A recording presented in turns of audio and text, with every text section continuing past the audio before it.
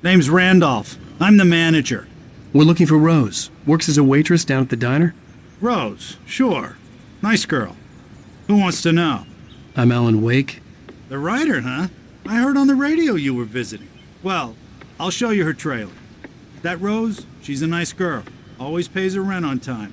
As I was saying, Al, I found all sorts of weird stuff from the local newspaper's archives. This place is crazy. Disappearances, mysterious deaths, urban legends come true, and get this, most of this stuff takes place around Cauldron Lake. Well, you ain't wrong, mister. The Indians thought the lake was a doorway to the underworld. I'm the God-fearing type myself. I don't hold with that sort of thing. Yeah, okay. Anyway, there was an island there owned by a guy called Thomas Zane. Now, some of the articles I found about him make him out to be a famous writer, but I ran a bunch of searches, couldn't find a single thing he wrote. Zane was heavily into diving, so much so that the place came to be called Diver's Isle. But the volcano under the lake erupted in 1970, and Zane went down with the island.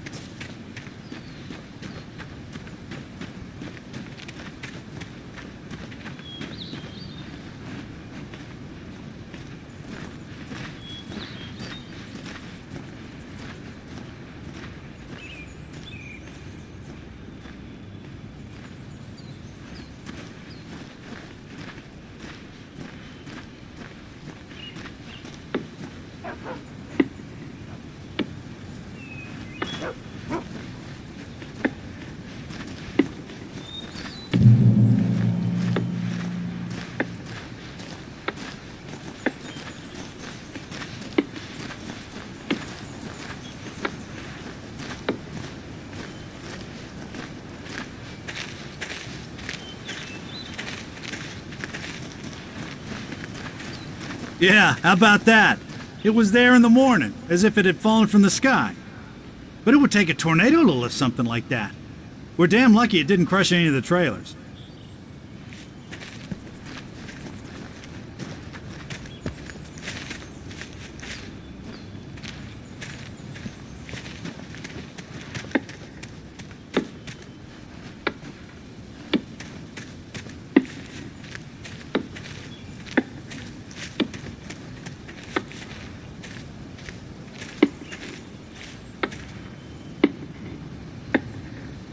It gets better. A local girl, Barbara Jagger, drowned in Cauldron Lake just a week earlier. They were lovers. Sure, Jagger's a local spook store. The Scratchin' Hag. Comes for you in the dark. Childish stuff like that. Anyway, Al, I'm just getting to the best part. All of the articles about this stuff were written by Cynthia Weaver. I asked around, and she's that crazy bag lady you met. What, the lamp lady? She can be a little loopy, but she's not homeless or anything. Yeah, anyway, she knew both Jagger and Zane before they both died, and she had some kind of a breakdown.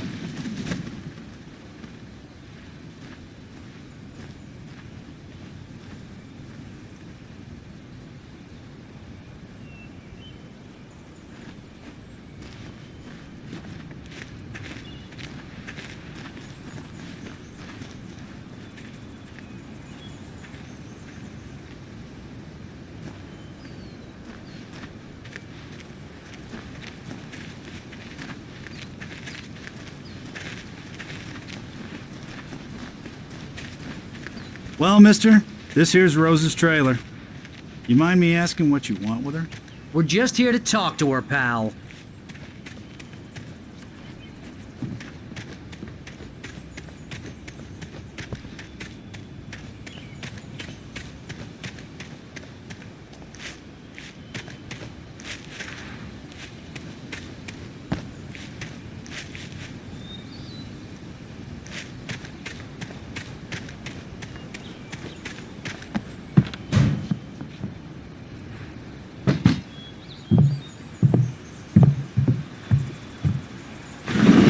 Welcome oh dear, Mr. Wake. I'm so glad you're here. Rose, you have my manuscript? Oh yes. Yes. Please come in. Hey, this is really good. Rose, Yes, my manuscript. I really need it. I understand. I know what you need. A muse to inspire you. Oh, for Barry. She doesn't have anything. Yeah, hey, Al? Al, what's... Oh... Barry! What? What?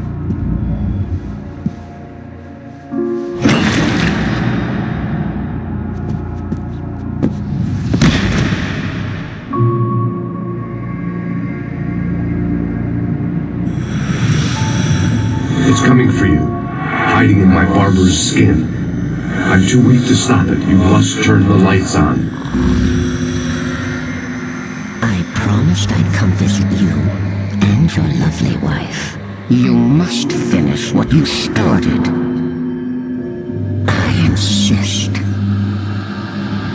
You must turn the lights on. Turn the light on. Back to work, boy.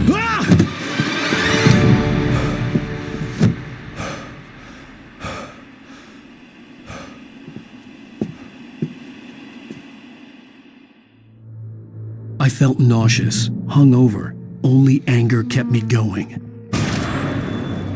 I can't tell reality from dream anymore, but it seems I have an imaginary editor to help me. She's an old woman in a funeral dress. I call her Barbara Jagger. She's very strict. I'm writing faster and faster. My manuscript is being heavily revised. The edits are getting very aggressive, and each day there's less of me and more of her. I hate it, but I know she's right. She promises me I can save Alice this way. She knows more of this than I do. About the complex incantation I'm attempting. About this place. She's worked with another writer under similar circumstances, Thomas Zane. The genre of the story seems to be shifting. It's turning into a horror story. I'm getting close. I can feel it.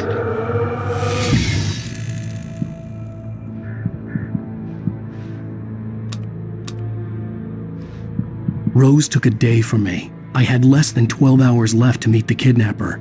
All I could do was get Barry into the car, work something out once I got on the road. Welcome to the Oh Dear Diner. What can I get you today? Coffee? I couldn't work up much hate for Rose. Something had used her to get to me and left its mark. First refill is free. Milk and sugar on the counter there. Would you like to hear today's specials? Thank you. A nice day. Come back soon. Barry was out of it. He was way too heavy to carry. You're right. I deserve more money. I'm so handsome.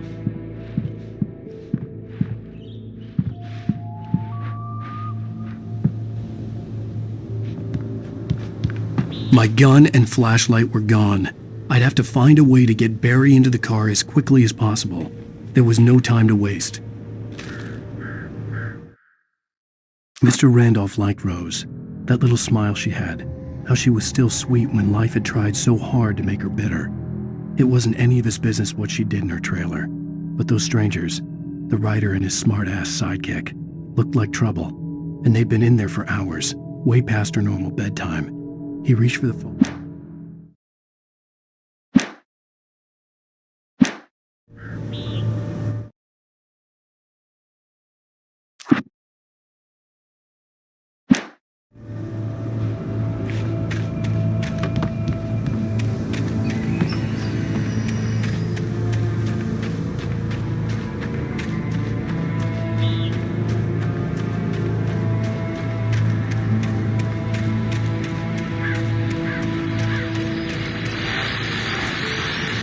I just stepped outside to catch a breath of fresh air. Let me tell you, the weather's getting heavy.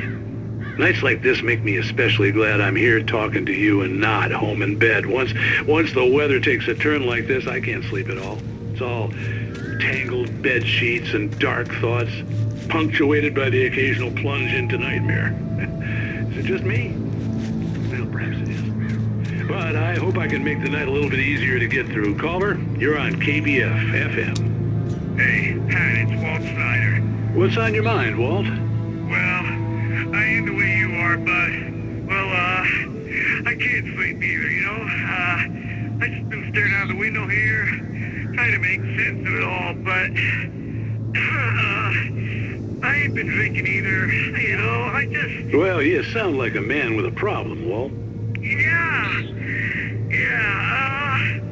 I had a, argument with Danny. You know Danny, and, then I got in trouble with the law, you know, and, I'm just, well... I heard something like that, Walt. Yeah, well, you know, Danny's my best friend, and, they let me, bail today. And now I'm just alone here at the window, you know, waiting. Man, and there's something in the air tonight, man. I was just outside looking up at the sky above our broadcast tower thinking the same thing. What are you waiting for, Walt? I don't know. You know, something's gonna happen. You know, I think I better go. Well, Walt, maybe... No, thanks, Pat. Well, good luck to you, Walt. Hang in there. Let's take a little break, folks. This weather's really something else, huh? How can I be sure you won't walk away? Why'd you love deception? Love me this way. How can I be sure?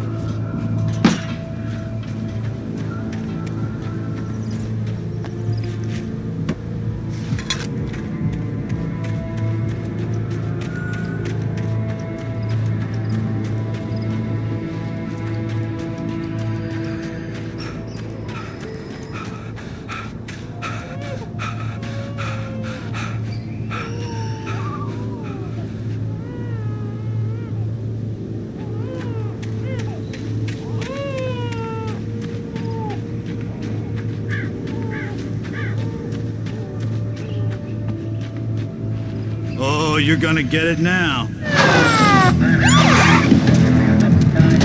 God knows what you've done to that poor girl.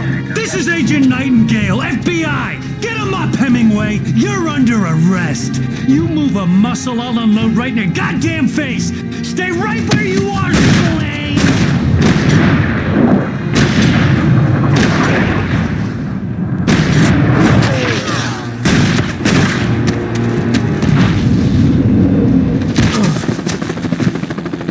What are? I'm standing right here, you goddamn maniac!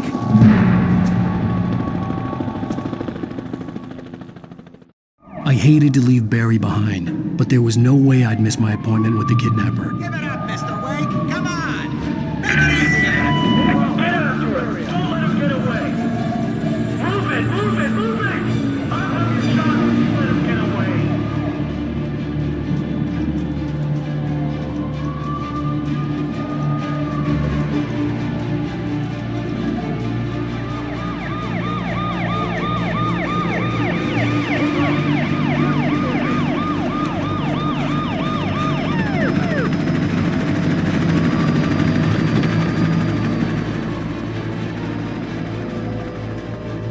There he is! There he goes! Okay, men, keep your eyes peeled. He's gonna try to make it out here. Oh, damn. Where did he go? Slow! Right now! Stop! I'm on the way! God damn it! Where did he go? On the way! Keep an eye out!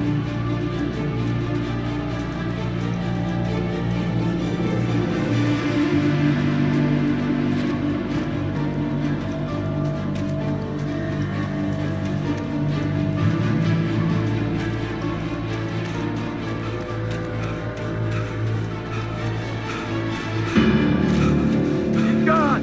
Come on, guys! We need to head him off!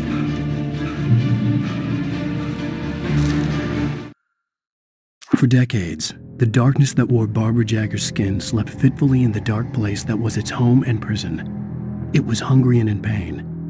It dreamed of its nights of glory when the poet's writing had called it from the depths and given it a brief, terrible taste of power and freedom. The rock stars had stirred it from the deep sleep the poet had sunk it back to in the end. When it sensed the writer on the ferry, it opened its eyes.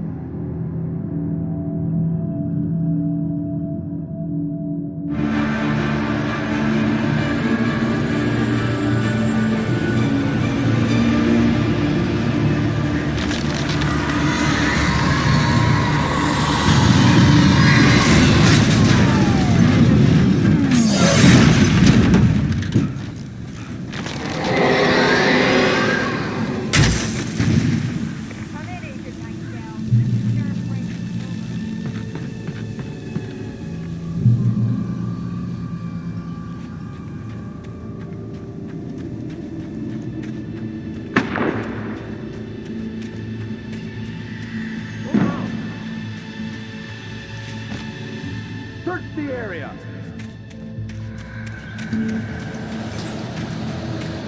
Stay sharp! This way! Over here!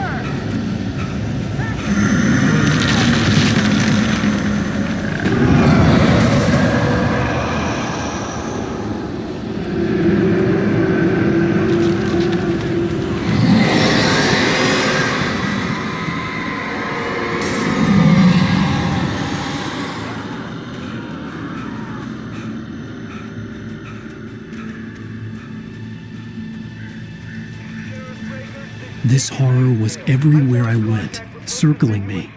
The cops didn't stand a chance. They were after a writer, not a monster.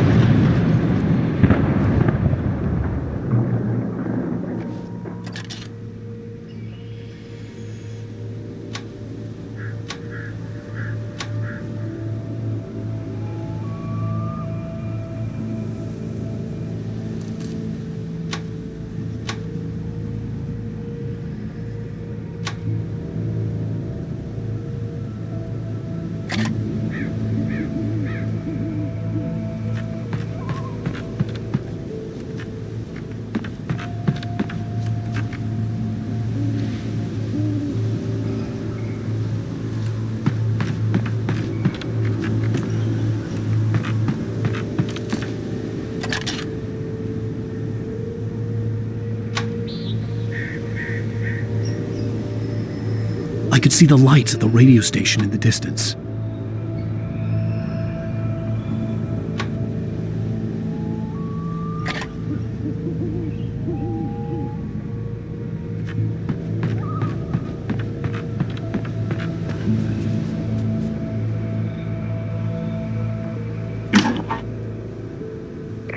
This is James. Mulligan, Thornton, come in. Over. Thornton here.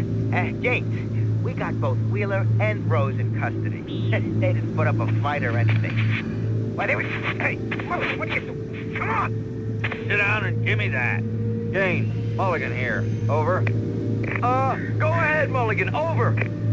We got Wheeler and Rose here. Wheeler's drunk or hopped up on something. Speaking of which, that Fed had a pretty distinctive whiff of Otis Scotch about him, if you know what I mean. Over. I don't have anything on that, Deputy Mulligan. Over. Well, whatever.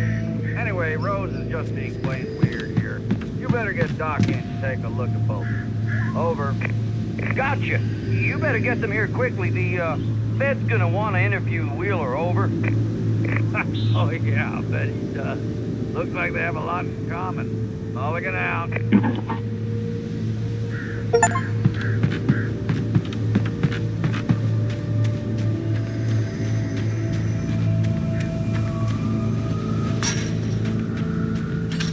I imagined that the broadcast tower in the distance was part of the local radio station.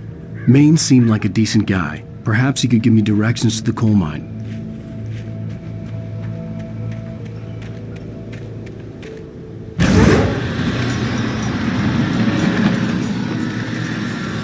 Unnatural shadows clung to the gate. The darkness that was after me was trying to stop me. I wouldn't get through it.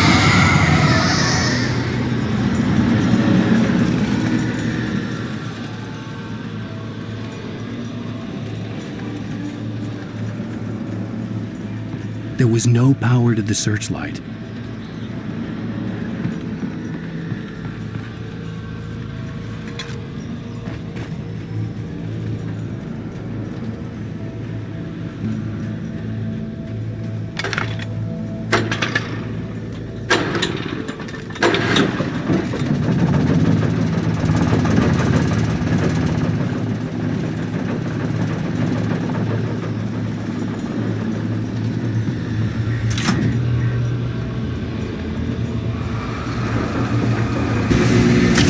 Generator conked out. I'd have to see if I could fix it and try again.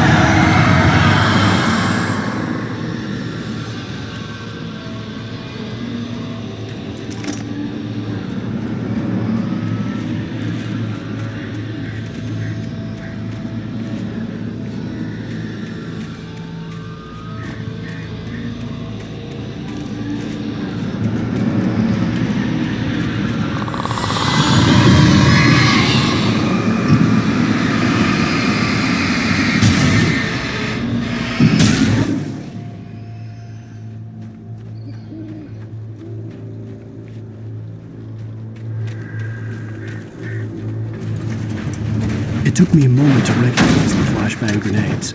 They were an ideal weapon for my situation. Team 1, come in. Over. Team 1, this is Sheriff Breaker. Report. Over. Team 2, come in. I need a report. Over. You have the right to remain silent.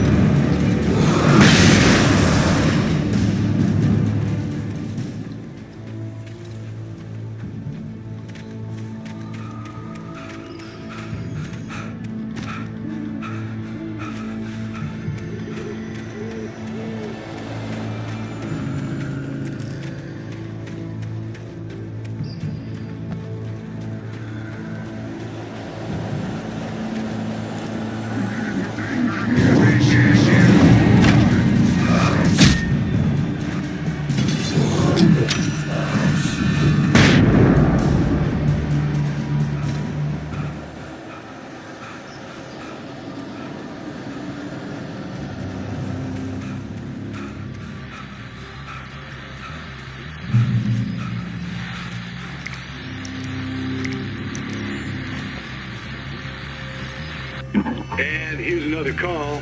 You're on KBF-FM with Pat Maine. It's Milt Peabody, Pat. What's on your mind, Milt?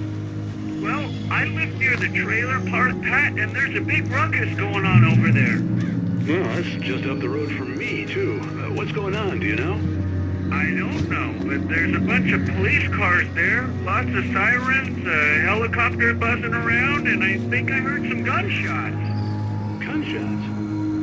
Yes, sir, like from a pistol. So can you find out what's going on? Because it's just next door, and they're popping off guns there. They're still shooting? No, it was maybe 10, 15 minutes ago. It sounds serious, Pat. I'm telling you, it don't sound like no party. Well, I'm certainly going to give the station a call, Milt. Okay. You'll hear it here as soon as I hear from them. Okay, thanks.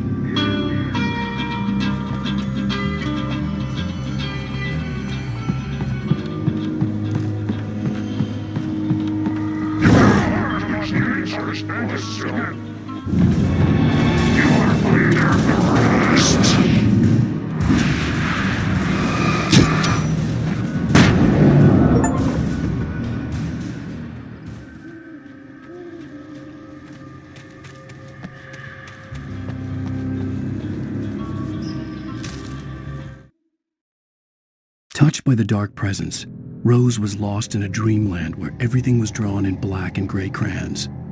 The old lady had promised her that all her wishes would come true. She would be Alan Wake's muse.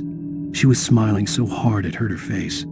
She crushed a bottle full of sleeping pills into the coffee. Deep down inside, she was screaming in terror.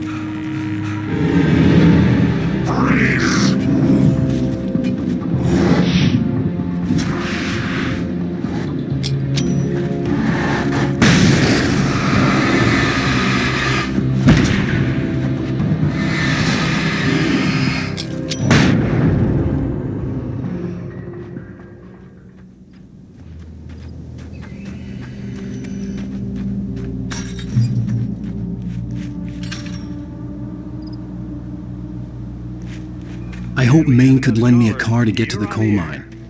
Pat, it's Lorna Miles. Oh, why, hello, Lorna. What do you have for us? Well, I just don't see why the cops bothered with the trailer park. What do you mean? It's a trailer park. Of course you're going to have trouble in a place like that. I mean, what do you expect? The sheriff should be helping us normal citizens instead of wasting resources on those people.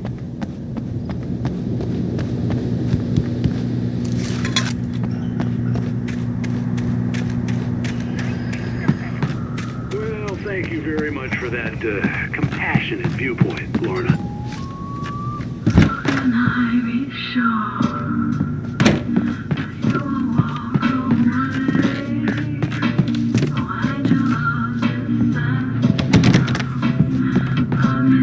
Oh, here's a little surprise. The famous writer Alan Wake just walked in. Folks, I'm going to see if I can talk him into an interview. Come on in, Mr. Wake. Oh, I'm so glad you could find the time to do this, Mr. Wake. Nowhere to run now, Dan Brown. You back away from me. Don't hurt. Whoa, everyone calm down. Put the gun down. We're all friends here, right? Cool your jets, Nightingale. We got him.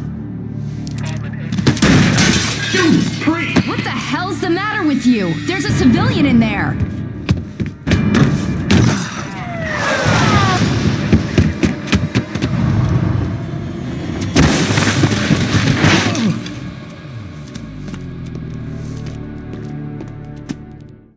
I'll get you yet, even if it kills me. You hear me? You hear me, H.P. Lovecraft? I had fallen off so many cliffs it was ridiculous. That's what you get for naming a book The Sudden Stop. It was probably good I hadn't had the chance to tell Maine where I was going. Nightingale stared through the broken studio window into the dark woods. He turned around, started to walk out, but Maine grabbed his arm. "Young man, you almost shot me. You don't shoot off rounds at people like that. What's the matter with you?" Nightingale shook his arm free, marched out. His cheeks burned with rage and humiliation. I have to lose the cops and find my own way to the mine.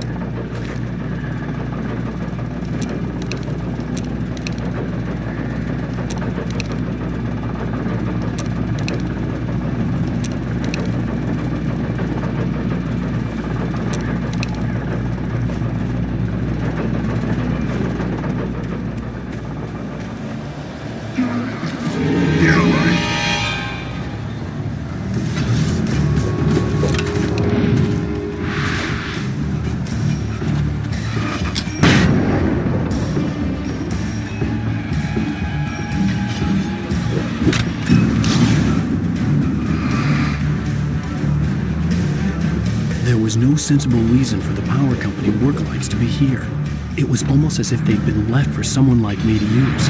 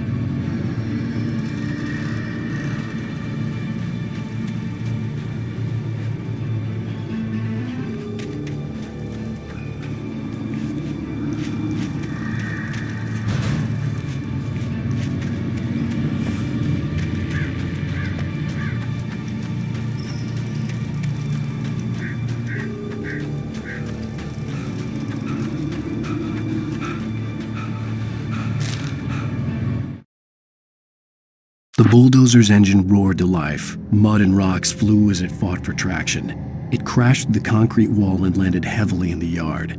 If it were an animal, it would have shaken its head after the impact, fixed its eyes on me, and charged. Of course, it had no head, nor eyes. Shadows crawled on its form, twisting it into a monster. Then, it came for me.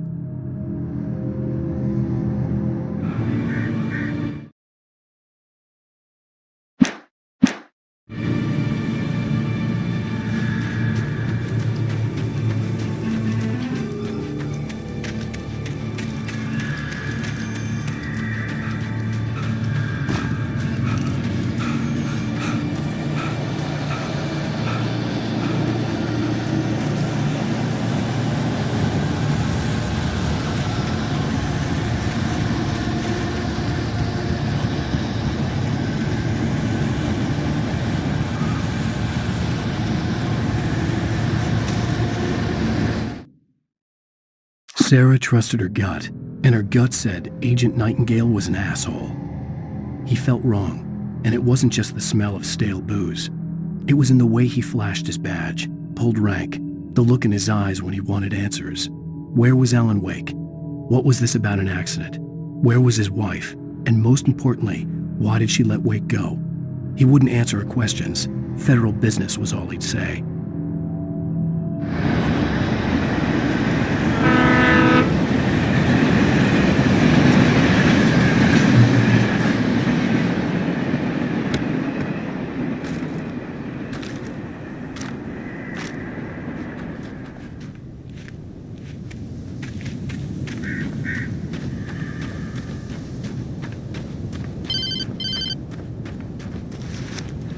Hello? The most stubborn man I've ever met. Alice? Alice? Alan. Alan. I'm so afraid. It keeps me in the dark. Please help me. I look at you, Alan, and it's not you. Something else. Looking out from behind your eyes. Alice, I'm here. I'm so alone here. It's all gonna go to hell. You need to be careful. Cooperate. The connection had been terrible, but that wasn't the only thing that hadn't been right with the call. She sounded wrong somehow, but she had called me.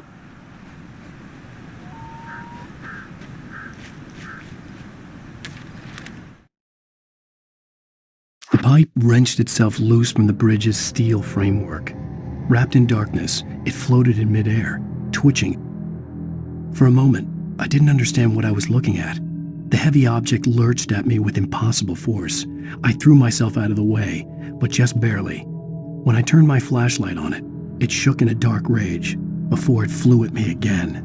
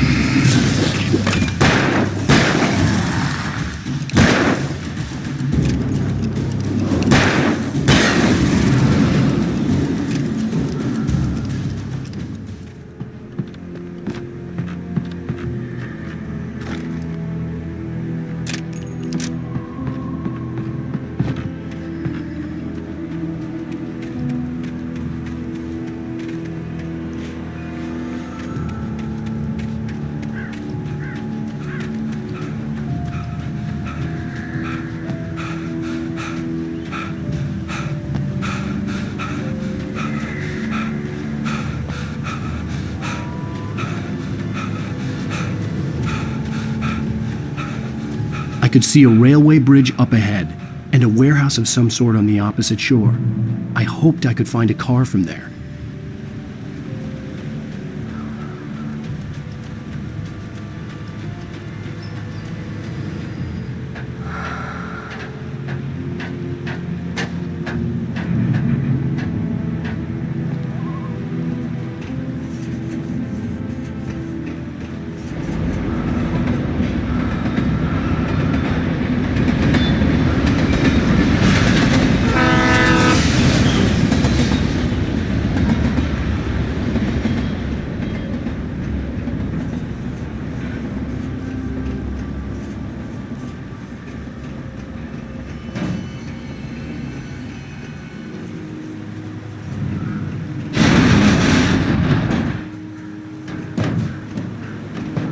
The darkness that was pursuing me was growing stronger, and it was taking over everything in its path.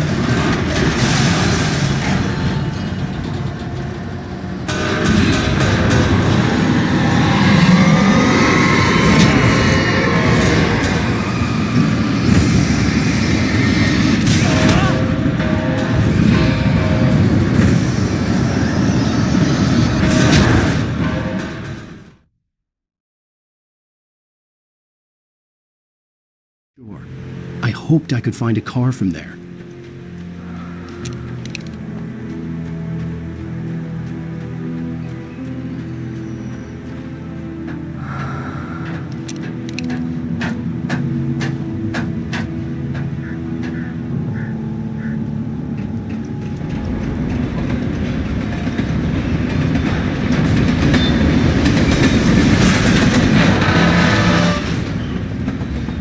The darkness that was pursuing me was growing stronger, and it was taking over everything in its path.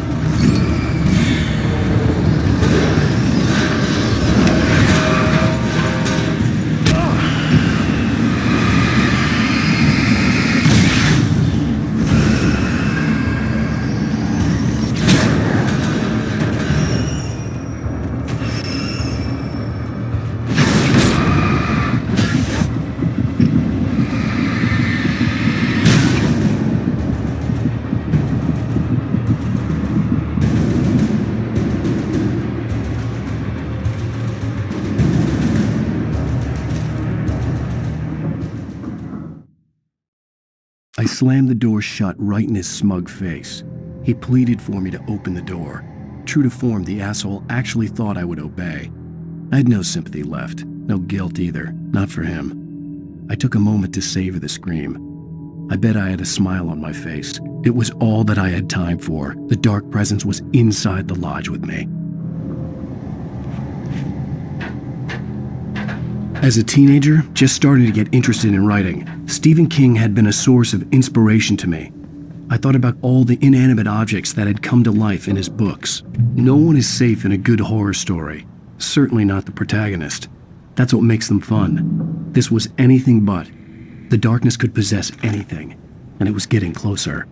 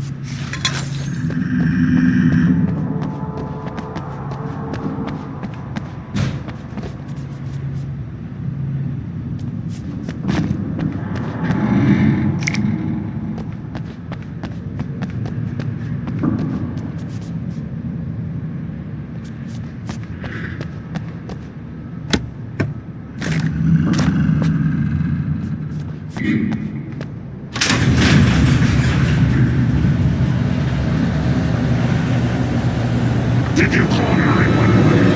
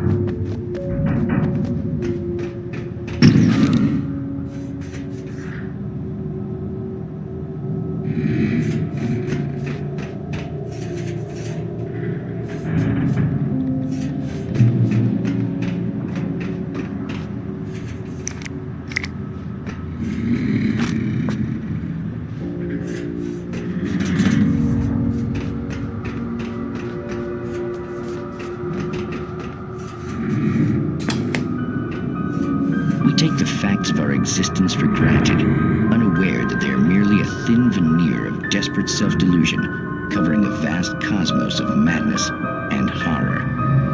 All too often, the stars are right. In Night Springs. Tonight's episode, A Family Occasion.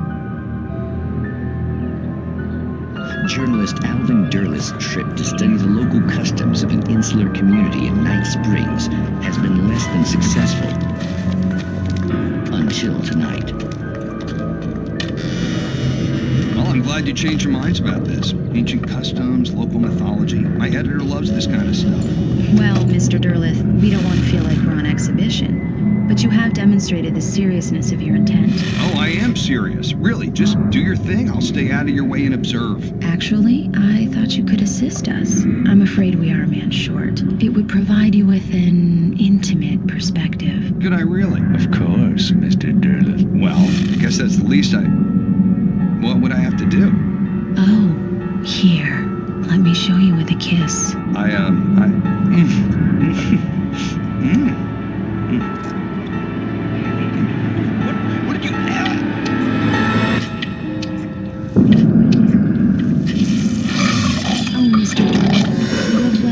Nixie Perka, the dweller in flesh. Your body shall host his 1,000 young, and all shall be glory.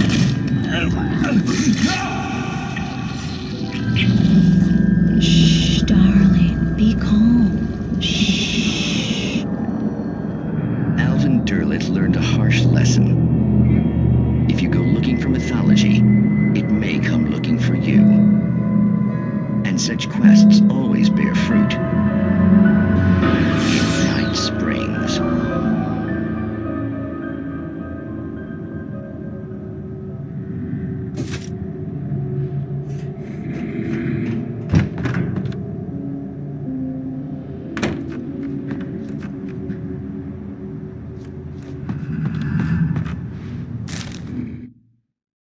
The darkness surged towards me, sucking everything loose from the ground into its depths, tugging at my clothes. I saw the flare the kidnapper had dropped and threw myself towards it just as I felt my feet leave the ground. The darkness embraced me with the force of a tornado. Somehow I managed to light the flare. The darkness roared and cast me away. I fell toward the dark waters of the lake far below.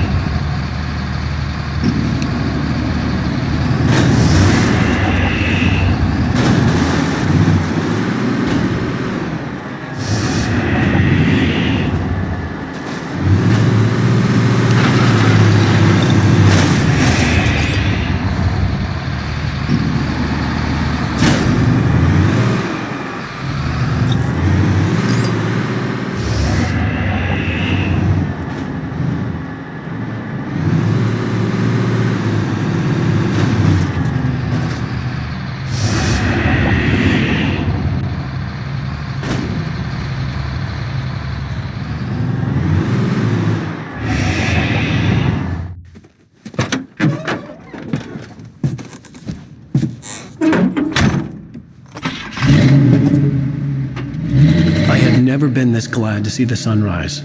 I had a couple of hours to get to the coal mine.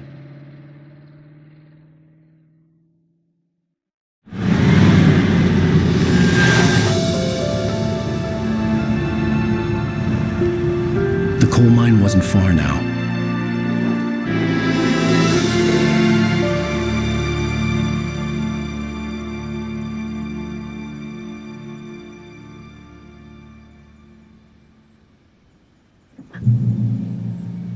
Today, I would meet the kidnapper, and he would give me Alice. I wouldn't give him any other choice. A drowning man will clutch at a straw.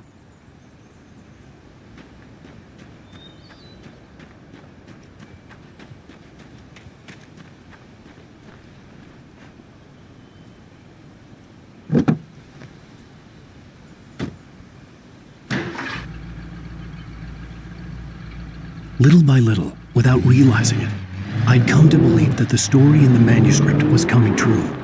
The current of its narrative had taken me deeper and deeper into dark waters. Alice had been taken from me. Barry was probably in jail. I was a fugitive from the FBI. The whole world taken over by the Dark Presence was trying to destroy me. It all felt real, but it matched a textbook case of insanity.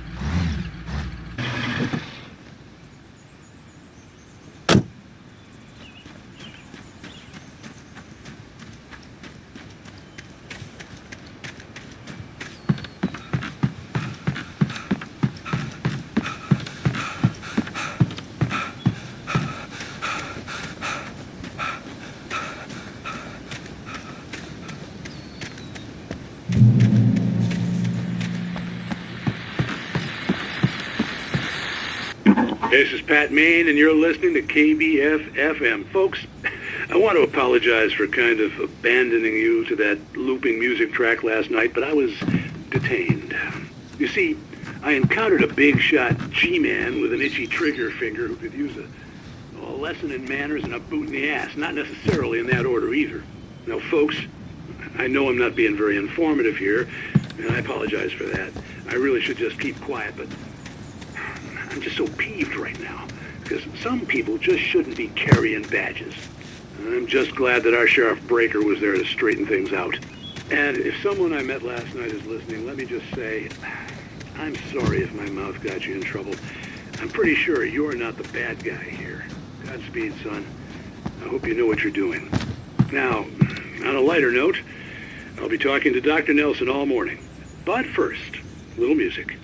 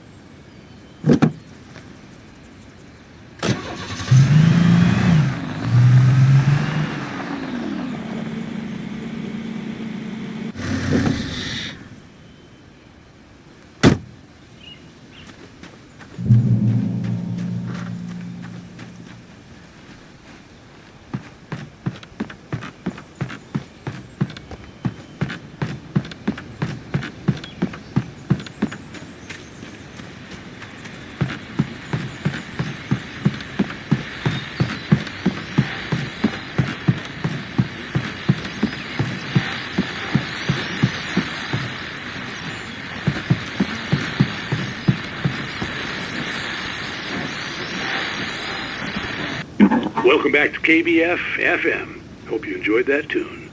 Now, Doc, you were talking about life and finding that special someone, that soulmate. Well, you were talking about that. I was saying I don't buy it. Well, see, to me, that's strange, because I always pegged you as a hopeless romantic. You got me there, Pat. But I think love's where you look for it. And you need to do a lot of looking, sure. But the idea that there's that one special person out there for you, and if you miss that chance, it's gone forever and you're forever incomplete. I mean, isn't that depressing? Or, heck, childish even? There's plenty of fish in the sea. And apparently a fisherman has a fishing analogy for everything, but what you're saying, isn't that a little harsh? Well, no. What I am saying is that your potential for finding that connection isn't limited to what's essentially a chance encounter.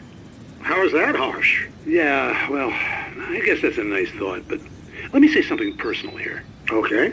Now, well, I don't disagree with you exactly, but I can't really fit that together with what I feel, what I felt for someone, because she was the one. She was. And I let her drift away from me. Maybe I didn't put in the work, I don't know, but, well, since then, and it was a long time ago, but since then there hasn't been anyone, not like her. And I'm not saying I dwell on her or haven't moved on. I like my life. I'm not living in the past, but I do miss the way she completed me. You can't argue with the heart, Pat. I'm sorry, folks. I had kind of a scary experience last night, and let's just say it's shaken a few things loose.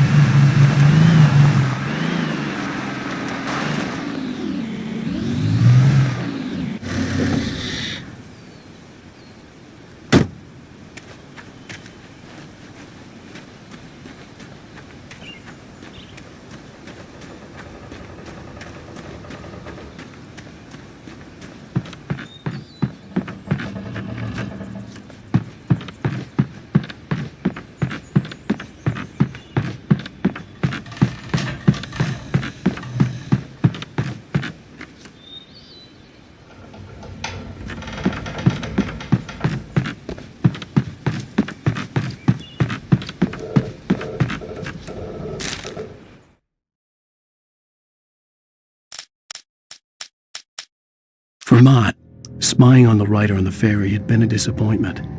His boss had made Wake out to be something special, but Mott hadn't been impressed. He'd gotten a good long look at the wife, though, and he liked what he saw. Mott had fantasized about goading Wake into a fight, but it hadn't happened. Still, he'd get his chance to see if the writer had anything in him. He'd been promised as much.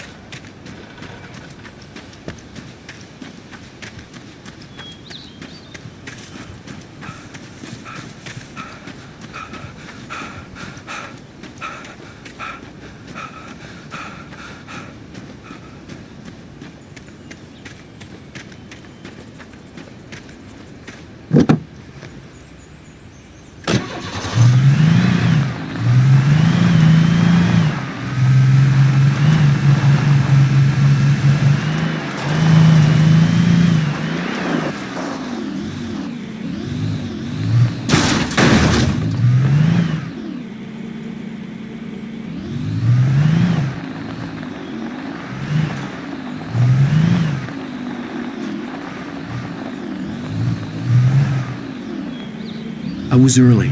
I was supposed to meet the kidnapper at noon in the main building. The coal mine was quiet. It was a museum now.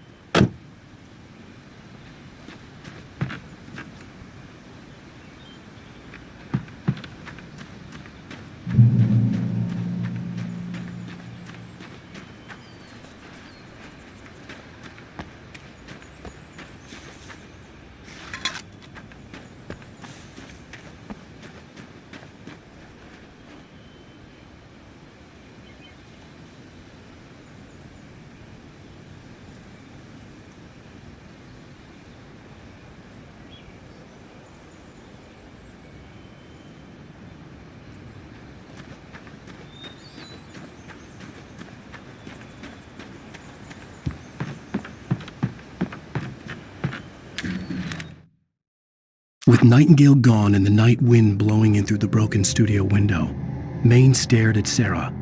The sheriff looked away. Maine's voice shook with barely controlled anger. That boy's doing more drinking than thinking. I hope you know what you're doing, Sarah. He's got a sickness in his eyes. You take my word for it. He wants Wake for a reason, and it's not for anything good.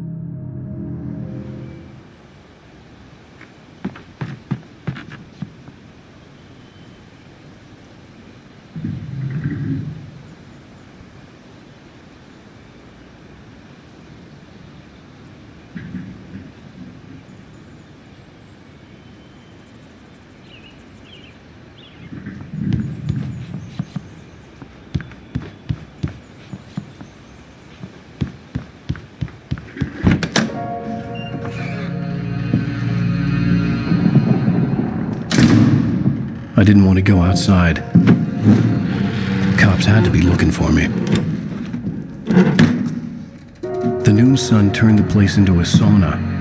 The day dragged on. Different scenarios ran through my mind. Ways of how I'd torture the kidnapper to get Alice back. Or the different horrible things he could have done to her. I imagined her dead. I had no way of knowing she was still alive. It was killing me.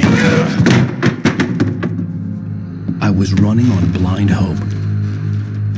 It was all a waste of time. The bastard never showed up.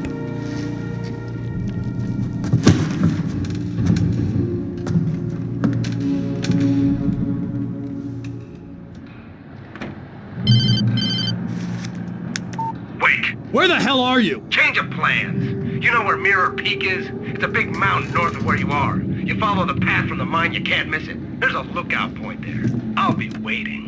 I'm through being jerked around by you. You want to see your wife alive? Because if you do, you better watch what you say to me. Do we understand each other? I want to talk to Alice. Yeah, and I want the manuscript. Don't keep me waiting, Wake. Hello? Hello! Ah! I'm gonna kill him! I had to get to Mirror Peak.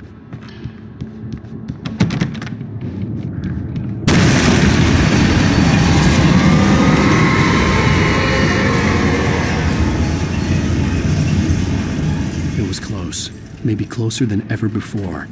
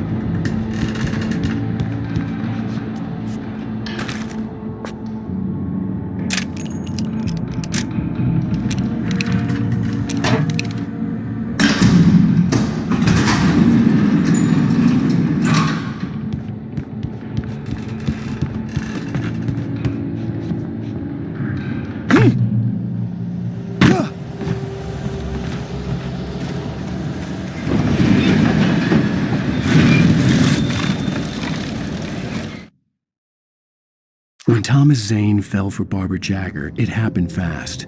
She was young, vibrant, and beautiful, full of life. He had never been a very happy man, and without any seeming effort, she had changed all that. Zane felt good for the first time in his life. Everything she did was another piece of a jigsaw puzzle he hadn't even known he'd been missing. And best of all, she made the words flow, strong and sharp. She was his muse.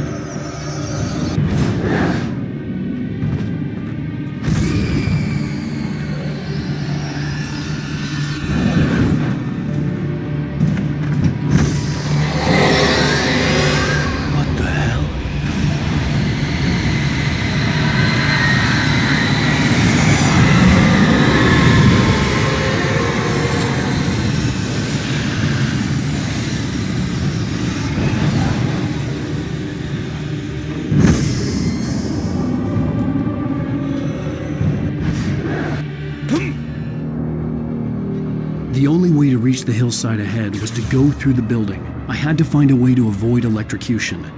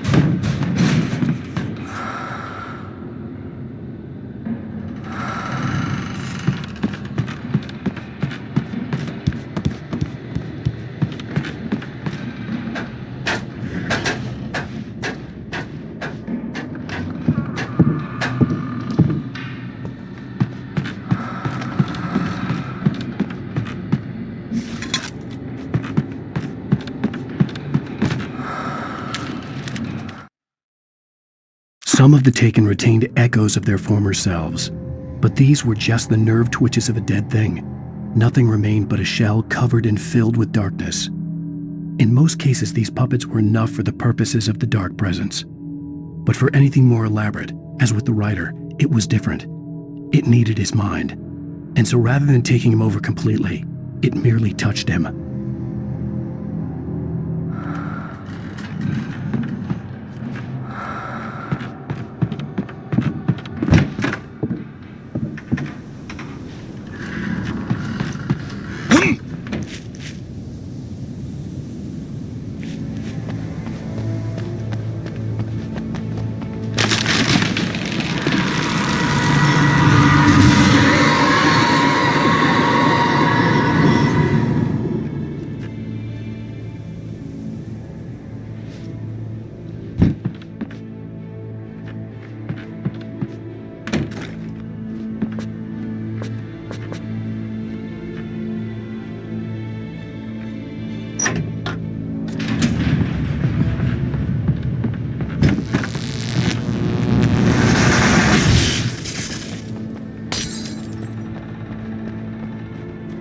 There was no way the flashbang grenades were standard power company equipment.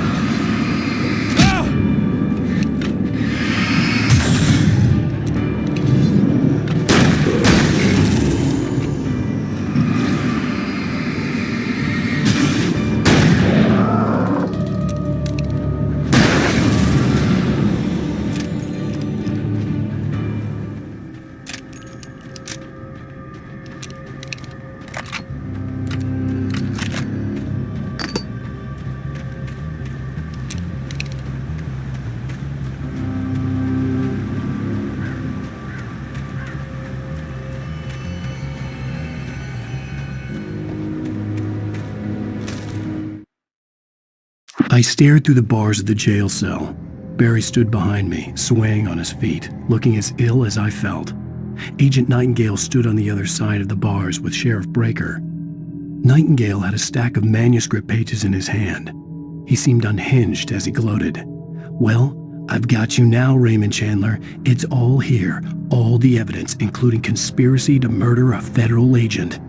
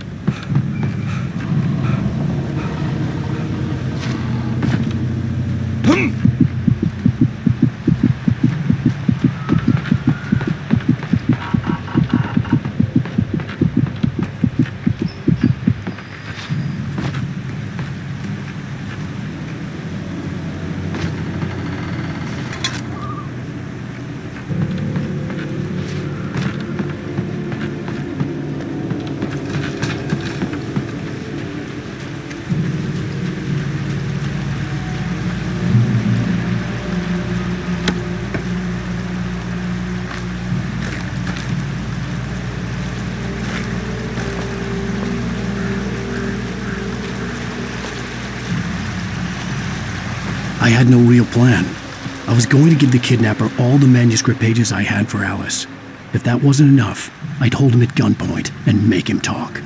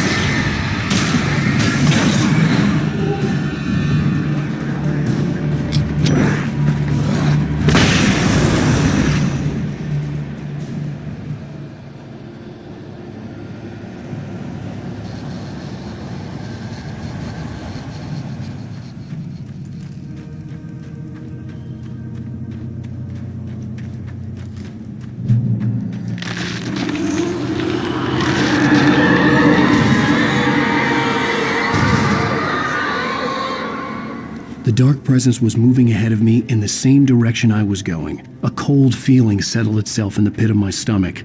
Was it going for Alice?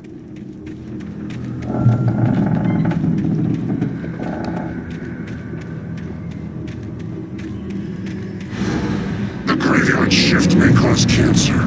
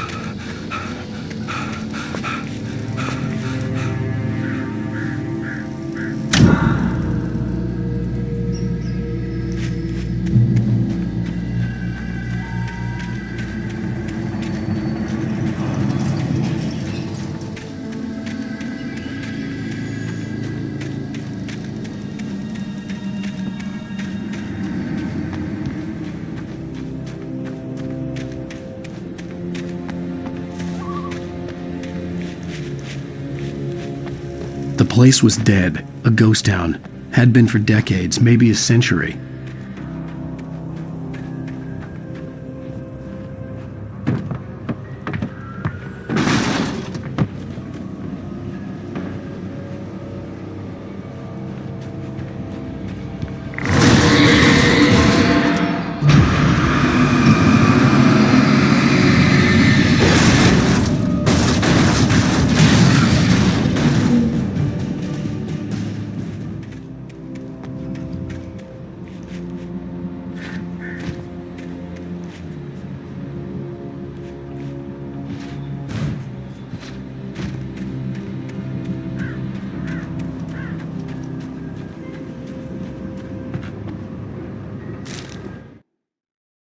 Things were never as simple in real life as in fiction. I had lost count of the times I had wished there'd be a clear reason for my writer's block. Something to fight, something to lash out on. There wasn't. I was filled with doubt. I was nothing like the hero in my books. Alex Casey had gone through his life with single-minded determination, never wavering from his goal. Even now, I was angry at myself, angry at Alice, angry at Barry. I was fumbling and I had no plan.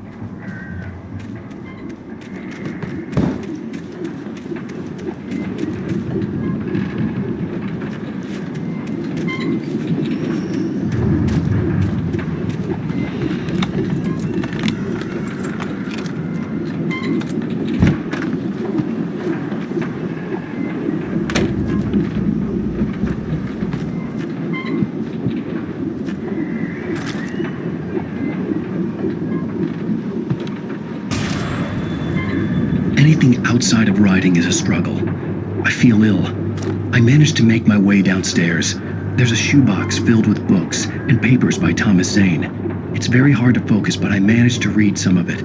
He's a poet, and a good one. He writes of muses and creators summoning fabulous things from a magic lake, using his powers to shape the world of a realm of gods and dreams and demons, dark things that wait for a chance to slip through, wearing the flesh of men as disguise. Zane writes about himself, his girlfriend being taken over by a dark presence, about growing scared of the lake. Zane believes it's a mirror to the gaping void of darkness above, where some Lovecraftian presence lurks. I crawl back upstairs. I'll borrow these things for my story. They ring true. They fit.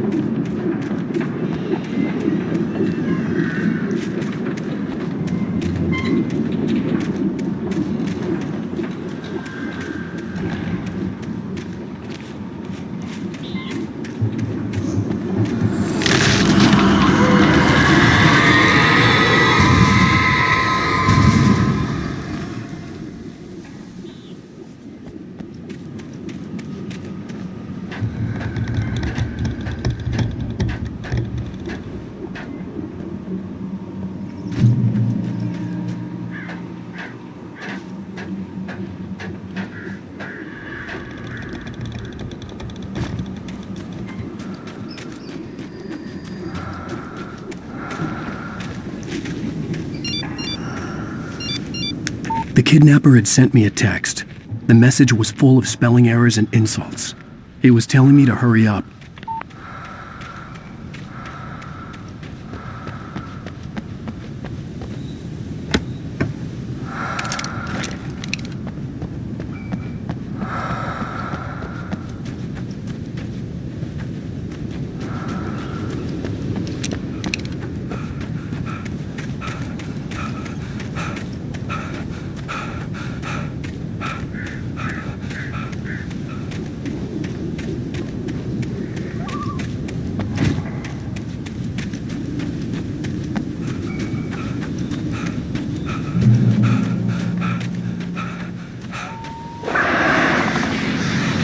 Birds.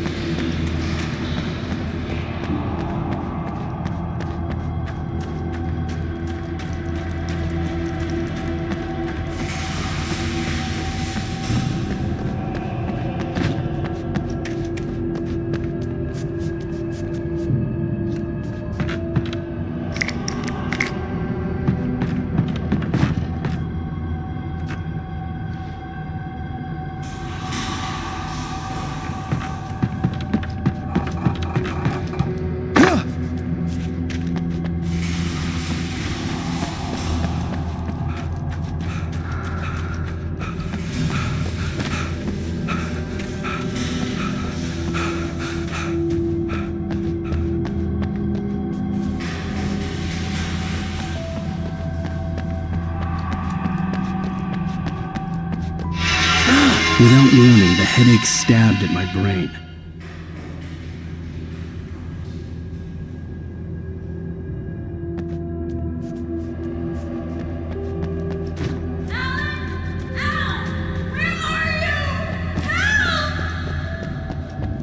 Alice?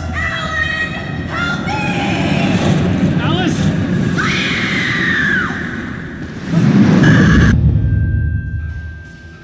I'm losing it. I gotta get out of here. The hunters were big, thick-set men, confident and at home in the woods. They were feeling good, running on beer, ghost stories, and camaraderie late into the night. It did them no good, as they were taken by the dark presence, sucked deep into a darkness far worse than any ghost story they ever told or heard.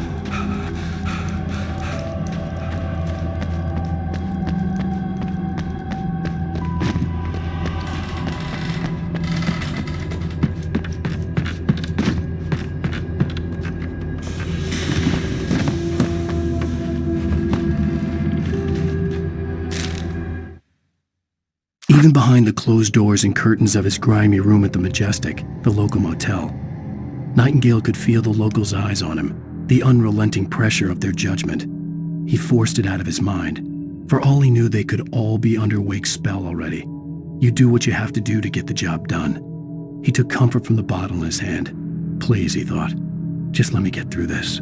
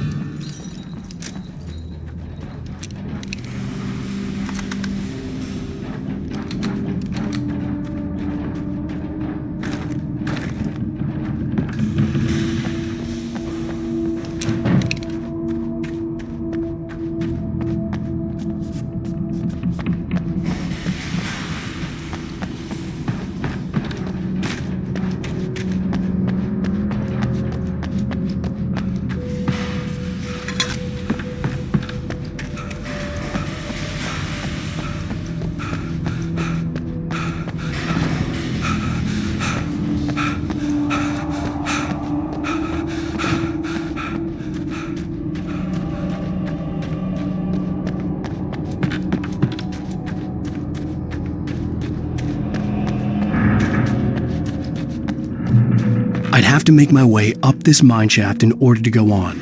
Maybe the machinery could help me with that.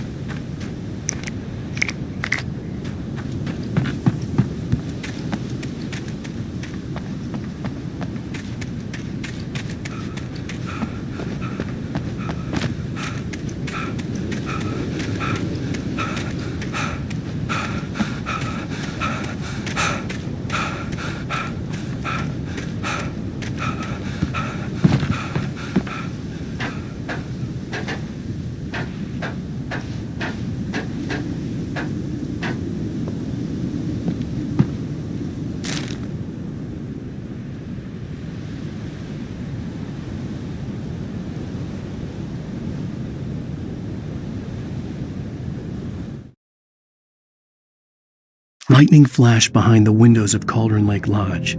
Tor Anderson laughed and held the steel hammer above his head. Nurse Sinclair was trying to calm him down without success. Tor grinned madly and shouted, "My hammer's up. Here's a friendly poke from Molnir, wench." He brought the hammer down with all his might on Sinclair's head. "We're on a comeback tour, baby."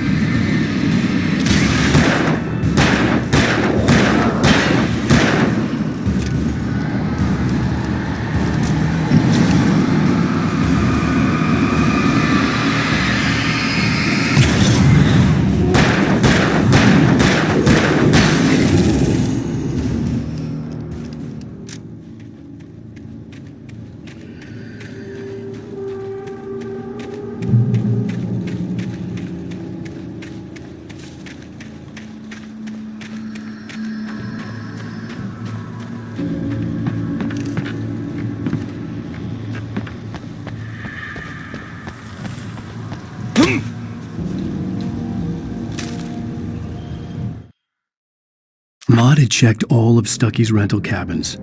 There had been no sign of the Wakes. It was dark when he'd found their car parked at the end of the road by Cauldron Lake. It made no sense. They must have taken a wrong turn, but there was no sign of them, and the car had been there for hours already.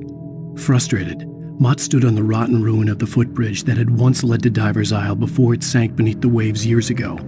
The boss wouldn't be happy.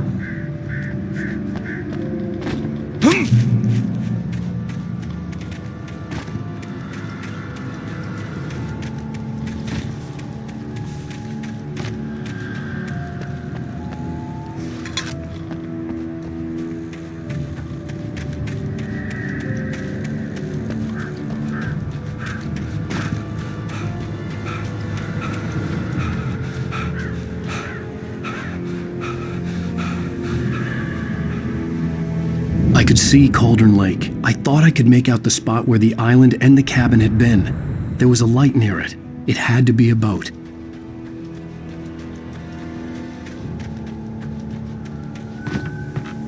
I was close now. I had to get there fast. I dreaded what I would find. I tried to hold on to Alice, but her form melted away. I was losing control. Dr. Hartman stood in her place. I wanted to hit him, but my arms were jelly. He smiled. It was a reassuring smile, and I hated him for it. I had to give you a sedative. Don't fight it. You went through another rough period. Right now, it's very important that you stay calm. We don't want you to have another episode. You're a patient at my clinic. Have been for a while now.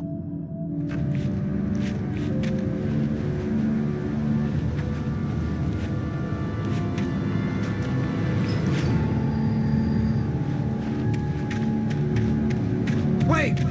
Are you? Wait! Hey, I'm here! I'm coming! No! Get away! Sorry! Please, lady! The boss didn't know who he was messing with! I didn't know! I swear, I didn't know! We don't have his wife! We don't know where she is! She's probably drowned! We just said we had her to make a play ball, you see? We got him right in for us! Please! Please! Oh! I'm sorry! Please, don't hurt me! Ah! Ah!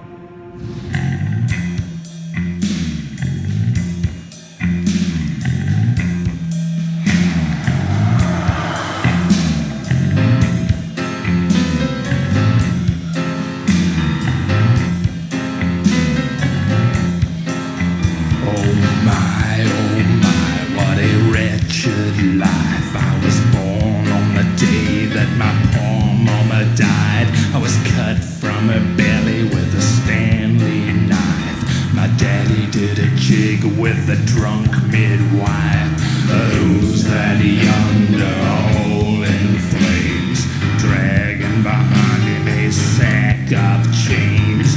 Who's that yonder hole? Previously on Alan Wake, I'm hunted by the law. Sheriff, Wake's running. I'm giving chase. Are you seriously telling me that writer just took out my deputies? A thriller I supposedly wrote is coming true. The genre of the story seems to be shifting. It's turning into a horror story. I was told that Alice had been kidnapped, but that was a lie. We don't have his wife. We don't know where she is. Her purported kidnapper was eaten up by the dark presence before it attacked me.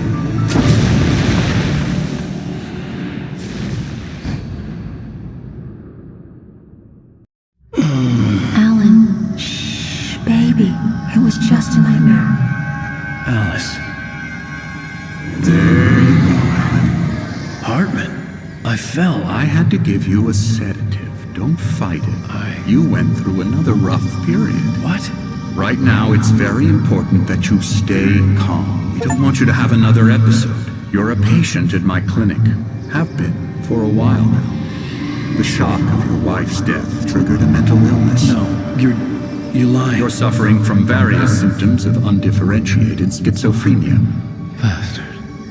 It's okay, Alan. Just let go.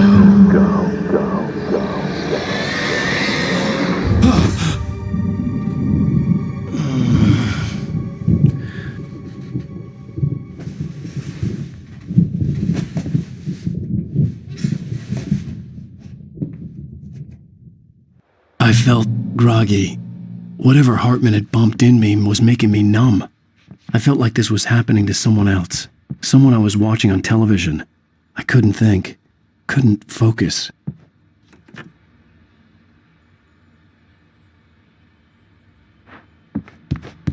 The door was locked. I was a prisoner here.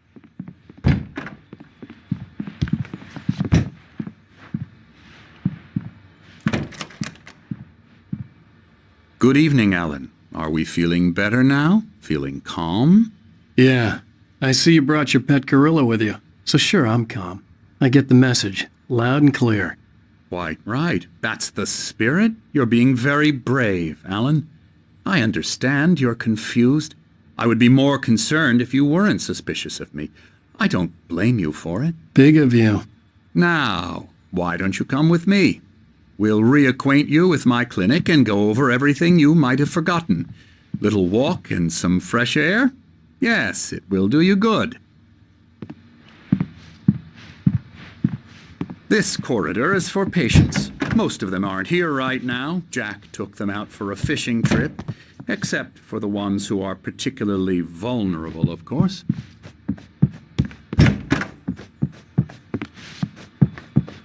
I encourage creativity as a part of the recovery process here at Cauldron Lake Lodge.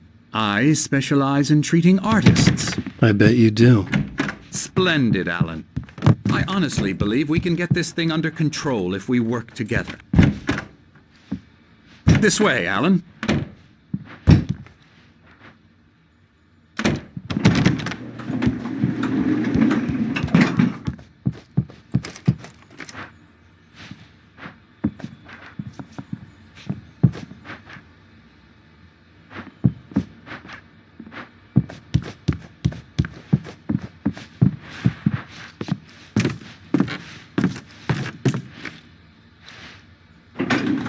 Now, Alan, from past experience with you, I know I need to get right into the heart of the matter as quickly as I can after an episode. So I'm just going to say this. Alice is dead. No. You're in a very vulnerable state until you understand and accept this. Alice drowned, and you couldn't face that. You're suffering from hallucinations, paranoid delusions, unusual thinking, an obsession about light and darkness, a feeling that everything revolves around you, your thoughts and dreams. Your mind has constructed an elaborate fantasy scenario in which your writings are affecting reality. She has been kidnapped and supernatural forces of darkness are trying to stop you. We go this way, Alan. I wasn't ready for another shot, so I went along with it. He had to be lying. But under the influence of the drug he had given me, I had to fight not to believe his words. It's all in your head. You've been making it up. Apart from the tragic accident with your wife, no one has been killed. Your delusions are just a manifestation of your subconscious mind trying to protect you from the too painful truth. Unless we fight the fantasy, it will return. I know the instinct is to resist me, but think about it. Doesn't this make far more sense than the insane supernatural conspiracy you have concocted in your mind? You're a skeptic by nature, Alan. We both know this. Everything can be explained logically.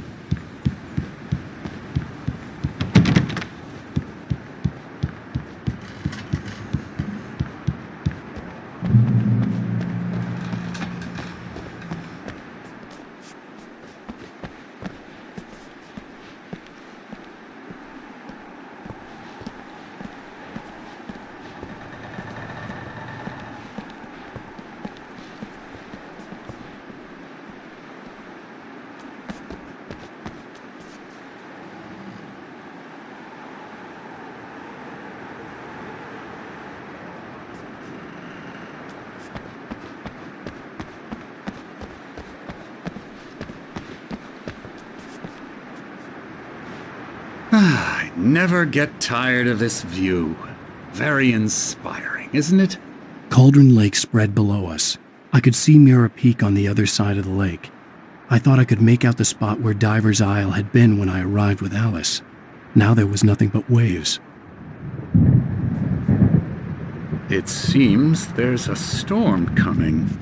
Funny, I don't recall there being a mention of that in the weather forecast. Well, no matter. This way. Follow me. Alan, what I'm telling you is good news. Right now we're in control. Every time you have a relapse, it gets more and more difficult to resurface from the dark depths of your imagination. Not surprising, considering your profession. Imagination is what you work with. After all your nightmares, this should come as an immense relief to you. If it doesn't, why is that? Because I'm lying? Or because you don't want to admit that you're not well? It's very natural for you to think of me as your enemy. It's part of the illness. I let him talk. Hartman obviously loved his own voice.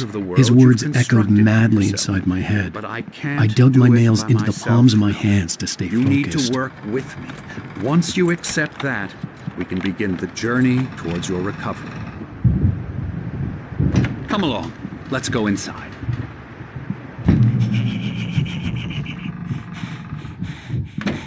Here's the entrance to the office wing. That's for staff only. You were impressed by my trophies when you first arrived here. I do love to hunt. The great outdoors, man versus nature. It's wonderful stuff. Pretty damn wonderful, yeah. Yeah, that's right. I got you. Got you Emerson. good. I'm a real bad dream, mister. You should be afraid of me. Don't want to run into me in the night, that's for sure. Please, Emerson. Mr. Wake is confused enough as it is. Yeah, you'd like me to go away so you won't be scared. But you can't just decide what kind of dream you have or when you have it. Emerson. Hartman had mentioned that the power had been Sorry, acting sorry, up. sorry. Maybe that was the reason for the generator and the work light on the balcony. The generator hadn't been activated, and there was no key. Elbow strike. Ooh, yeah. Ha. Yeah. Yeah. I'll get him to the head.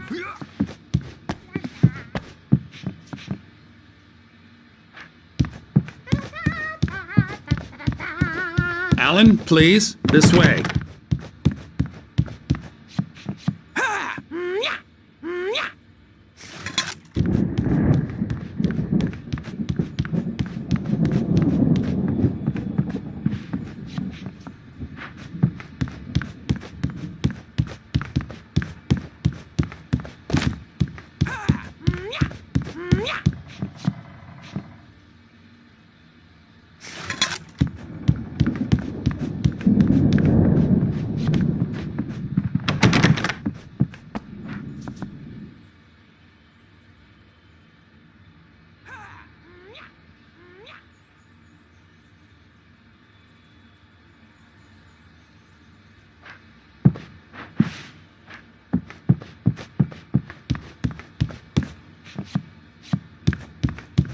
Come, Alan, this way.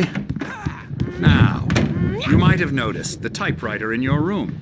You've been writing as a part of the therapy. As soon as you feel up to it, you should continue.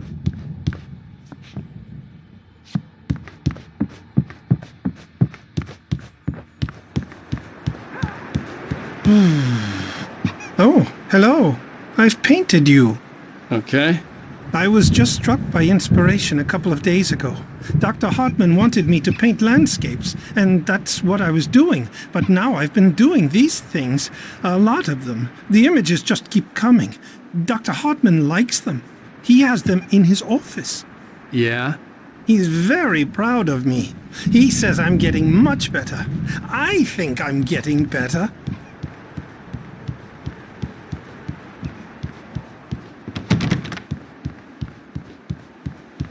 Well, I guess I'd better start wrapping this up. The storm is almost here. Look at that. I'd hate to be out there tonight.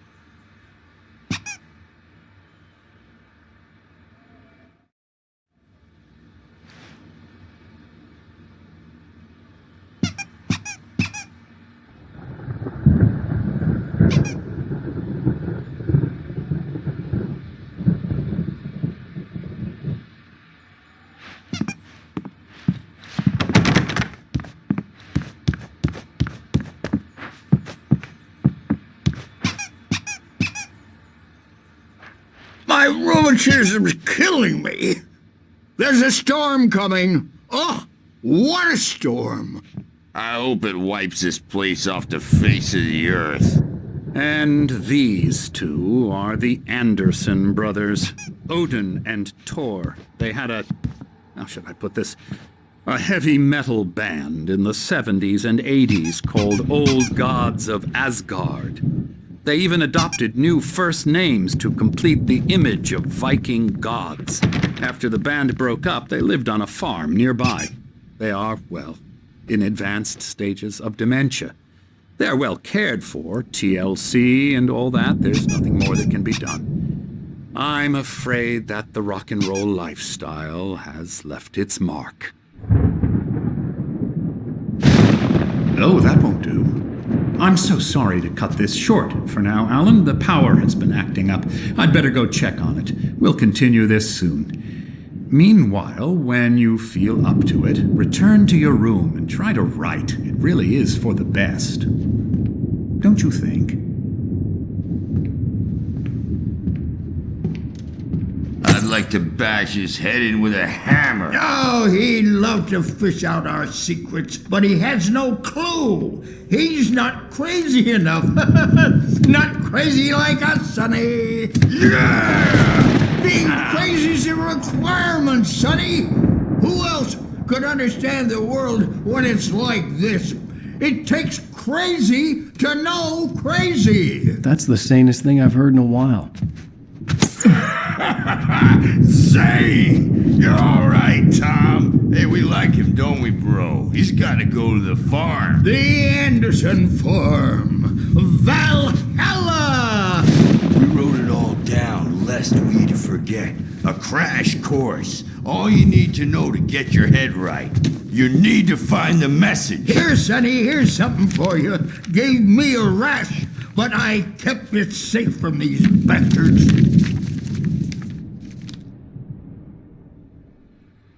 My head was clearing up. Zane could feel the poems, taking form, shaping things. As he experimented, he imagined he could almost feel the power surging through the keys of the typewriter. It exhilarated him. But there was fear, too. If not for his young assistant Emil, he would have given it up. But Emil convinced him otherwise. He, too, had a way with words. According to Hartman, I was sinking back into the fantasy. I was convinced he was lying to me. About everything. Crazy or not, the Andersons made more sense. Tom, you got any booze on you? Tom just lost is all. Baba Yaga got to him too, the damn witch. She used us all. Taken from all of us. Took my thunder, the witch. And my ravens. What were they? Memory and thought, the hag. She took something from you too, didn't she? That's what she does. We're better off. This place, the lake, it gives you power. If you're a creator, an artist, a god. Nightmare shifted in their sleep in the darkness of the lake.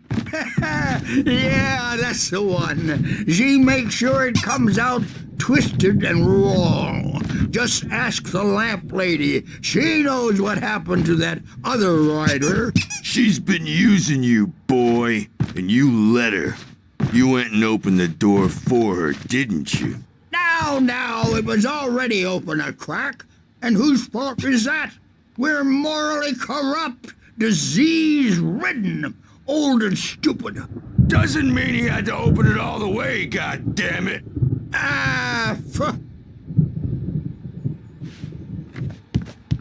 So tired.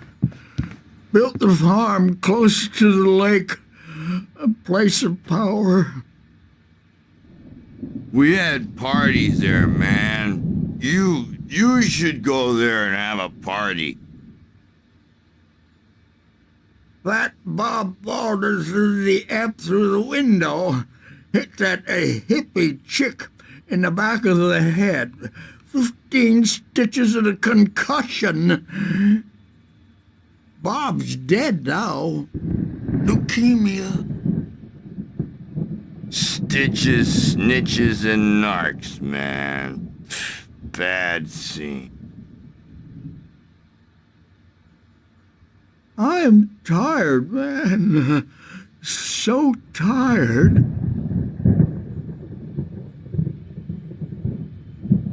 I want to go home.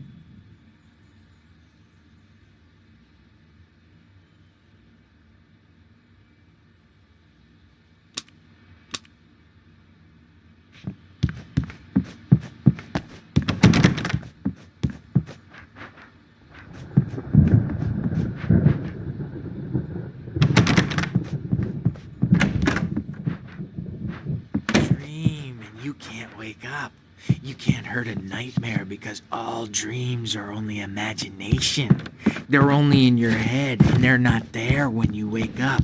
So you can't wake up because I'm in charge now and I don't want to disappear. My nightmare is the publisher people who want to make a contribution so they can say they made a contribution. And then we end up with mullets in there because they think mullets are funny, but it wasn't supposed to be about mullets, and now it's about mullets. And when it's in slow motion, they call it mullet time because the numbers came back from marketing that mullet time is the hook we needed to go big in the target demographic. And they're not even kidding. They say it all like serial killers with straight faces and smiles.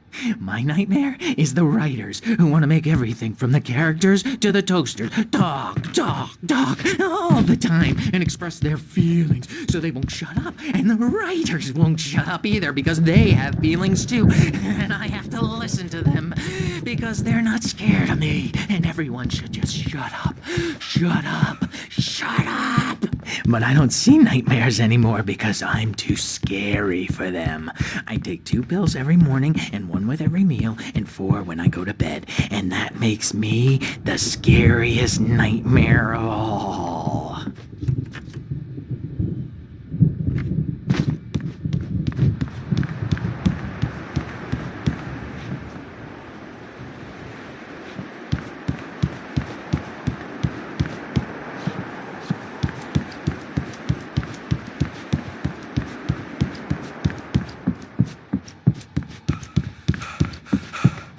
Hey, Wake, why don't you humor Dr. Hartman and give the writing a shot, huh?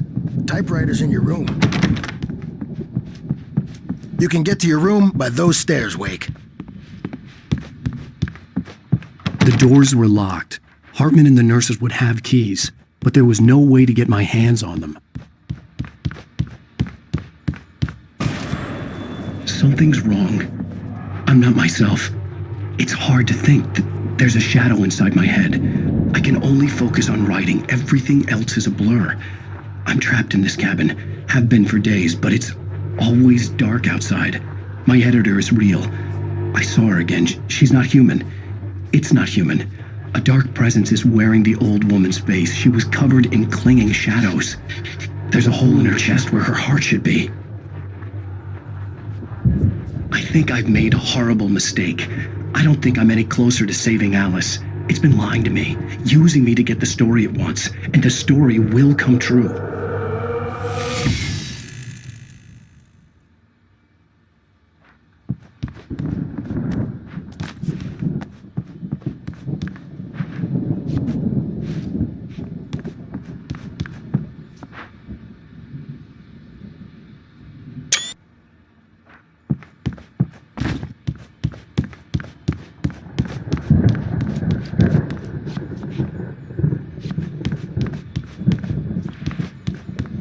Hartman wanted me to write. I knew I couldn't, but I figured I should just play along for now. It was the only thing I could do with Nurse Birch watching me like a hawk.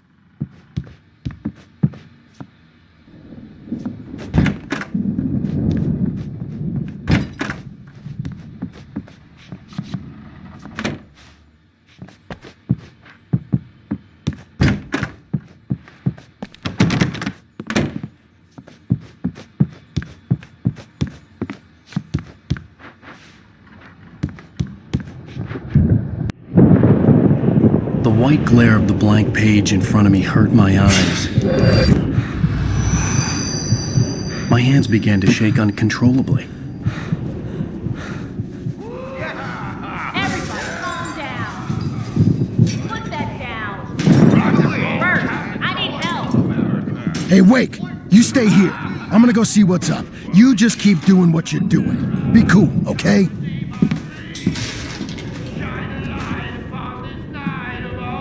I didn't know what the chaos was all about, but it could be my only chance of getting out of here. Where the hell did he get a damn hammer? I don't know. Here's a friendly poke from Mjolnir, witch. Oh, afraid of the crazy brothers, are ya? Not so weak now, are we? Well, things are unraveling fast, aren't they? Ha ha! Nah! Ah, ha, ha. It's my store. Hartman kept talking, giving Barry the grand tour, clearly proud of the place. He went on and on about his hunting trophies, and Barry was impressed. But he was here on business. He raised his voice, cut through the monologue. Hey, Hartman, where's Al? Hartman stopped in mid-sentence, annoyed at the interruption. He nodded at the hulking orderly standing nearby. The man smiled and clapped a practiced hand on Barry's shoulder. I'm taking it. We're on a comeback tour, baby!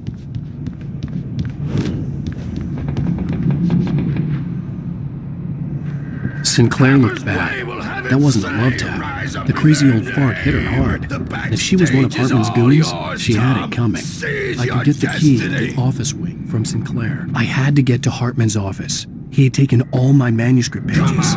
That's where he'd be keeping them. It's time to pay the piper. Maybe you could come out and beat our wrinkled adult diapered asses for us, since you're so tough, Birch. We were on the road.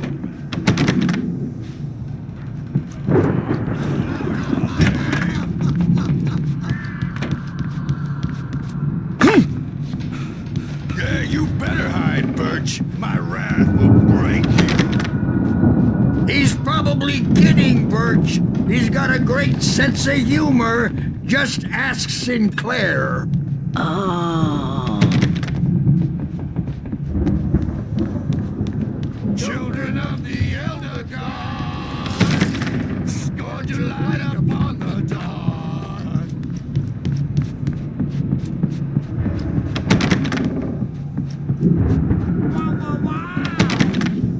I wish I had my axe.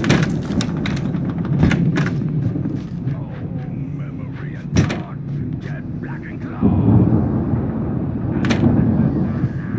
The markings on the tape said they were recordings Hartman had made at the sessions with his patients. I saw Alice's name on one of them. For a moment, I couldn't breathe right. Now, Mrs. Wake, can you tell me about Alan's problems?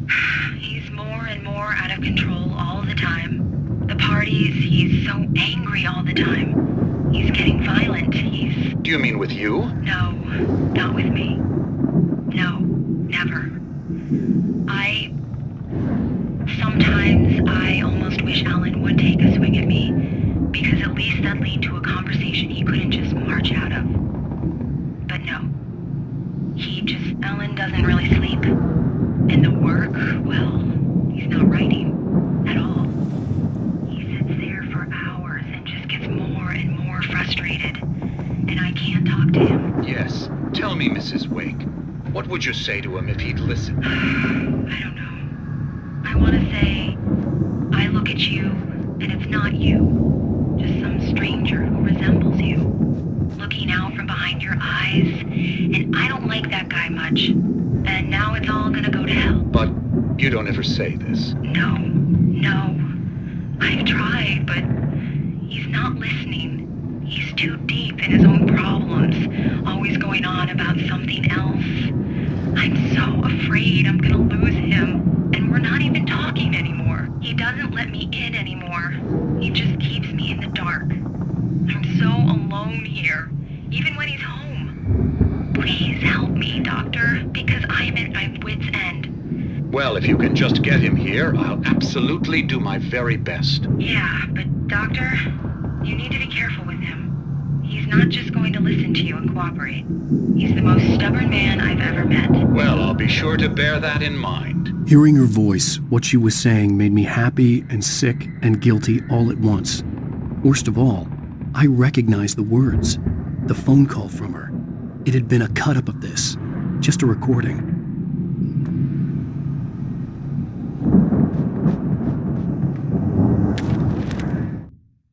Hartman wasn't happy. Mott could see it in his eyes. He quickly lowered his own. He had made a mess of it, and he knew it. The shame of failure was hard to bear. He hadn't expected Wake to say he needed more time, and he blurted out 2 days, less than Wake had asked for to show him who was in charge. But that wasn't part of Hartman's plan.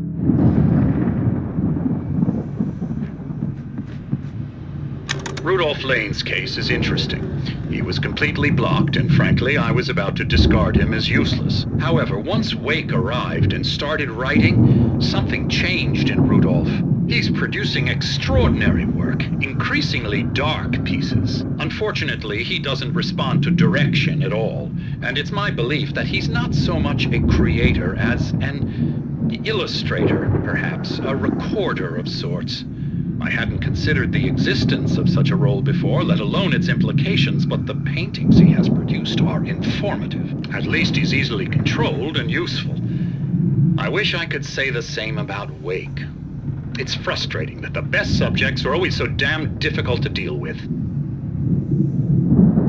Not buying that. I was tailing Wheeler, and this is the only place he could have gone. That means Wake is probably there too! Agent Nightingale, this is private property, and I will not allow you to disturb my patients. Yeah?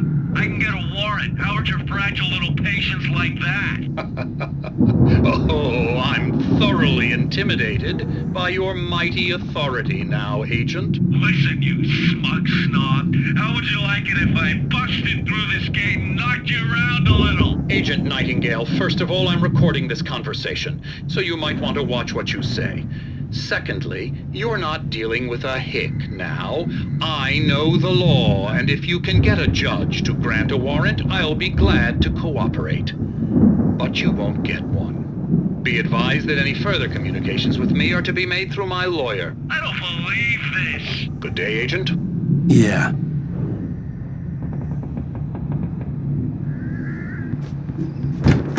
Let me out of here! Hartman, do you hear me? I'm gonna do your crazy quack ass to The photo on the wall caught my attention. In it, the clinic staff was standing outside the lodge. I knew the man next to Hartman. He was the kidnapper. Hartman had been playing me all along. They'll be looking for me. Oh, that's how you want to play it? Is that how you want to play it? Really? Okay, that's how we'll play it. It'll be hardball all the way. Barry? Ow! About time! Barry, man, am I glad to see you. We need to get to Hartman's office. It's right next door. You okay? Yeah.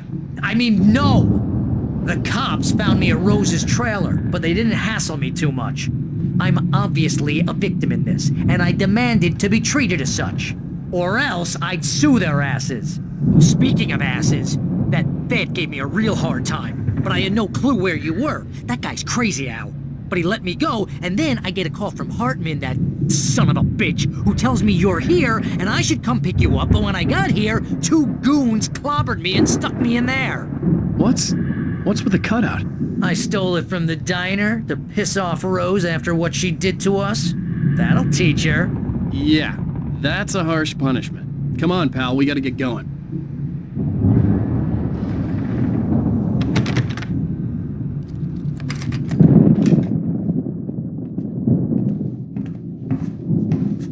These were all the pages I had on me. And more.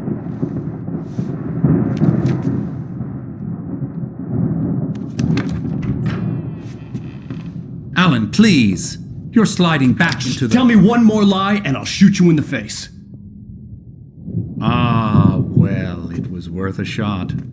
Really, Wake, come on. Let's work together on this. You have no idea... Hartman, shut up! Barry, get out of here. I'll catch up with you. Get a car.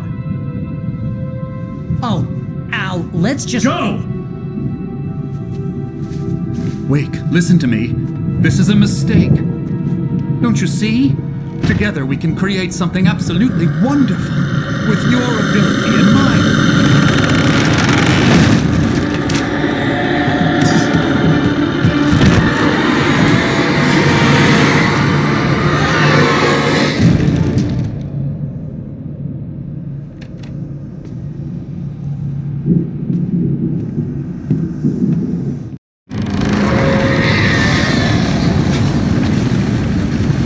The dark presence would be on me in a moment. I had to find a way out.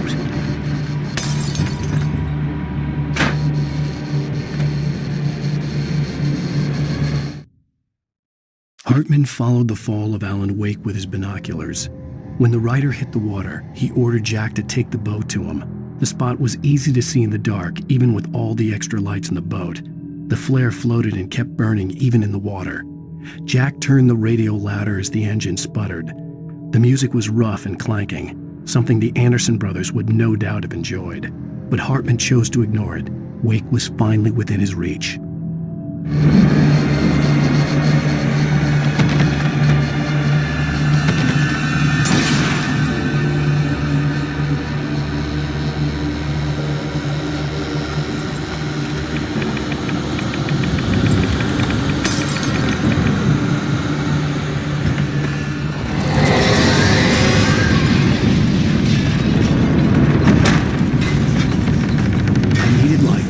Possessed bookshelves out of my way.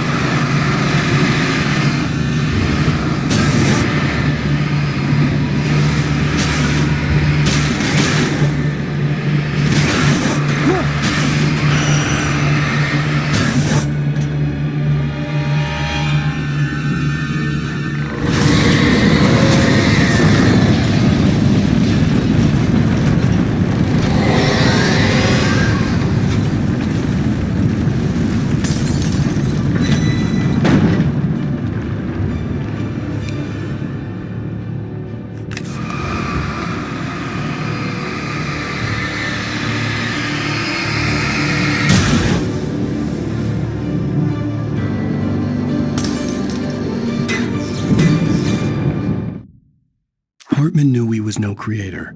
He had no ambitions on that front, and he certainly didn't want to end up like every artist he had worked with here, damaged in ways that were hard to describe, or worse. It was enough for Hartman to maintain creative control and provide direction, to be a producer. That was what most of these people were in need of anyway. Of course, suitable subjects were few and far in between.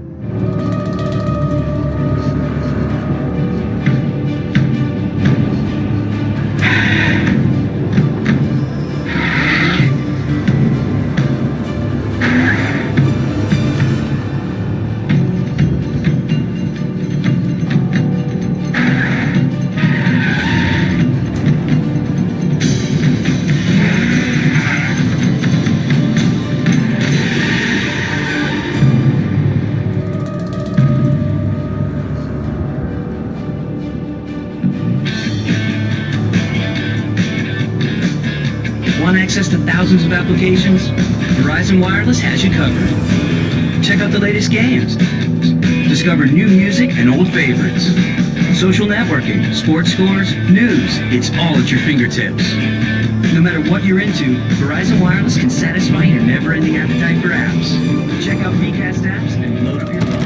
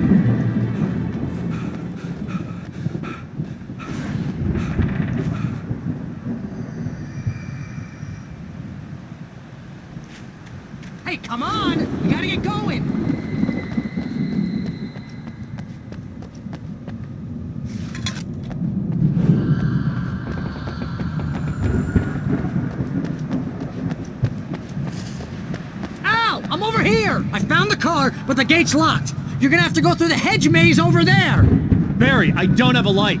Take this, Al. Oh, God! Look at the house, Al!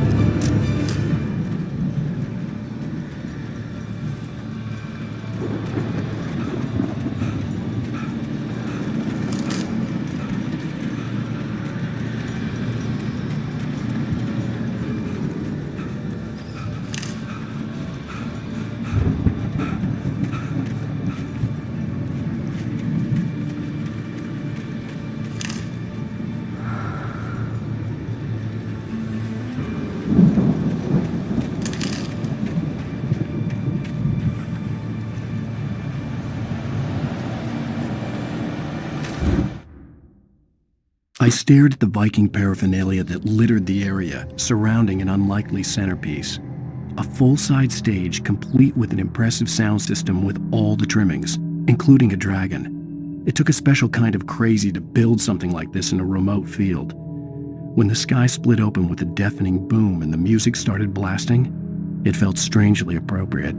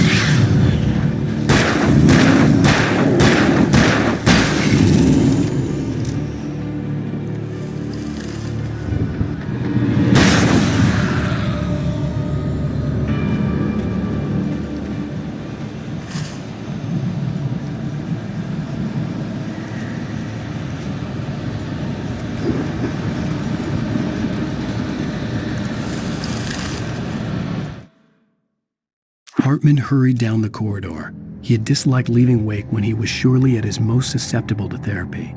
But this was not an ordinary storm. Wake had been writing, and he had woken something up in the depths of the lake. Now, it was coming for him. Hartman had naturally prepared for a situation like this. The idiot brothers would keep Wake distracted while Hartman double-checked everything, just to be sure.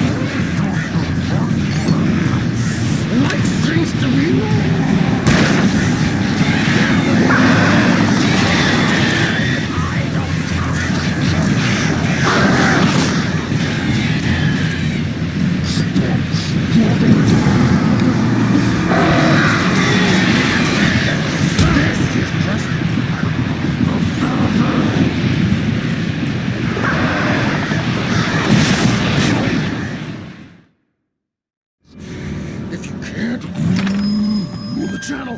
We turn it off. We don't want any fighting. It makes people sad. You get 2 pills in the morning, and then you'll be nice and cool. You get 3 pills in the evening.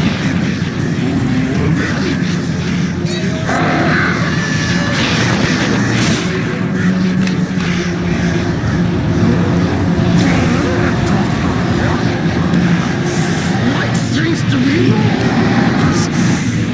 That way we don't have any trouble.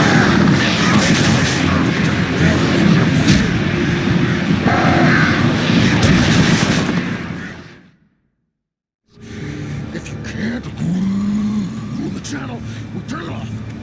We don't want any fighting. It makes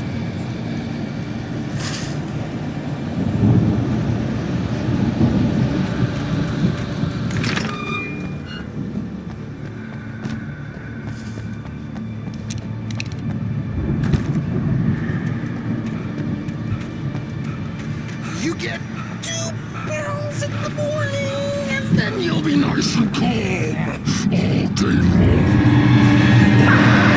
You get 3 pills in the evening.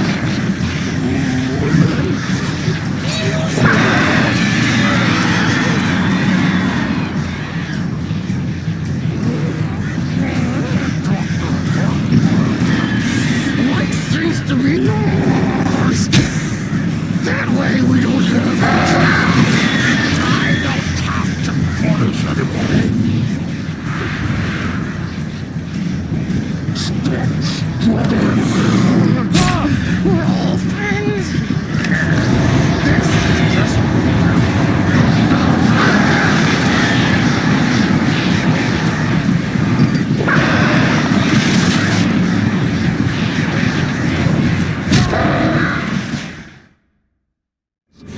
If you can't move the channel, we turn it off. We don't want any fighting. It makes people sad. You get 2 pills in the morning, and then you'll be nice. You get 3 pills in the evening.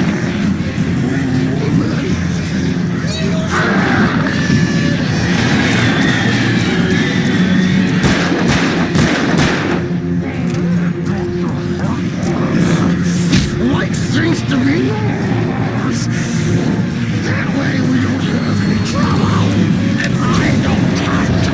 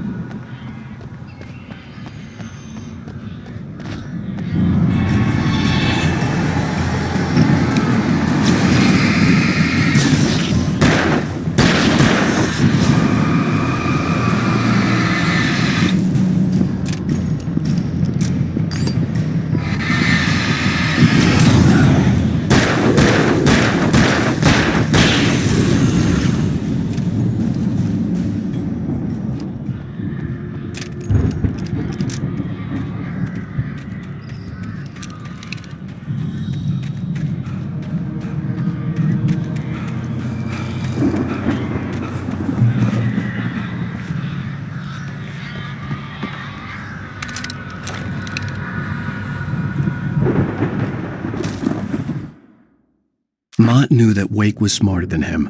Wake had more money, a beautiful wife, everything. And Hartman said Wake was important. That made him better than Mott. But Mott was calling the shots now. He'd expected Wake to whimper and grovel, but instead, he seemed willing to fight. Mott knew he'd gotten under Wake's skin. If only Mott actually had his wife. The thought made him shiver.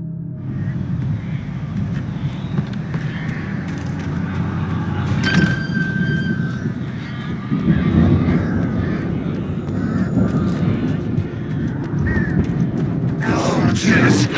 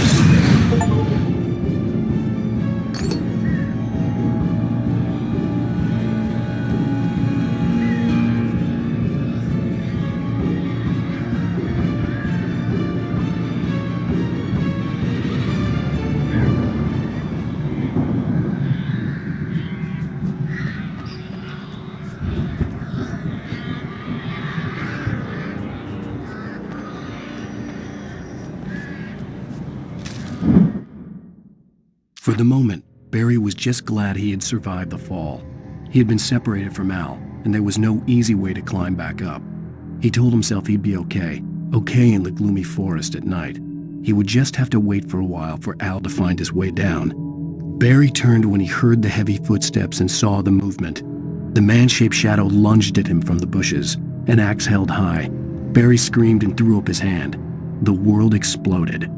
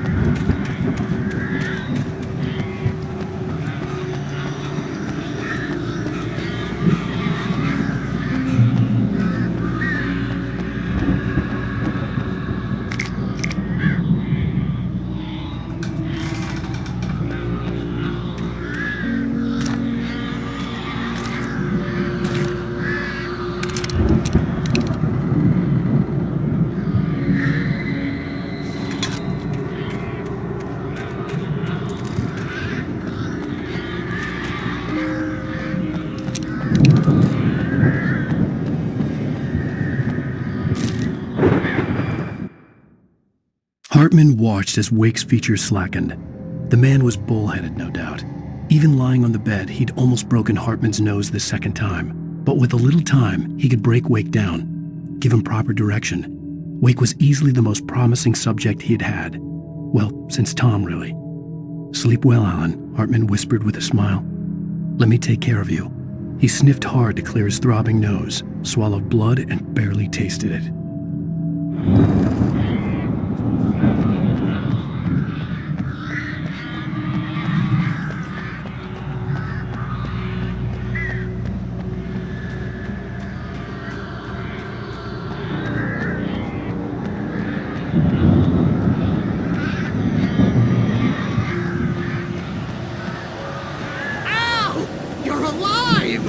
Let's get out of here. Can you open this gate? Maybe. Barry. Well, I slammed it shut when the nasty showed up, and the key fits kind of loose in the lock, so, Barry! I'll find it! Don't worry about it!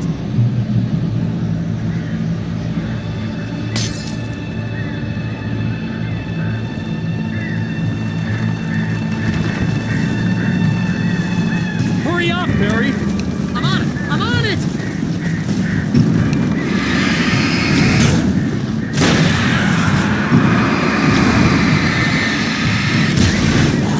I'll be here! Just hang on!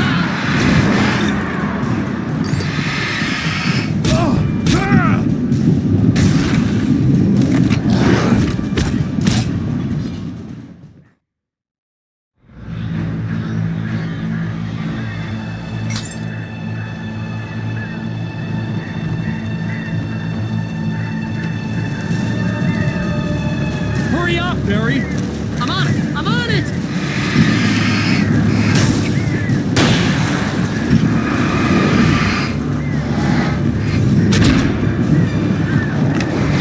I'll be here! Just hang on!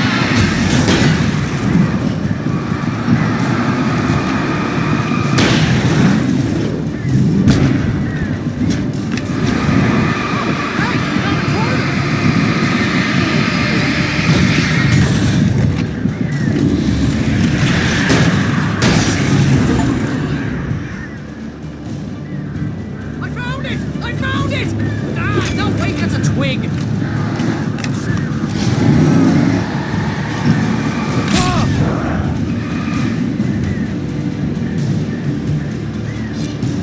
Here it is! Al, I found the key!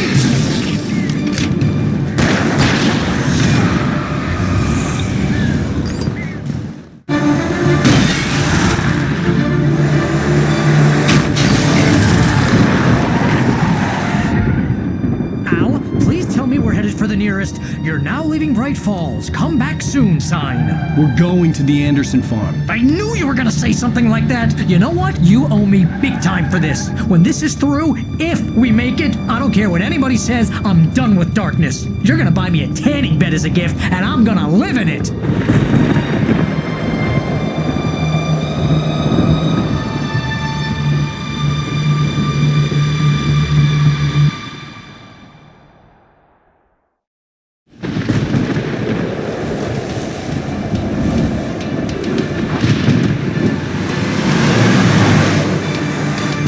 I'm crazy, but that's fine, Barry.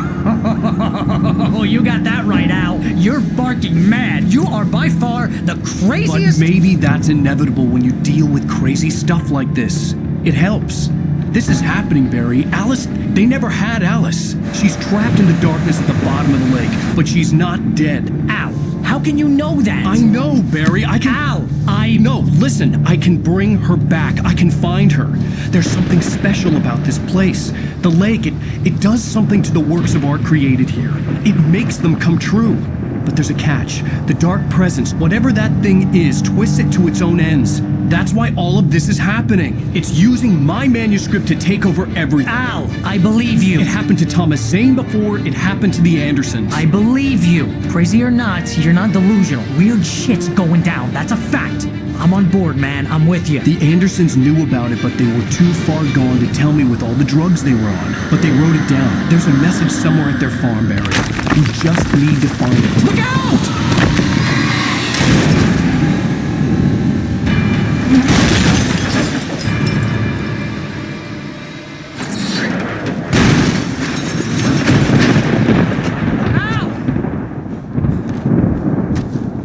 God damn it, Al, talk to me!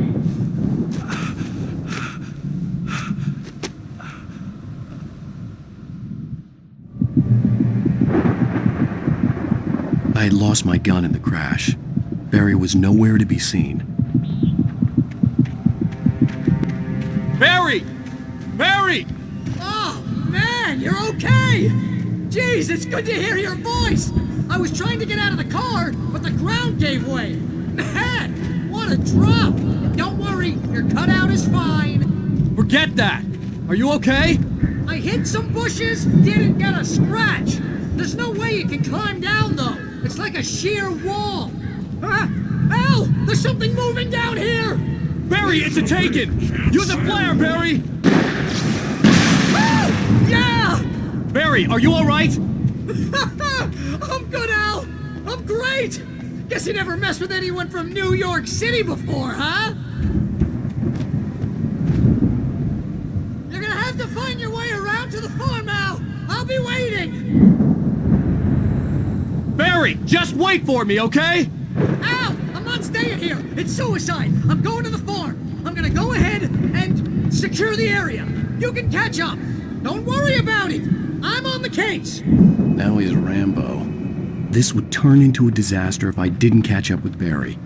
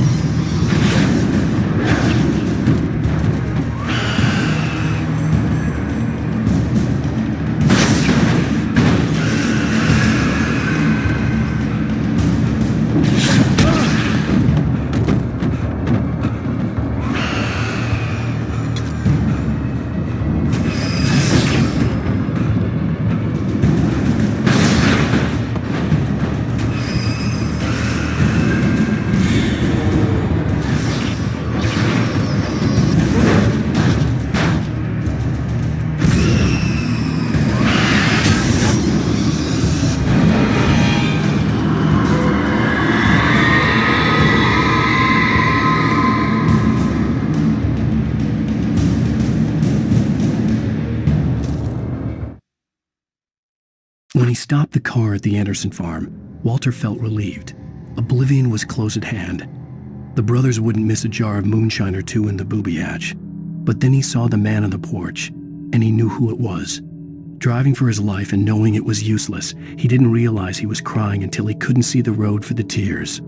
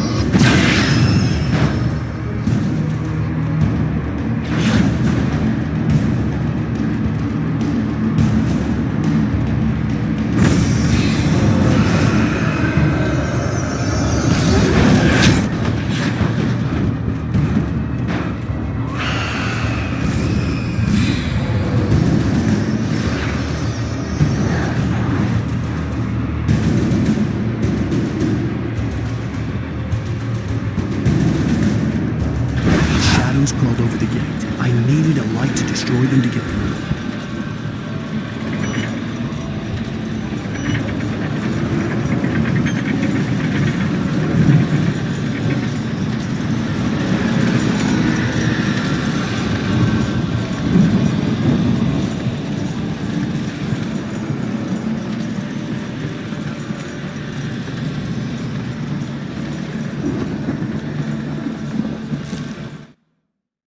Agent Nightingale stared at the passed-out rider.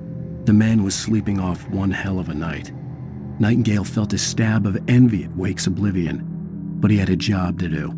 He put the gun to Wake's head and almost became a murderer. His hand shook and his throat felt tight and dry. Biting his teeth, he tried again to pull the trigger. He lost the nerve. Wake stirred.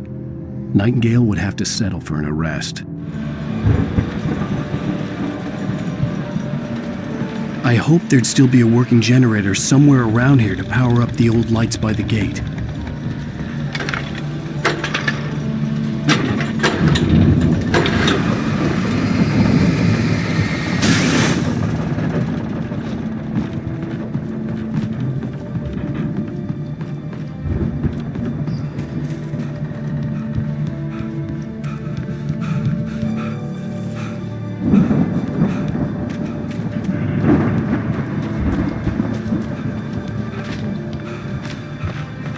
I could sense the movement in the woods ahead. Facing the enemy without a weapon was dangerous, but I had no choice.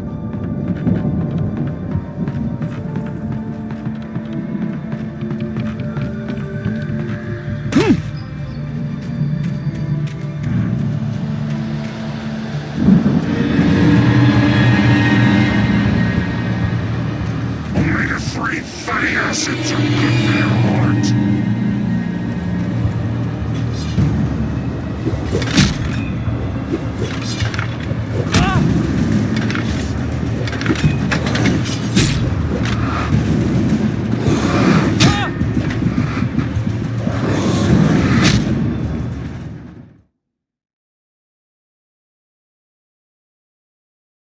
I could sense the movement in the woods ahead.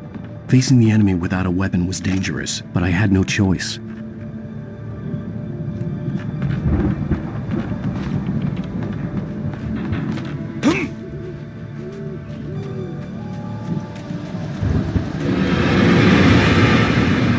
Omega-3 fatty acids are good for your heart.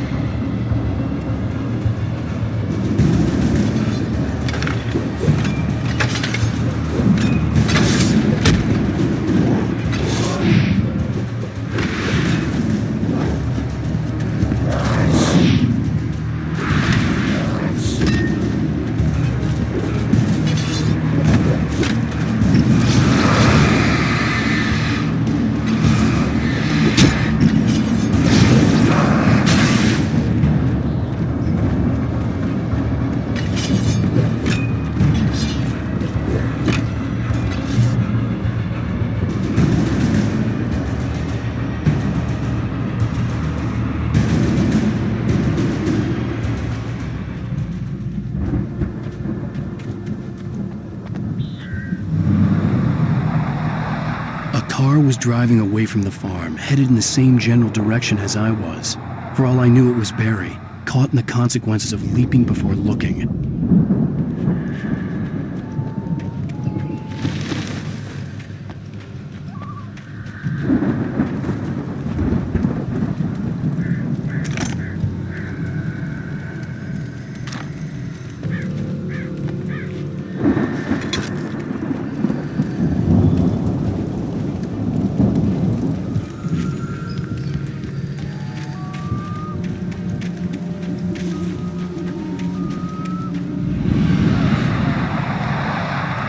The car was heading for the cabin up ahead. It wasn't far. If it was Barry, I would see the damage soon.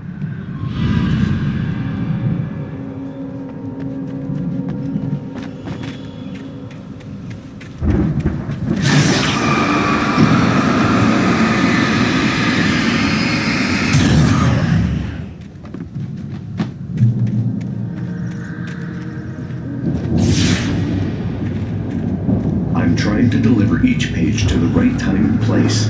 I'm trying to show you how the story goes. I had seen glimpses of the light before. I had seen it in my dream. It was a strange spaceman or a diver in a bulky suit. He was the one who'd been placing the pages on my path. The dark presence followed the choreography laid out to it in the manuscript, growing stronger and stronger, moving like a storm from one scene of destruction to the next. But it was still bound to follow the story and chained to the dark place it came from. When the story reached the end it longed for, it would finally be free.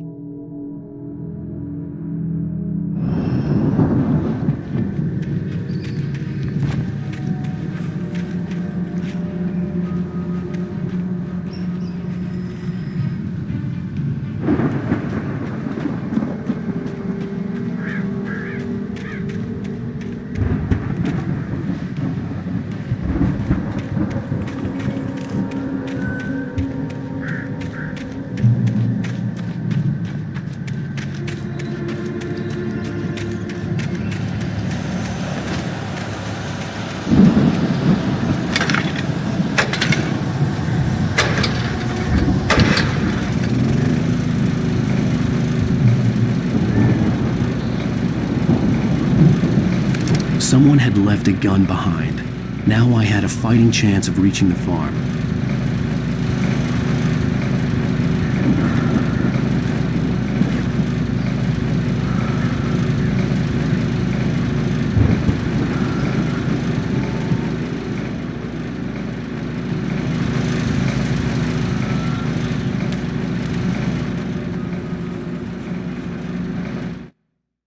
The storm raged on as the Anderson brothers walked unsteadily away from the clinic with the other patients in tow, knowing that this time they wouldn't return. The darkness around them seethed with horrors, but Tor and Odin were unafraid.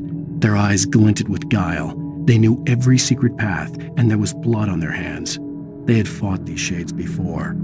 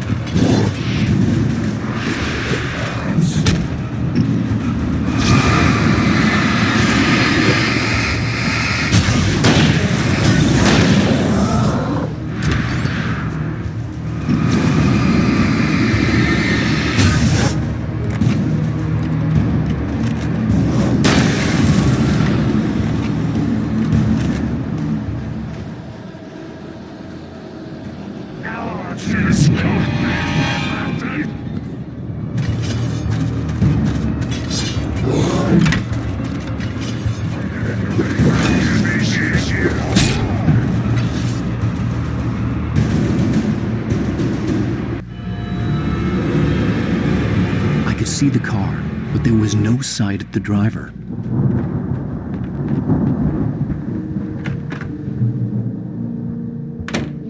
Hello? Anybody here? Barry! No! Danny, you're not! Please! What are you? No! Don't! I'm sorry!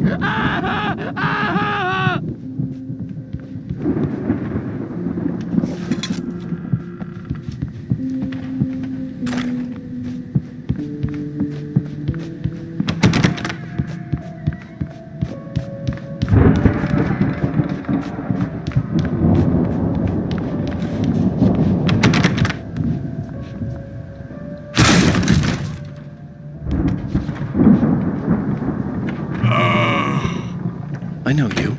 You were in jail the other day. I went to the farm again for the moonshine, you know? It makes you see. They're not gonna miss it.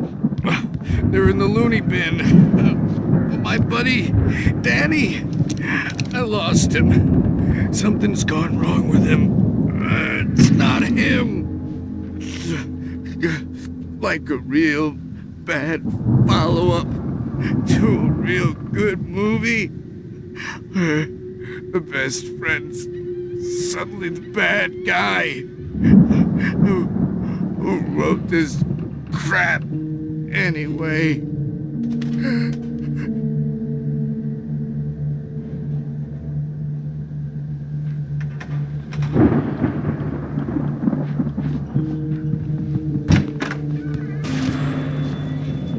I've run through every possible course in my head. If I continue like the Dark Presence wants me to, the story I'm writing won't save Alice. It's a horror story, and it's going to kill her, and me, and everybody in this town. No one will survive. Darkness will consume everything. This is what it's wanted all along.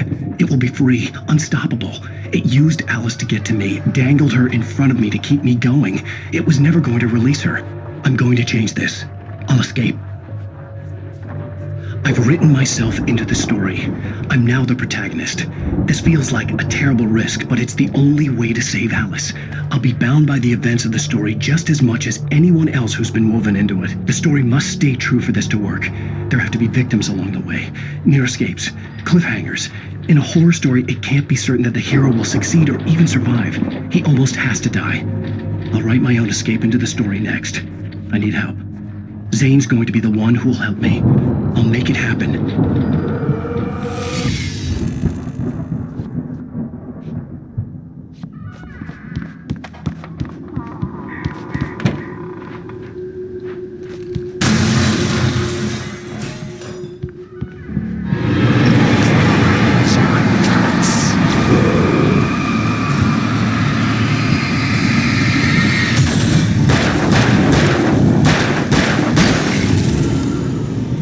Let me guess.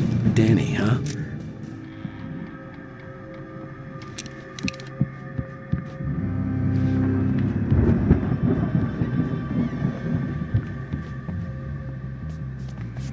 The farm was still a good distance away. I'd need a car to get there fast.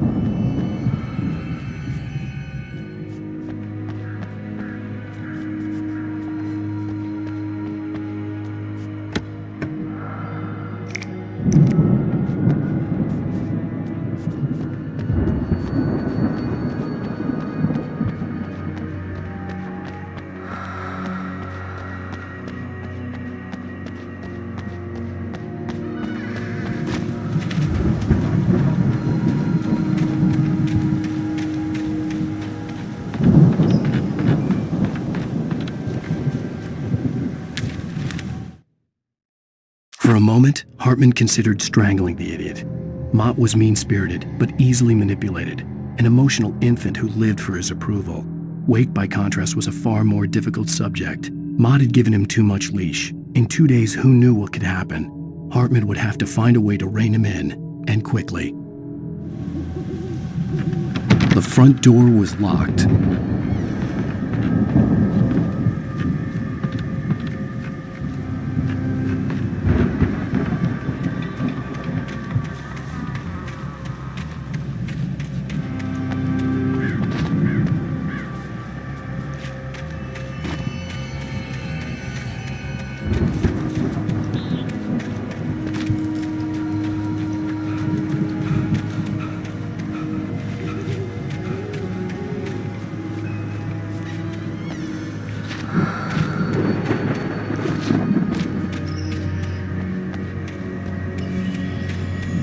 Barry wasn't up here, he was probably in trouble down at the farm. For a moment, I felt bad for doubting him. After all, I'd made it this far myself. But Barry was Barry.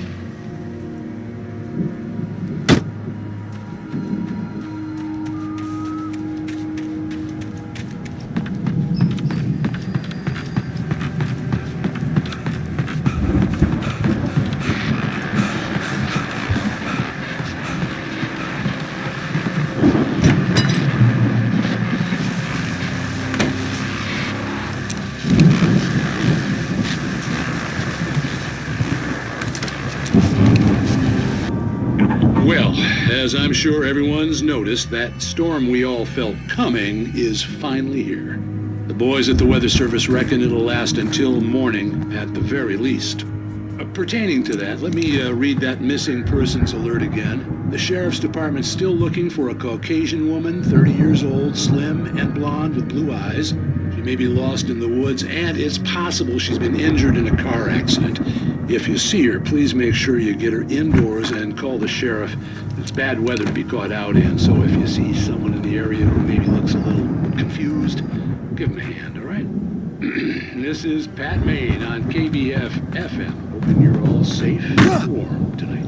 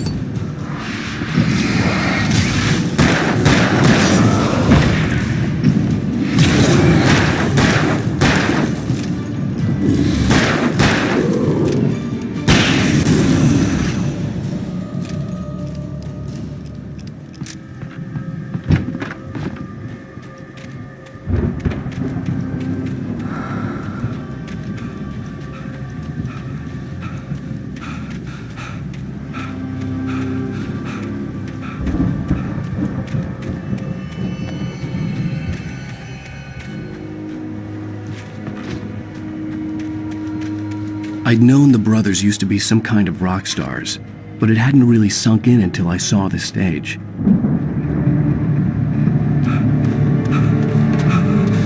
Ow! Run! Incoming! There's too many of them!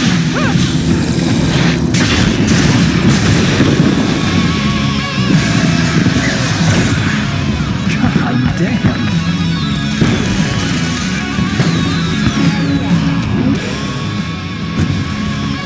I'm so glad you decided to go it alone, Mr. Bronson.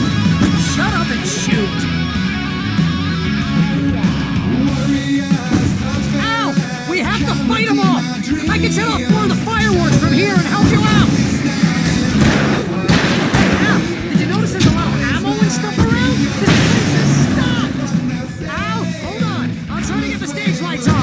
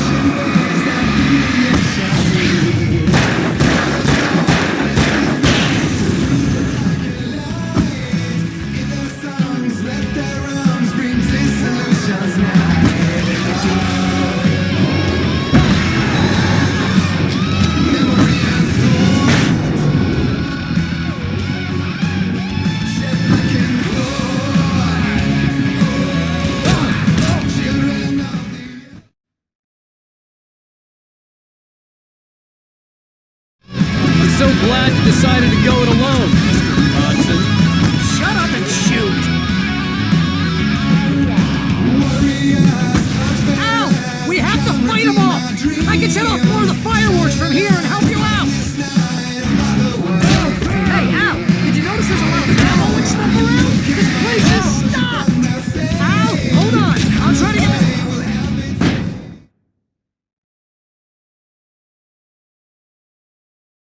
I'm so glad you decided to go it alone, Mr. Bronson.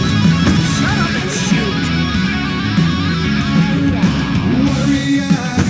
Ow! We have to fight them off! I can set off more of the fireworks from here and help you out! Hey, Al! Did you notice there's a lot of ammo and stuff around? This place is stopped! Al! Hold on! I'll try to get the stage...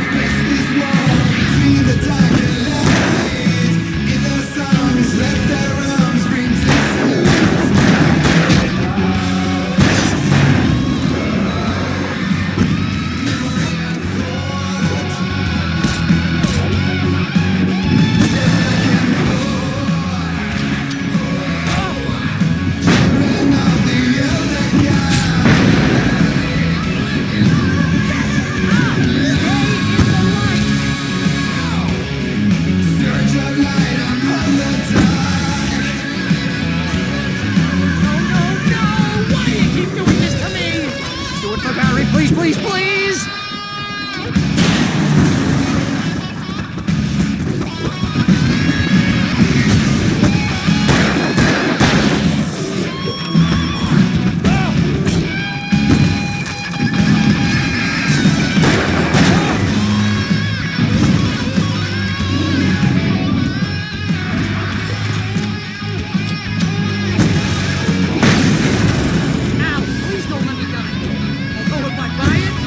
Pretty much how I always wanted to go out.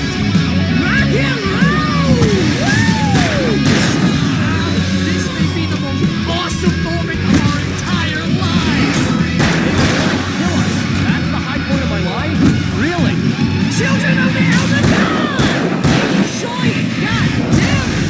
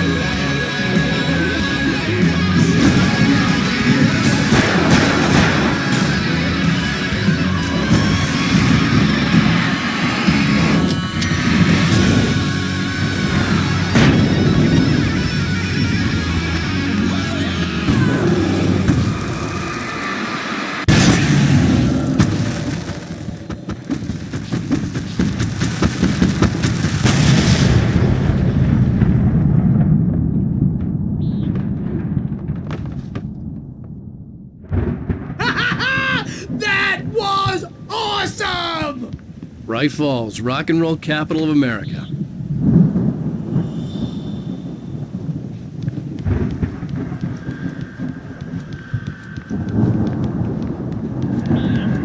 Hey, Al! This way to the farm!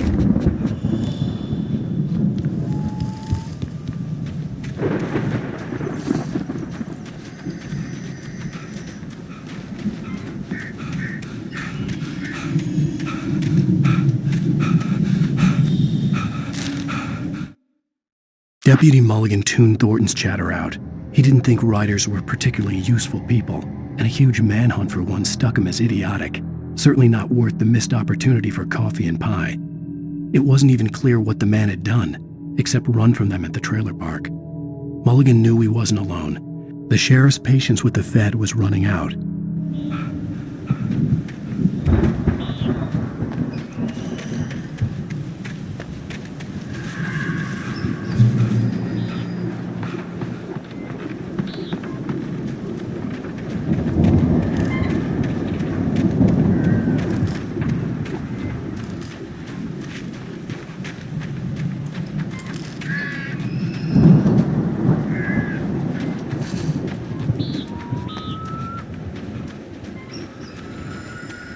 See, bestseller? No reason to worry. Your cutout's good as new, right where I left it. I'll come back for it once we have the place secured. Yeah, that's been my biggest worry all this time. We need to get this thing moved out of the way. Not before they ambushed me.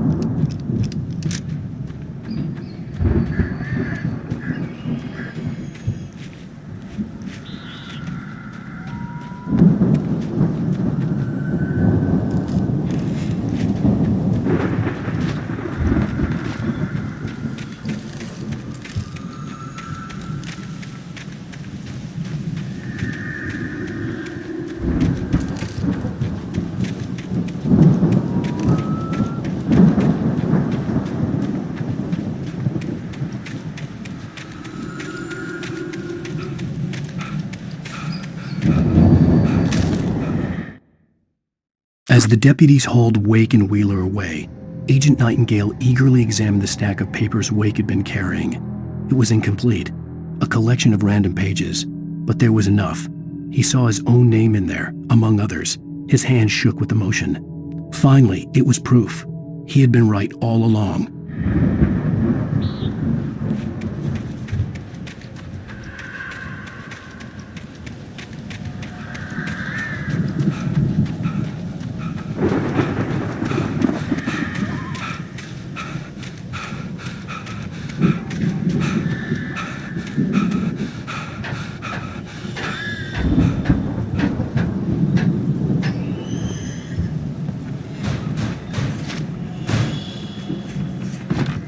I think Alan Wake here has something to say. What's that, Al? Oh, I'm Alan Wake. I'm always right about everything. And if I don't get my way, I'll sulk all day long. I'm always intense and moody. It makes me very attractive and mysterious. Right now, I'm just standing here because I need my best friend Barry to carry me. But that's okay. I can just take him for granted. I think I see what you did there. Yeah, it was pretty good. You want me to do my imitation of Barry Wheeler? No? Thought so.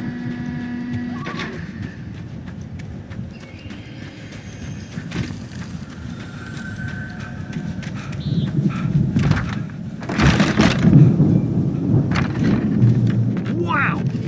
You look at that thing, Al! They really went all out with this Viking crap, didn't they? Look at all this stuff! They must have done okay for themselves, so how come I never heard of these guys before? And this from the guy who learned about Ozzy Osbourne through reality TV?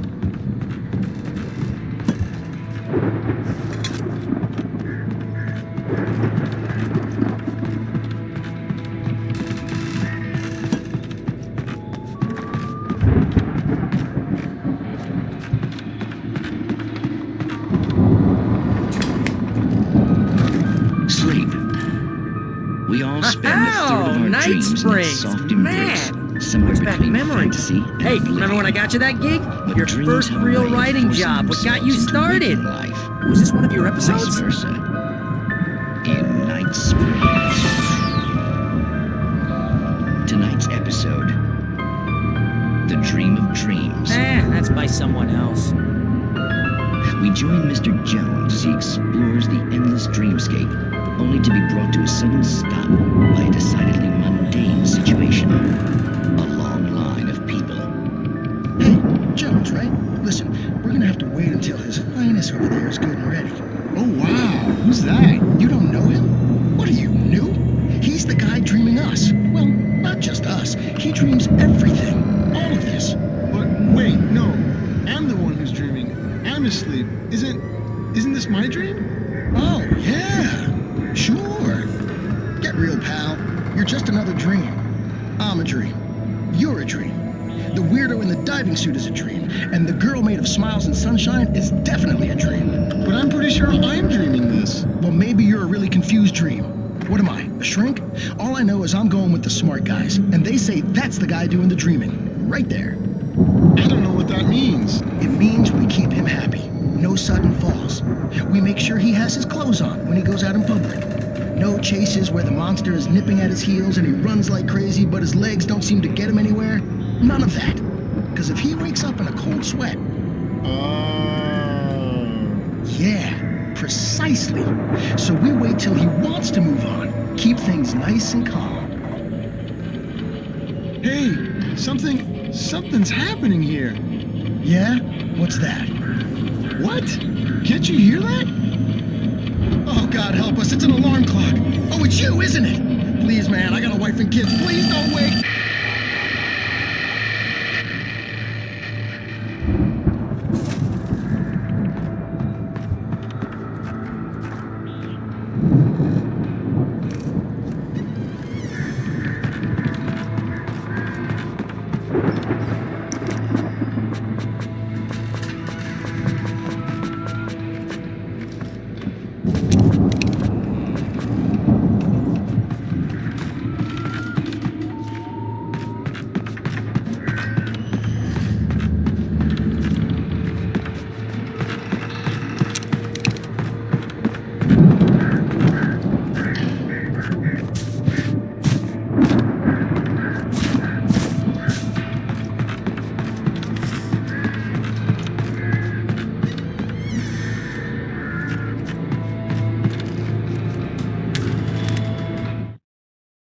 It's 1976. Madness reigns at the Anderson farm. Contrary to all logic, the headiest ingredient of their moonshine is unfiltered water from Cauldron Lake.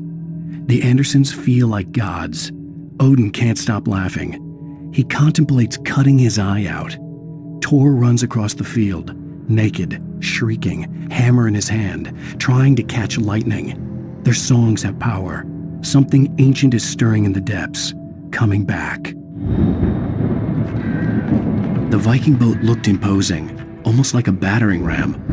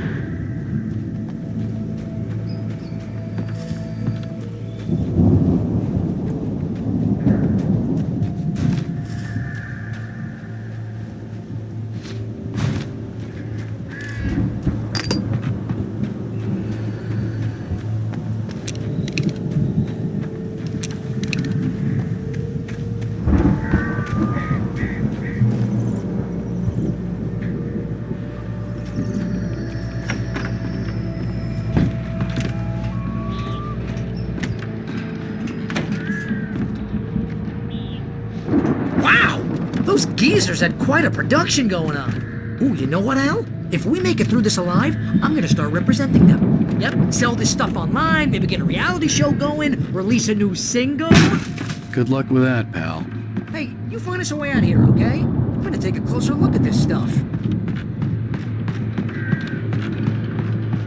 Be careful, Al!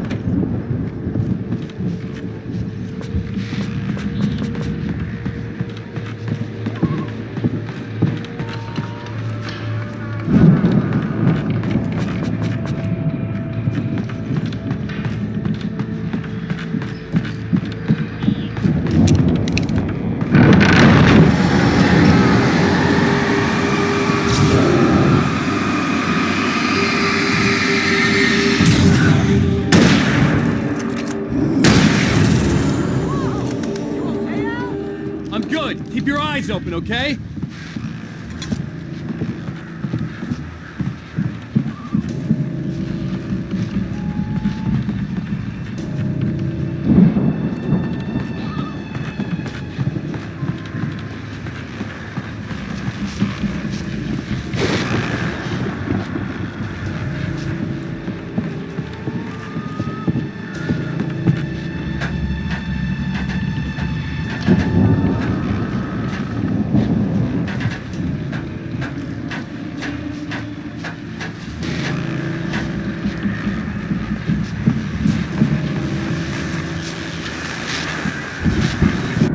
As you regular listeners know, I tend to work through the night, but I'm not the only one. Deputies Mulligan and Thornton are taking a couple of moments off their busy schedule to join me here in the studio.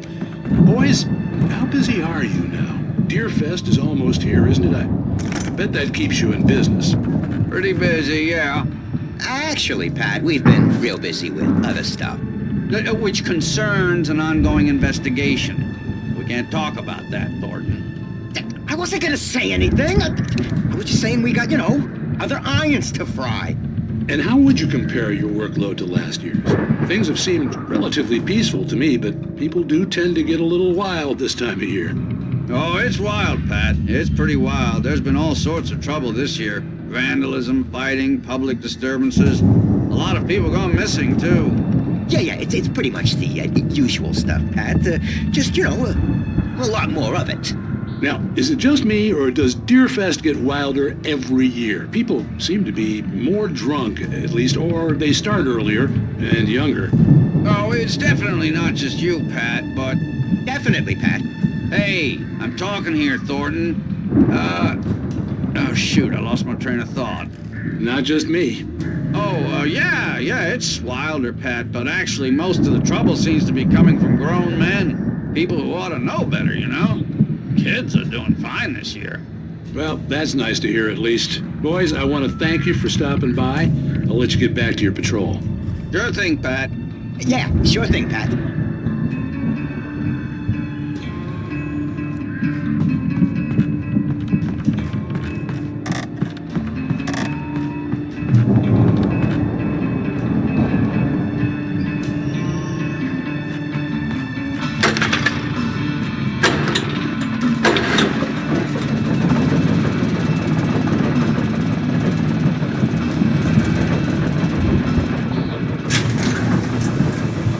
See the building that had to be the Andersons' home on the other side of the field. It wasn't far now.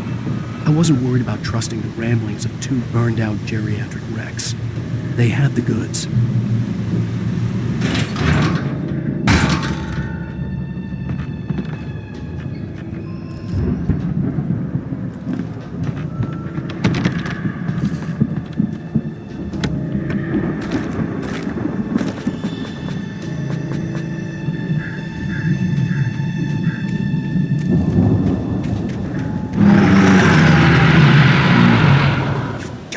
Kidding me.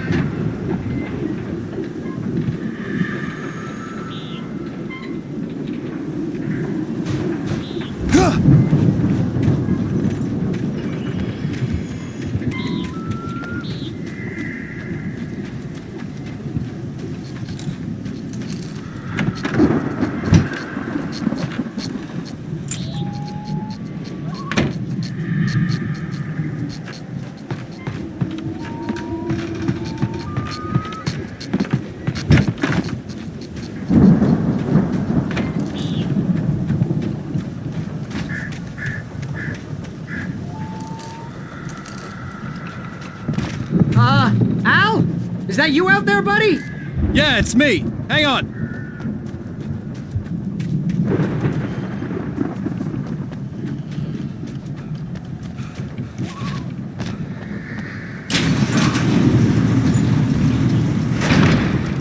Hey, let's go, man.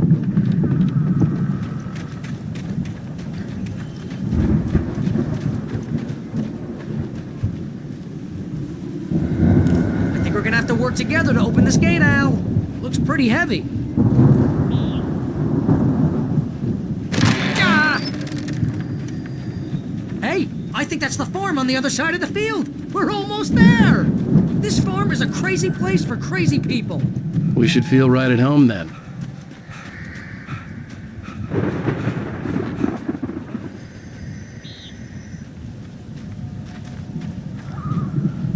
Come on, one more gate. Let's do this thing.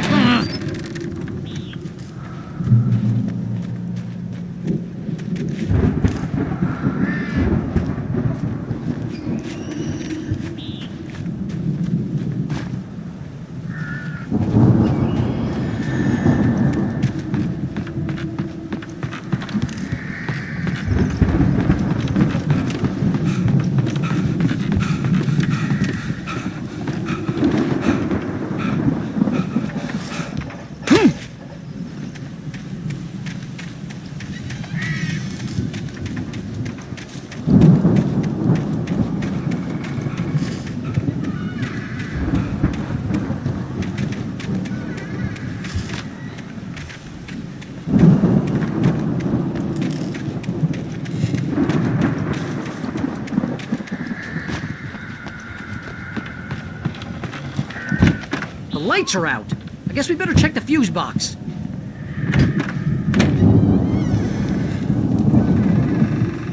The power downstairs was out, but I was sure I could fix that at the fuse box.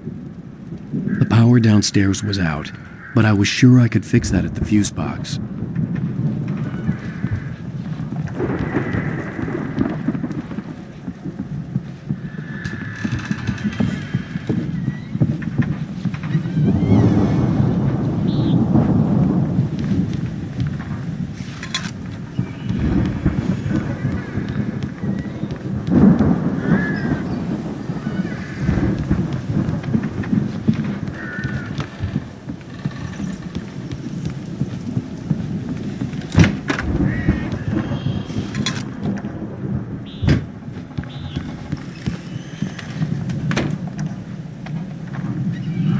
You know, this place looks kind of lived in.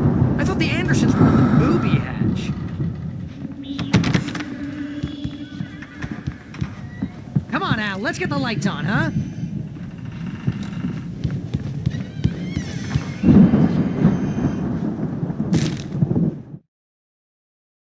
Again, Alice's screams rang in the stillness of the night.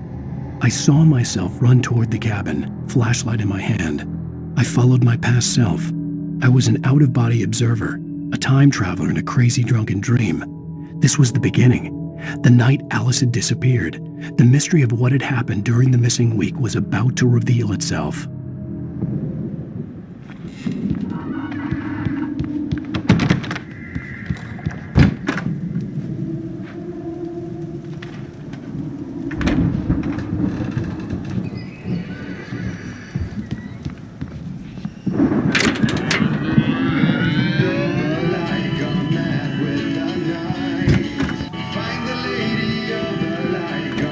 Can you hear that, Al? Music? Of course. We need to find where it's coming from. That's the message the Andersons talked about. That's the whole reason we're here. Lady of the Light? That's gotta be, what's-her-face, the crazy lamp lady from the town. Cynthia Weaver. Right. Must be.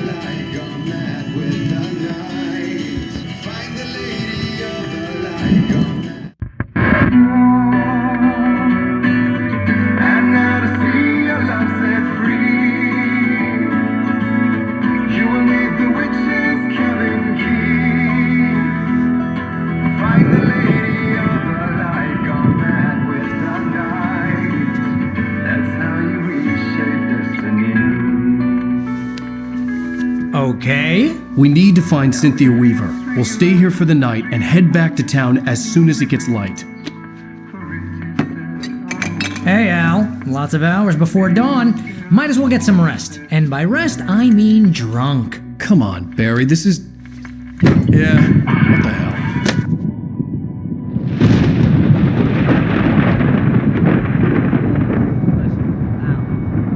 I'm sorry about this. No, seriously, because I know we don't get along, but we're gonna find her, right?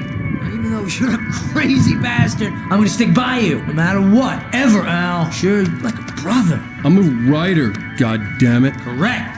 If I just wanted to, I could write 10 books a year. And they'd be the best books that year. No, you couldn't. That's right, I couldn't. But I could, because I'm a writer. What? What do they put in this stuff? I feel like my brain is coming out of my nose. I'm gonna get the recipe off those coots and be a booze millionaire. I just miss her, Barry. I just want her here with me. I know, Al. I know. It's gonna be okay. We're gonna make it okay.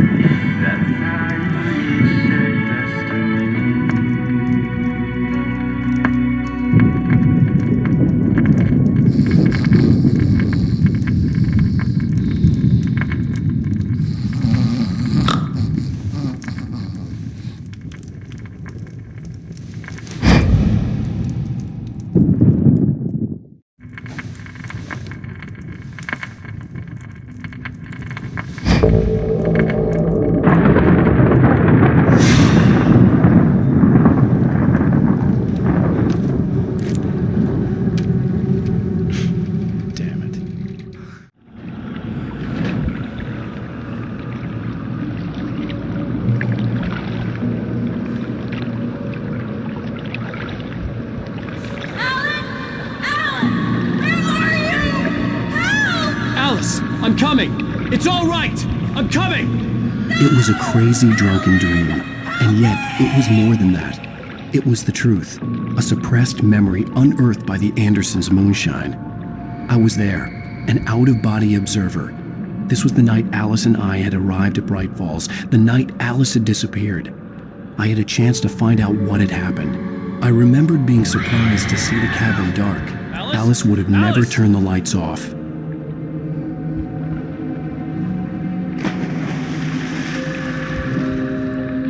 I remembered thinking I caught a glimpse of her form underwater, sinking into the darkness. Diving after her was the last vague memory I had of that night. After that, the next thing I could remember was waking up behind the wheel of the crashed car and finding the first pages of the manuscript.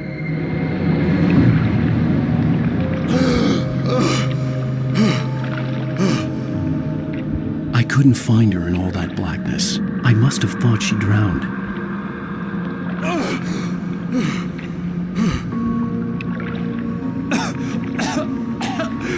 Alice! Jagger had Alice, and so she had me. Alice!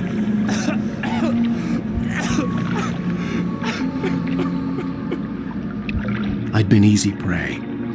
Look at the cabin. Is there someone in the window? Alice? Maybe she didn't drown after all. Maybe she's inside. Alice! Yes.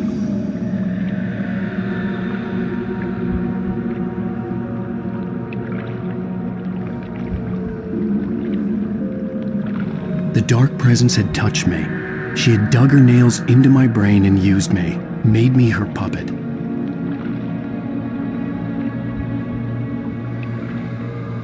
She must be here somewhere. Maybe upstairs in the study. Alice! Yes, that's where she is. You can apologize.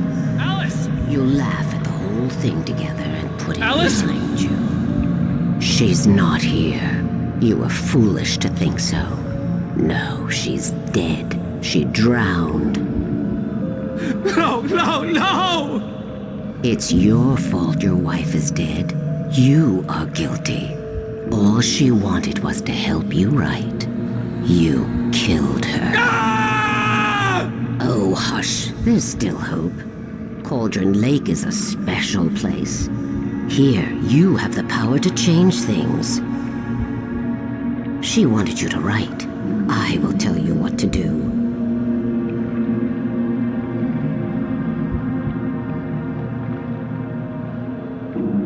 You can write her back.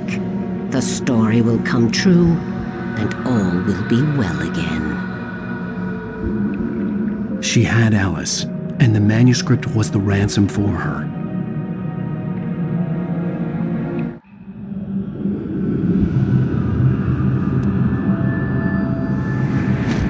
Yes, I'll write. I'll fix it. I'll bring her back.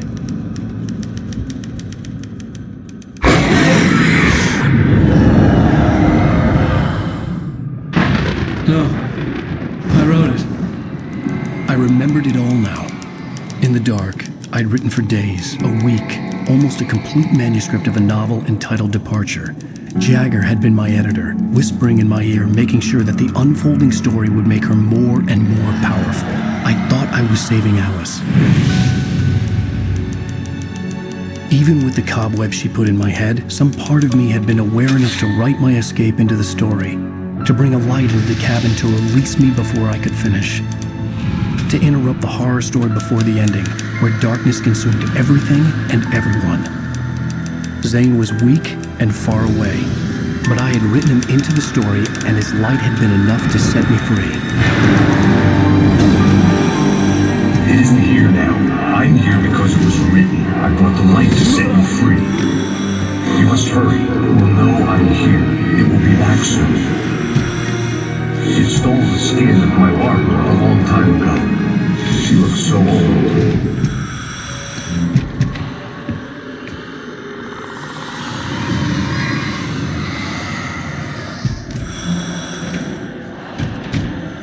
I had woken up, confused and groggy, my mind consumed by darkness and fear. All I could do was to escape.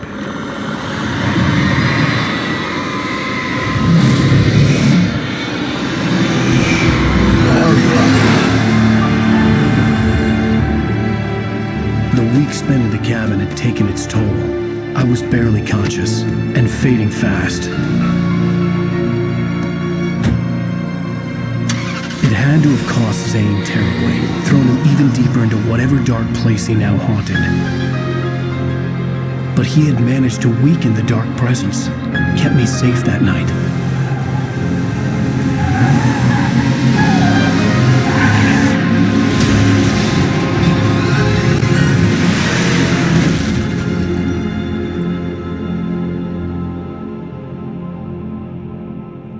I wrote it. It's my fault. That's right, James Joyce. It's your fault, and you're gonna pay for it.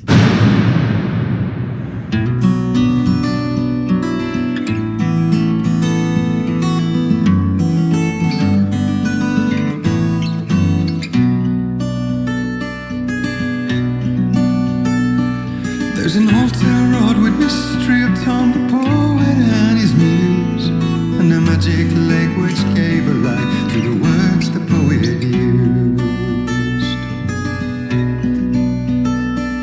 Now the muse she was his happiness, and he rhymed about her grace, and told the stories of treasures deep beneath the blackened waves.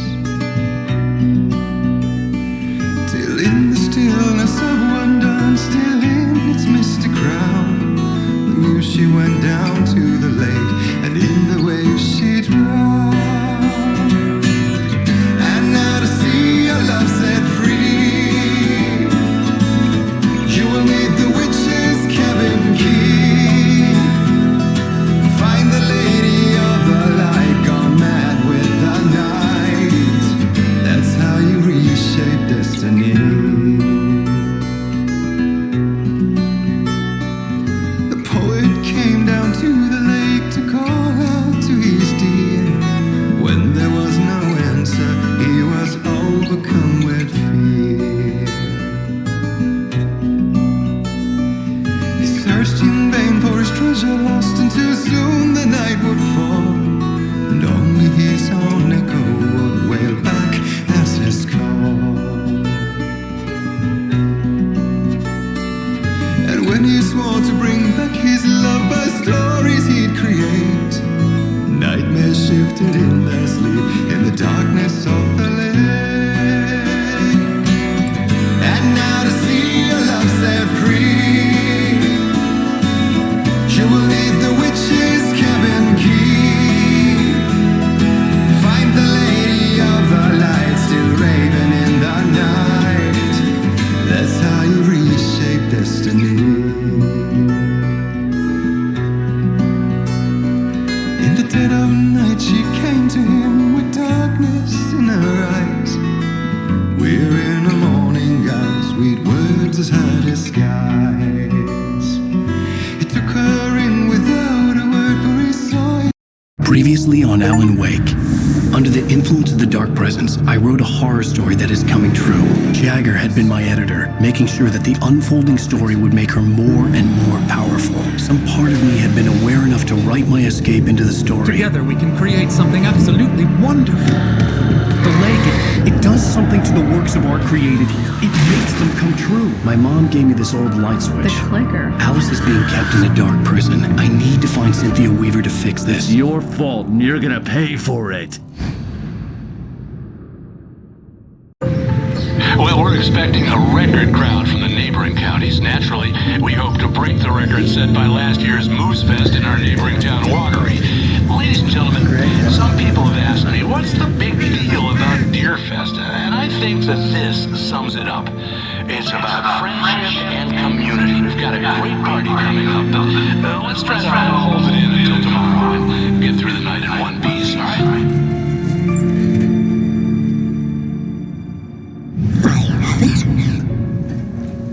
Someone will come for it when the time is right. Thomas said so. He wrote it. The key is insurance. It's my job to keep it safe. Safe in the light. Always in the light.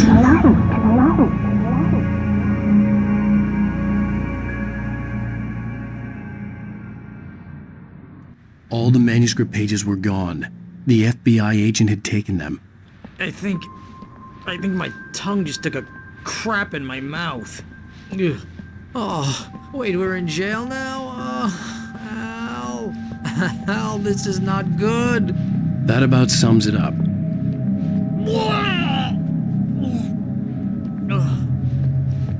Oh, I am never drinking again. I need to talk to Weaver. She's the one in the song. The Lady of the Light. What, the crazy lady? Ugh, whatever you say, Al, but we're stuck here. They're not you haven't gonna... even interviewed Wake.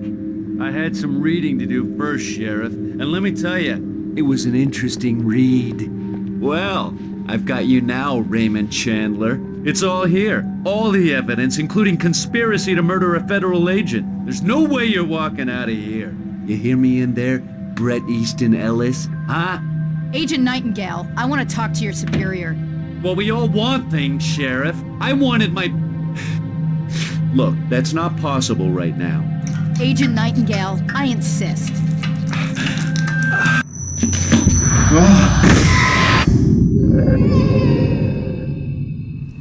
Wake, what's wrong? Lady, are you stupid? It's a trick. It's an obvious trick. Okay, I've had enough of this crap. Wake, I'm gonna trust you with this. You're joking. Agent Nightingale, your opinion would matter more if you were sober and if I actually believed you were here on official business.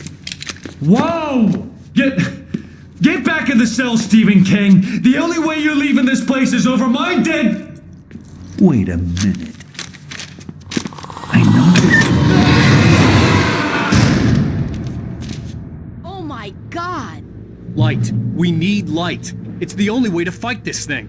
In my office. I've got your things there. Follow me. Oh, man. Nightingale tried to make sense of the manuscript. It was disjointed and strange.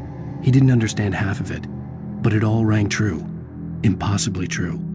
He took out his hip flask when he reached the page that described how he reached the page that made him take out his hip flask. It wasn't the booze that made his mind reel.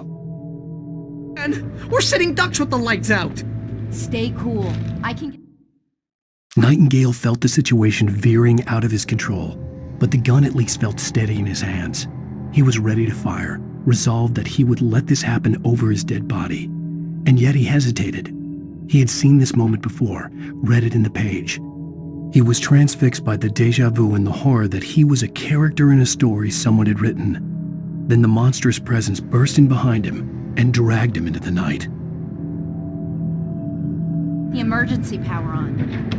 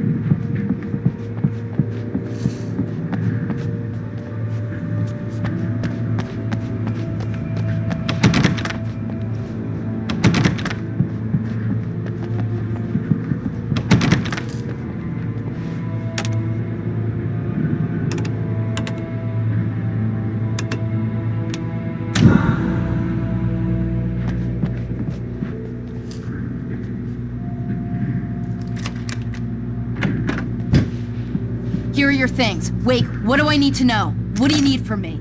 They can be hurt in the light, only in the light, and I need to find Cynthia Weaver. She can help me stop this. Light. Check.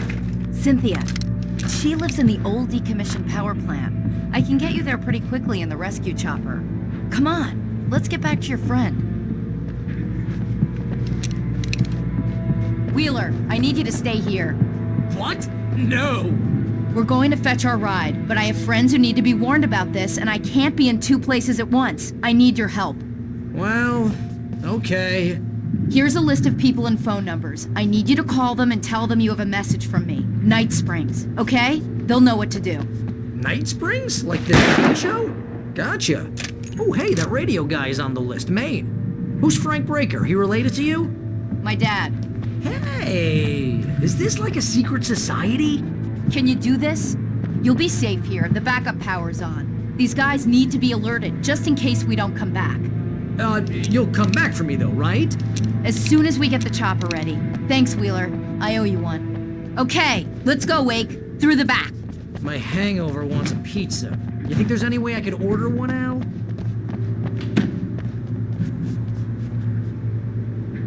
Hello, Mr. Breaker? This is Barry Wheeler. Yeah, I know it's late, but listen, the sheriff, Sarah, asked me to tell you something. She says Night Springs, okay? So I guess she... Yes, sir. Okay, No, she's okay. She's just busy, so she asked me to... Oh, no. Actually, I'm a literary agent, sir. I'm just helping her out because she's busy right now.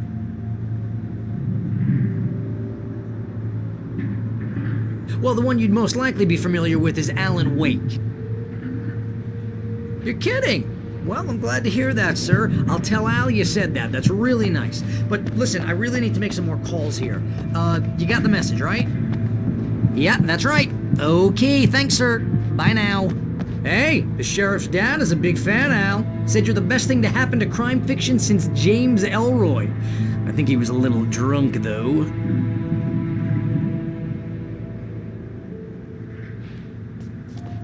Hello? This is Barry Wheeler. I'm calling on behalf of the sheriff. Sarah says Night Springs. Okay? Okay, bye.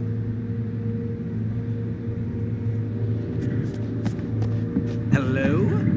Hi, Barry Wheeler. I have a message from Sarah. Night Springs. Okay? Bye now.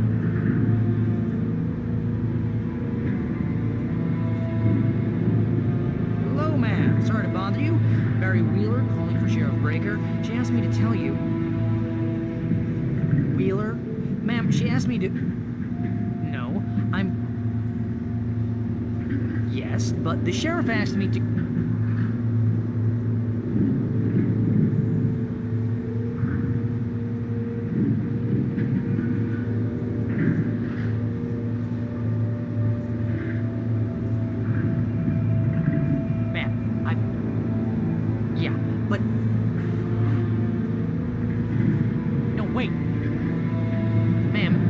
I sheriff.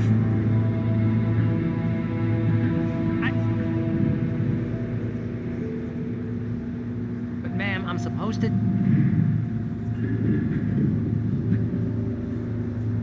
Ma'am, just hear me. But I...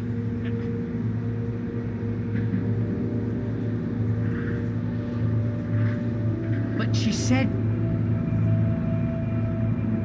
Ma'am, I'm... Yeah, but... No, wait. Ma'am. Oh, hell. Whatever took Nightingale must have broken the gate controls. We can't reach the gate's control box from here. We need to get to the other side over the rooftop. I'll go. I'll open the gate for you once I'm across. You stay here in the light and cover me, Sheriff, okay? Are you sure? Okay then, but hurry.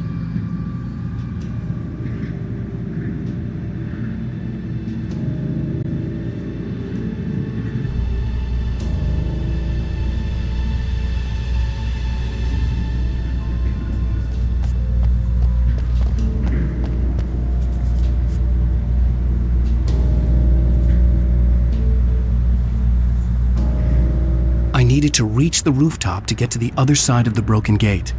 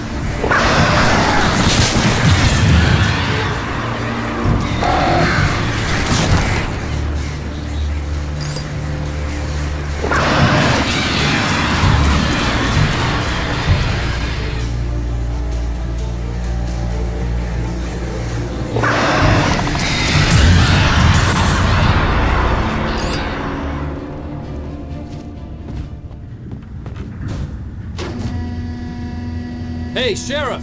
Your password. Night Springs? What's that all about? It's a stupid joke we have. That Bright Falls is the original inspiration for the TV show. This town can get weird at times. Never this weird, though.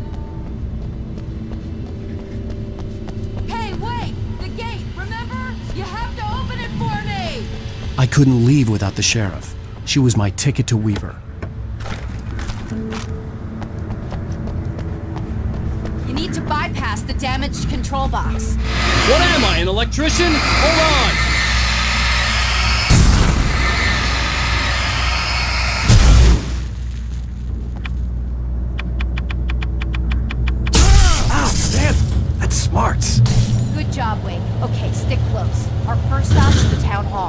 to the chopper are there.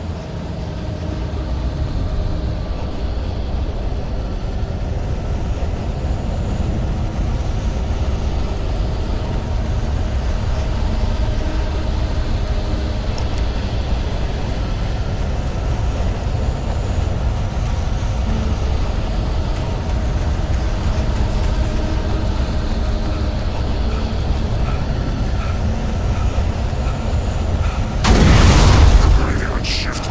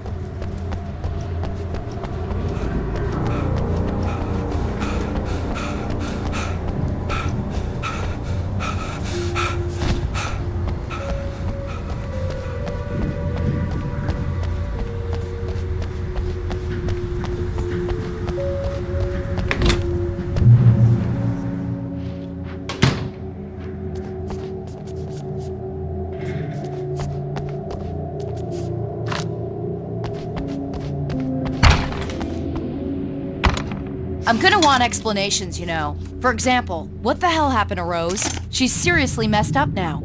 The same thing I think happened to me after I arrived. During this week, you can't remember? Oh, I remember now.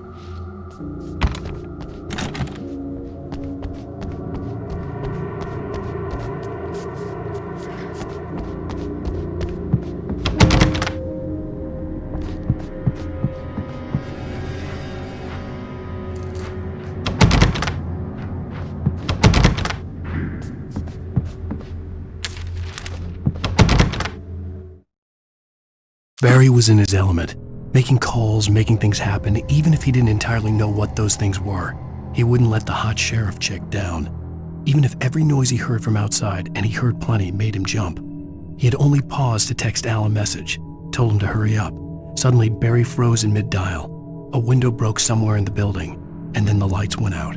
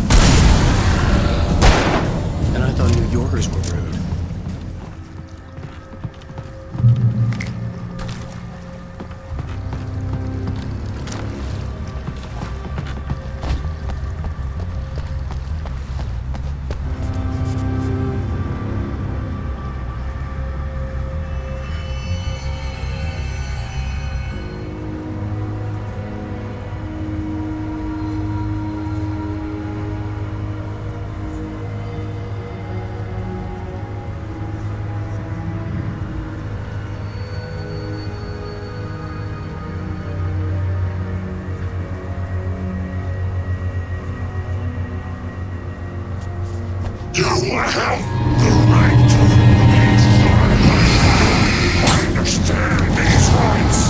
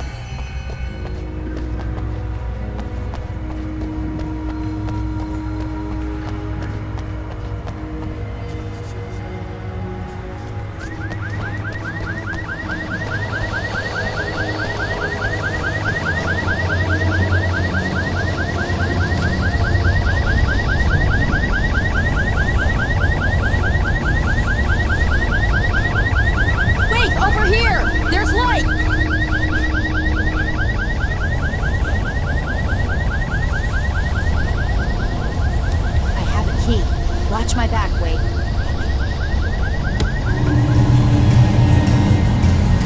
It's an ambush.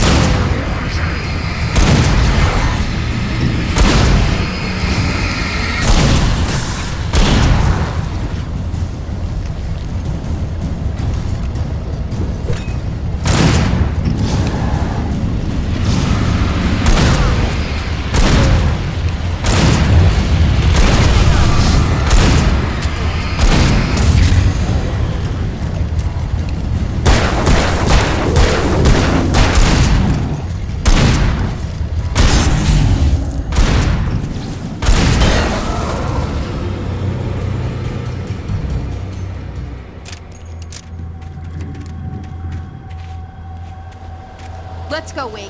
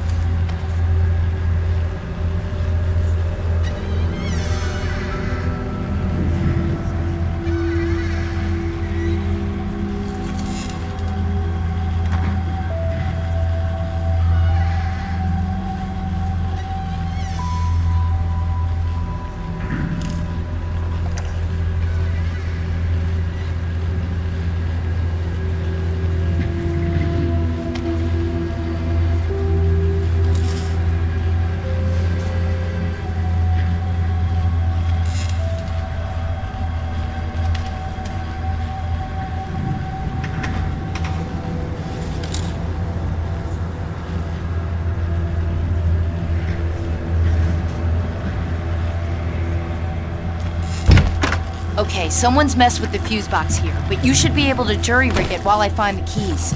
I already got electrocuted once today. How about I look for the keys and you get burned for a change?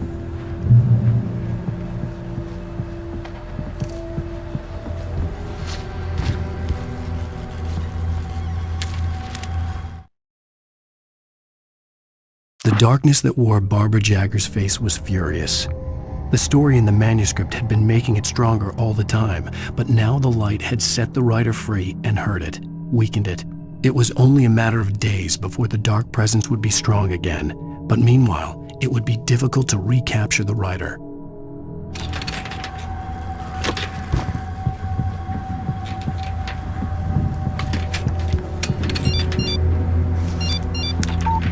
The message was from Barry. He was getting worried at the station. He wanted us to hurry.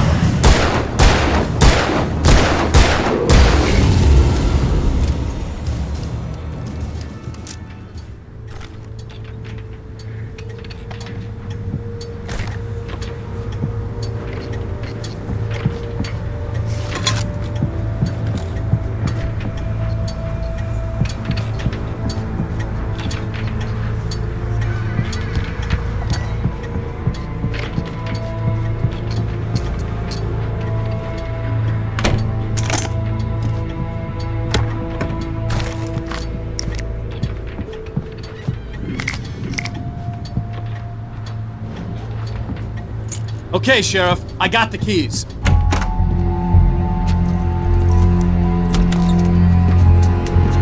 Barry? Why isn't he inside? Oh God! Oh God!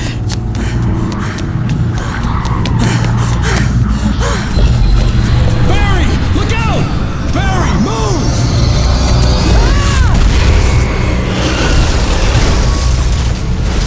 Barry! He made it inside, Wake. He's okay. The storefront's blocked. Come on, Wake, let's go around. We can meet him in the back.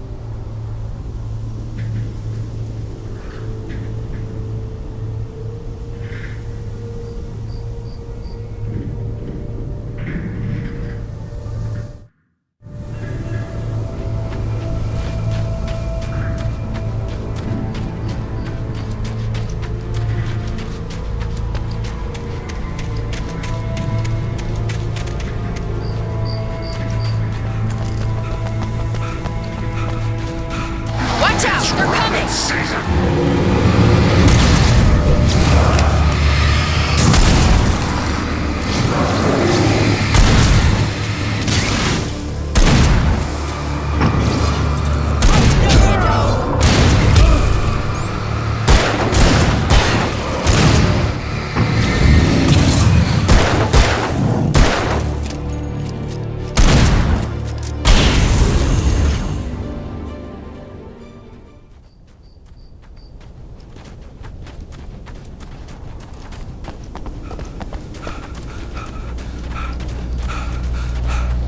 We can make it through the bookstore. Wheeler should be waiting for us in the backyard. Keep the hell down or I'll call the sheriff. Oh, hi, Doc. I've got it. Don't worry about it. Sarah, about time somebody showed up. All this shooting in the air is idiotic. One of these days they'll kill somebody. And over Deerfest. I know. Go back to bed. He's got a point, Wake. Look, this town can't take this. It's me they want. The sooner I get out of here, the sooner you can all get back to life as usual. I hope you're right. Come on, let me get this door open. Wait, you got the keys to the bookstore? Perks of being the sheriff. A girl needs to get around.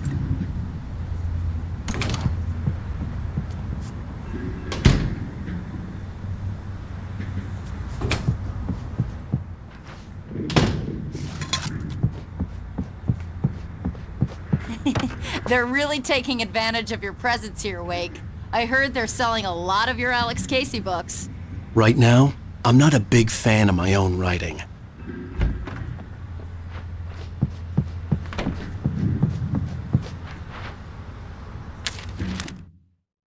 Cynthia Weaver worked hard, following her obsessive rituals, sometimes fighting them, always giving in to them in the end. She haunted the halls of Bright Falls abandoned power plant. She marked her caches with light-sensitive paint that could only be seen by eyes that had been touched by darkness and saved by light like she'd been. She was preparing defenses and supply lines for the war she knew would come. The war between the forces of light and darkness.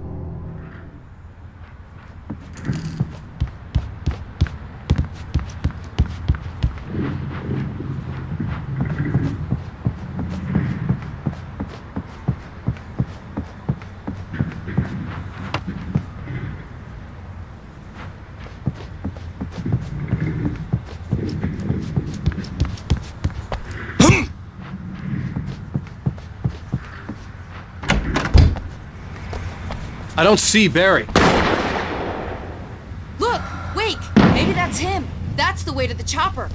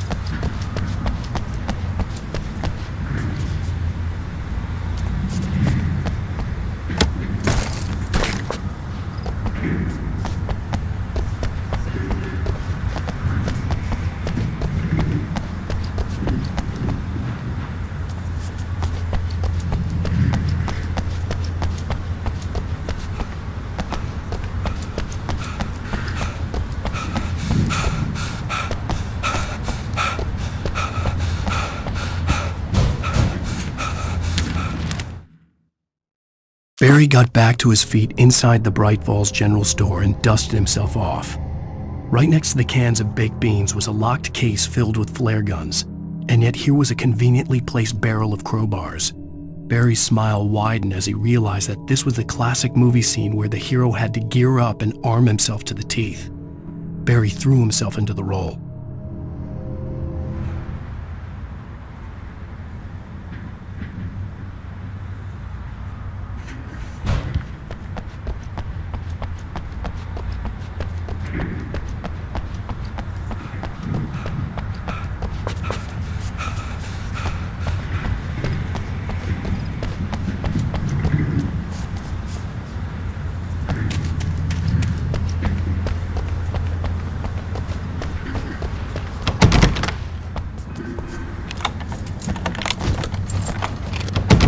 I'm gonna give Pastor Howard a piece of my mind about this lock. Ugh, I told him to get it fixed.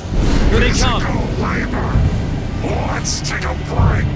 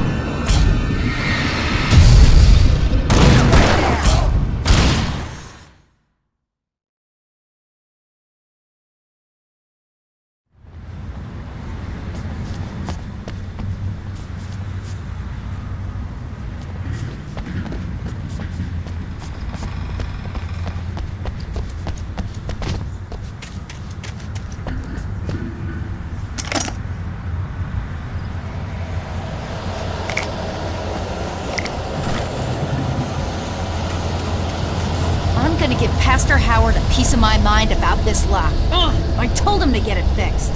Here they come. Let's take a break.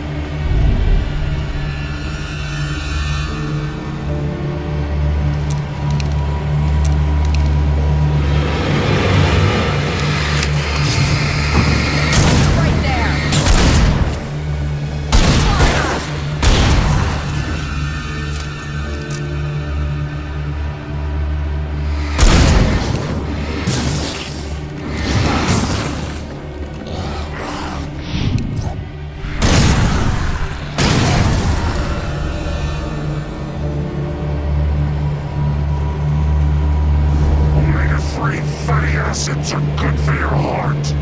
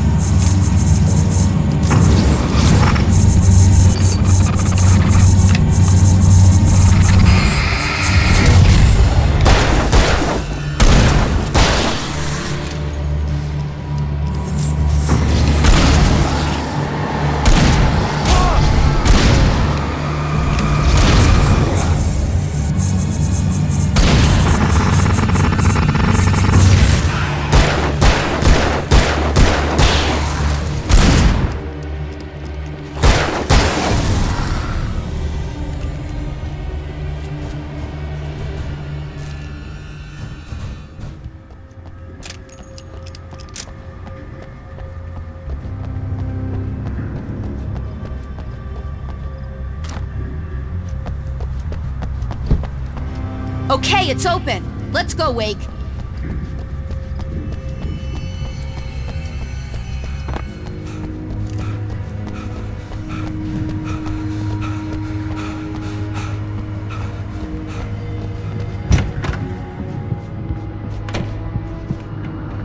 Wow. We keep them lit all night long on the night before Deerfest. Why? Well, it's tradition.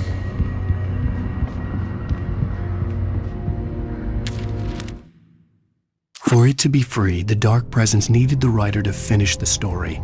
Again and again, the story let it get frustratingly close to the writer without letting it capture him. It was bound by the events depicted in the manuscript, but it could pursue the writer indirectly, put others on the task and stop those who would help him. It took over everything in its path, made them its puppets, and sent them after Alan Wake.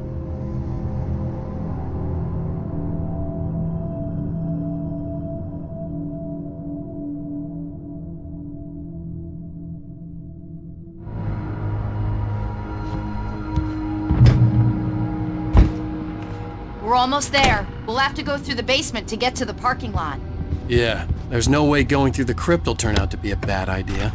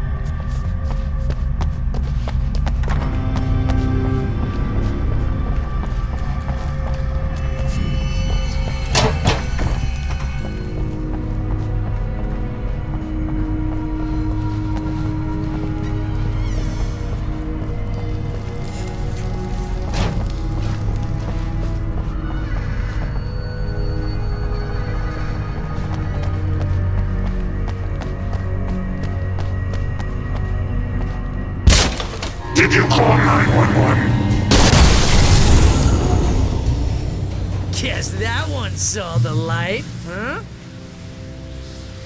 You didn't like that one? A tough audience. Well, I got plenty more. What are the Christmas lights for?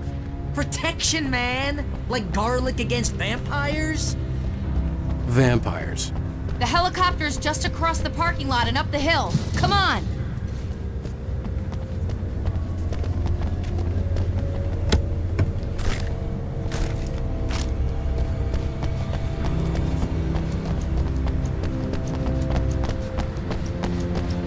The Bright Falls General Store is now my favorite place in the entire world. See this headlamp? It's like a superpower. I can just look at one of those things and they die. It's my flaming eye of Mordor. I wish I didn't say that. Yeah. Alice had screamed until she had no voice left to scream. Around her, the darkness was alive. It was cold and wet and malevolent and without end.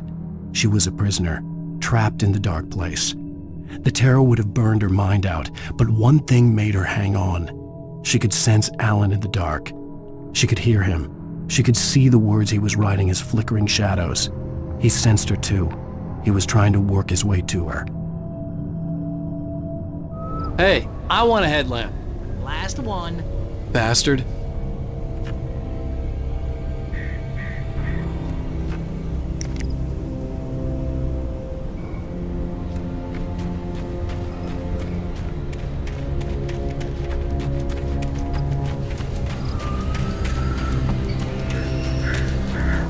Someone throws a damn school bus at your head and you're about to take a helicopter ride with someone who may or may not have a pilot's license or cleared for departure to Night Springs. No offense, Sheriff.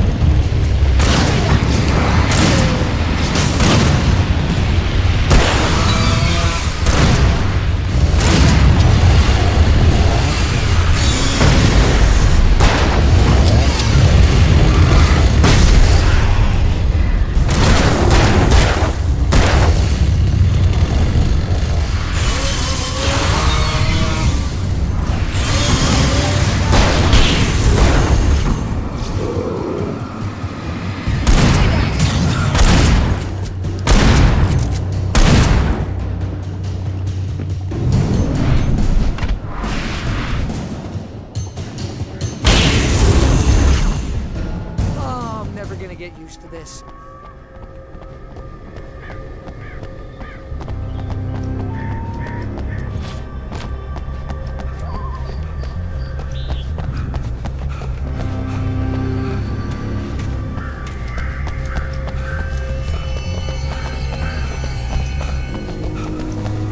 The helicopter's just up ahead.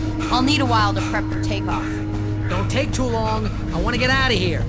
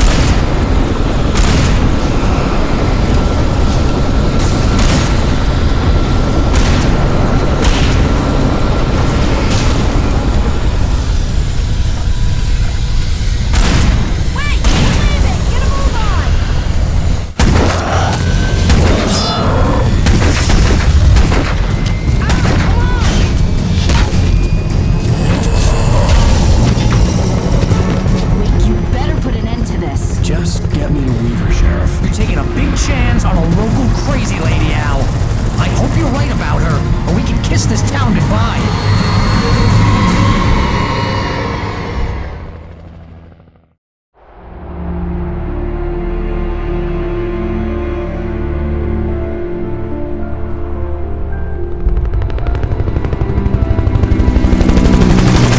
I hope you know how to deal with this, Wake.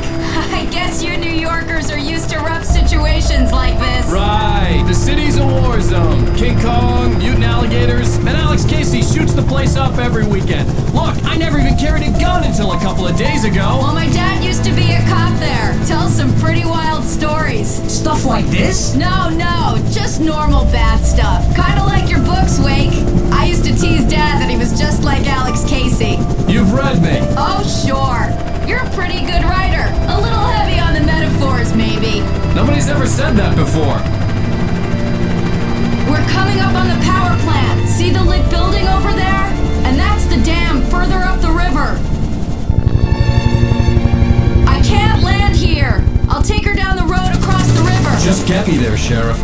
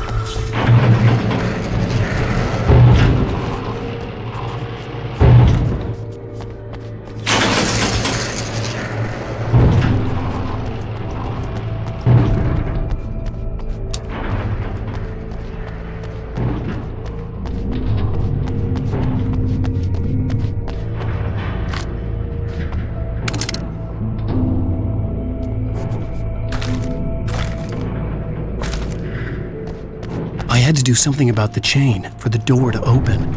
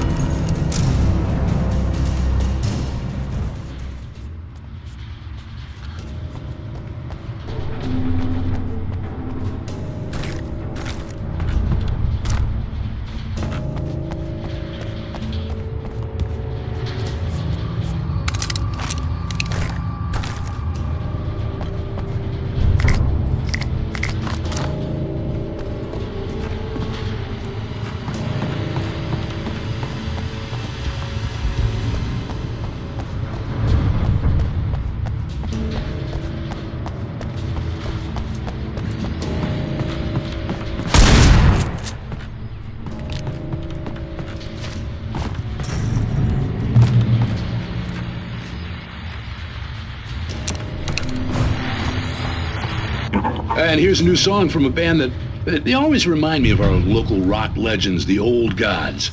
I couldn't tell you. I guess it's just...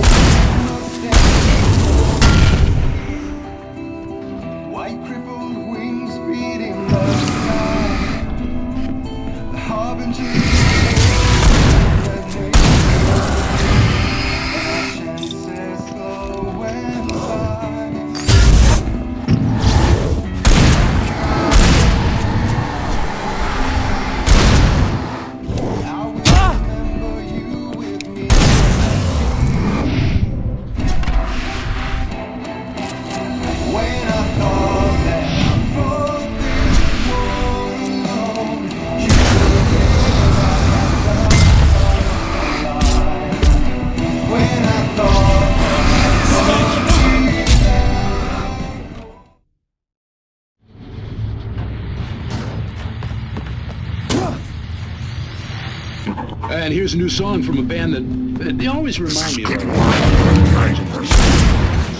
couldn't tell you why. I guess it's. Forward to the Fall, the latest single.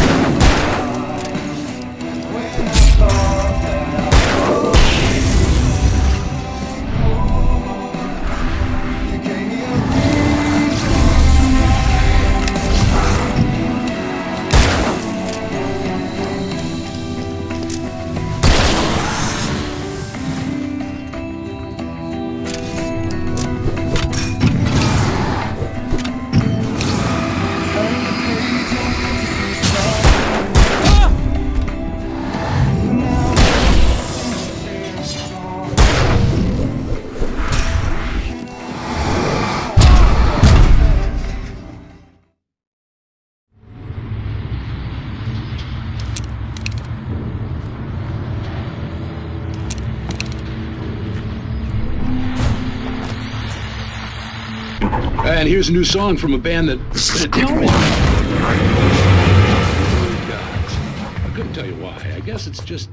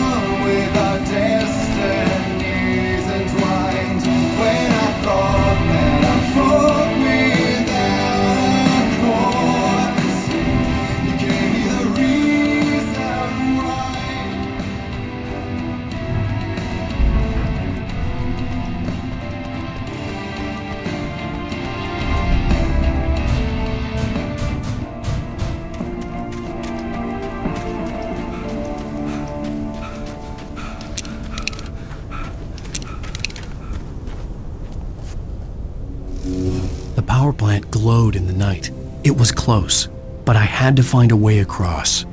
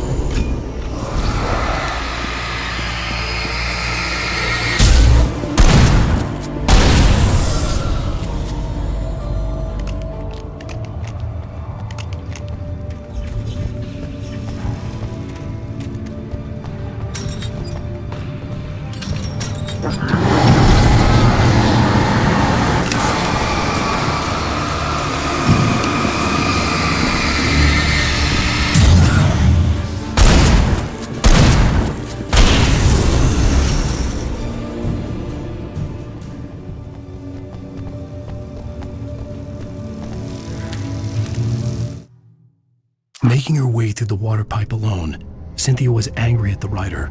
Foolish young man, taking unnecessary risks. And the way he broke the rules. Didn't he understand what was at stake? Since the terrible days in the 70s, she hadn't wavered once, as hard as it had been. She was tired of protecting the town all these long years, and now only wanted to rest.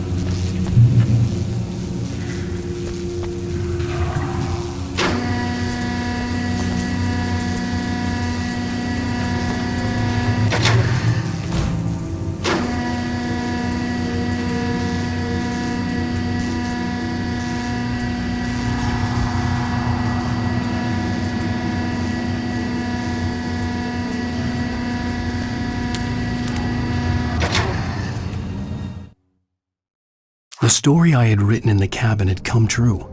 Touched by the dark presence, I had written a horror story, but the end was still missing. The story was incomplete, and the last unfinished page of the manuscript still sat in the typewriter in the cabin study.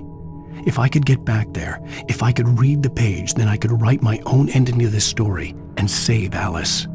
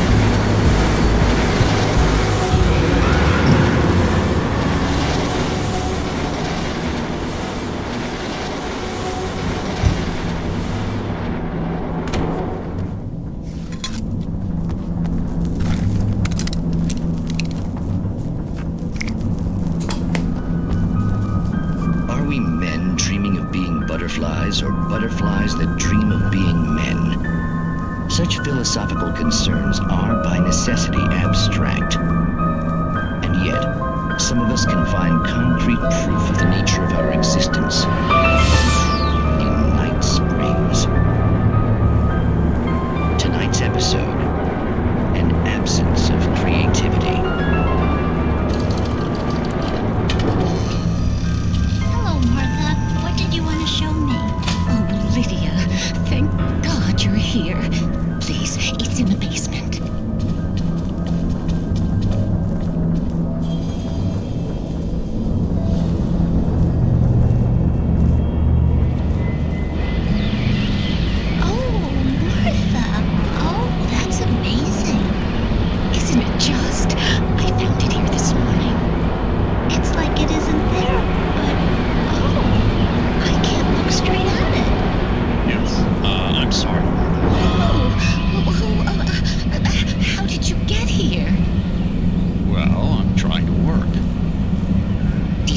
put this thing here?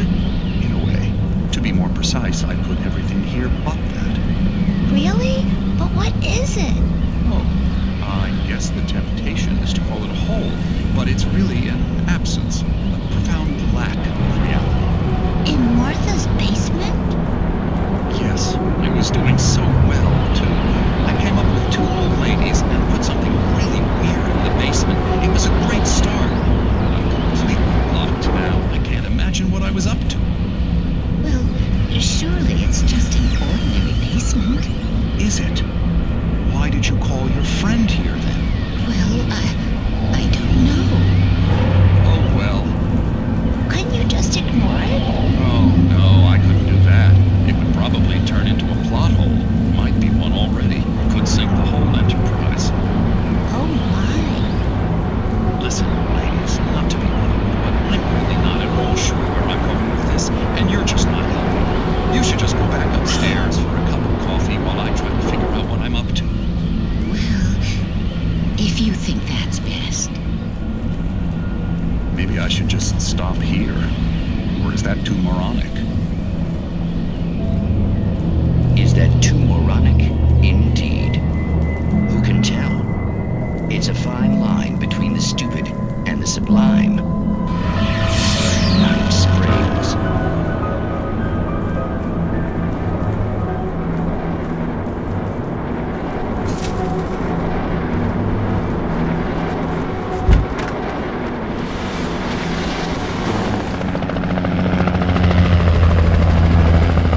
We managed to lose the flock!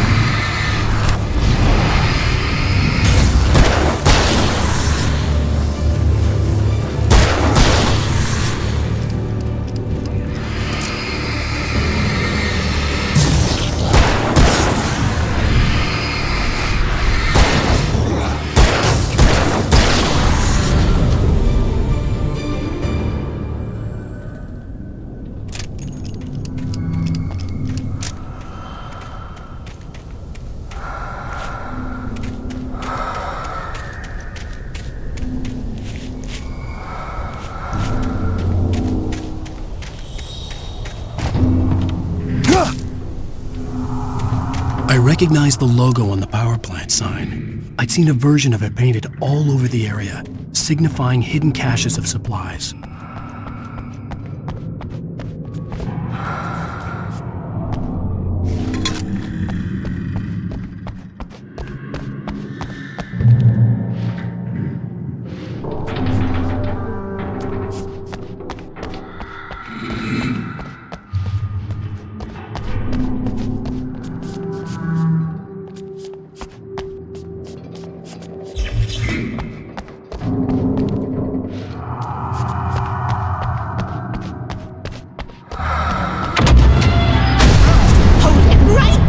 Miss Weaver! Cynthia! I'm a friend! Prove it!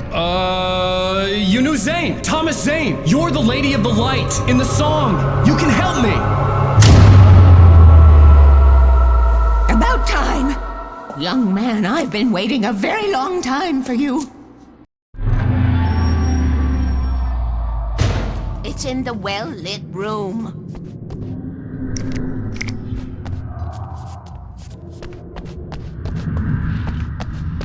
Excuse me?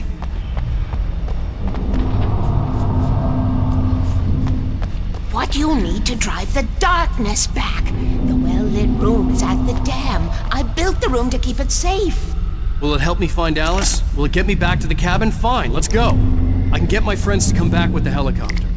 Oh, we won't go outside. Never at night. That's rule number 1.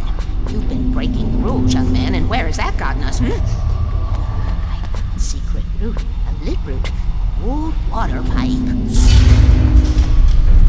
Something was damaged at the transformer yard.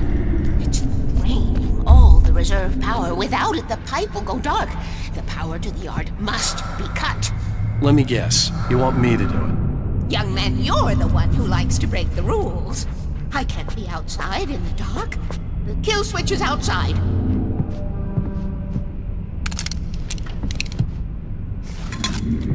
I've been preparing for these times. The dark tides. You have found my caches, haven't you? You can see the signs. Very few people can. Yes, please. Take what you need. This is all for you, for the likes of us.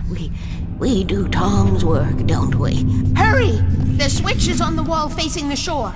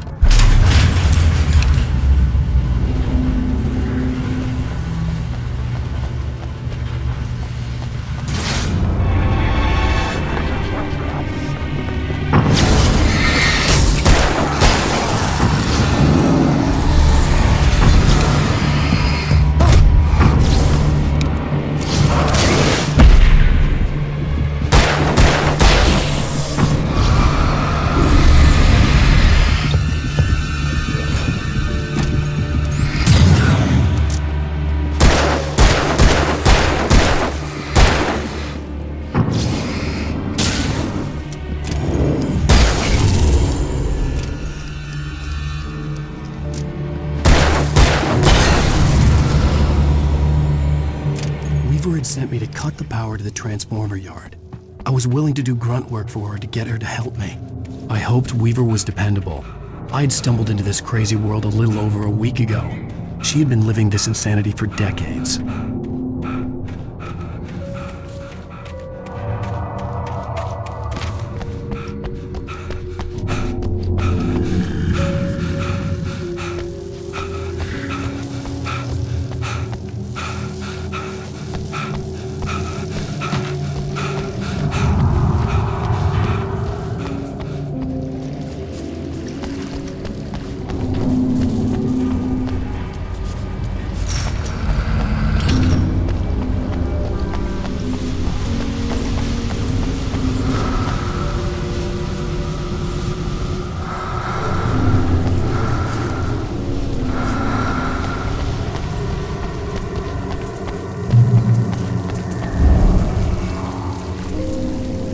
could see the kill switch that would cut the power to the transformer yard.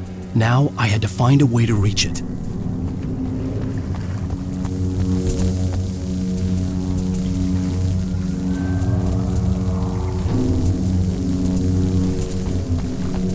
If I could figure out the gates, I could use them to get to the kill switch.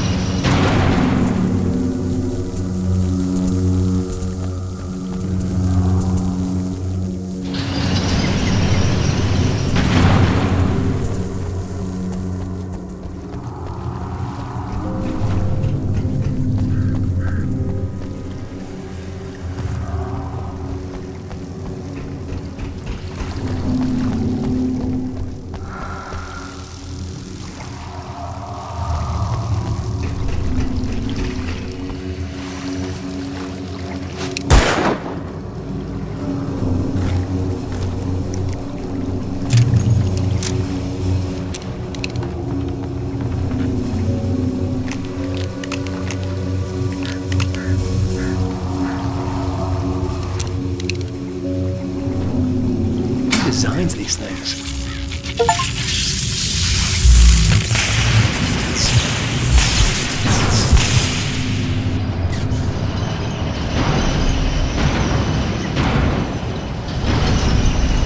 The transformer yard went dark and dead. Weaver's water pipe passage should now be good to go.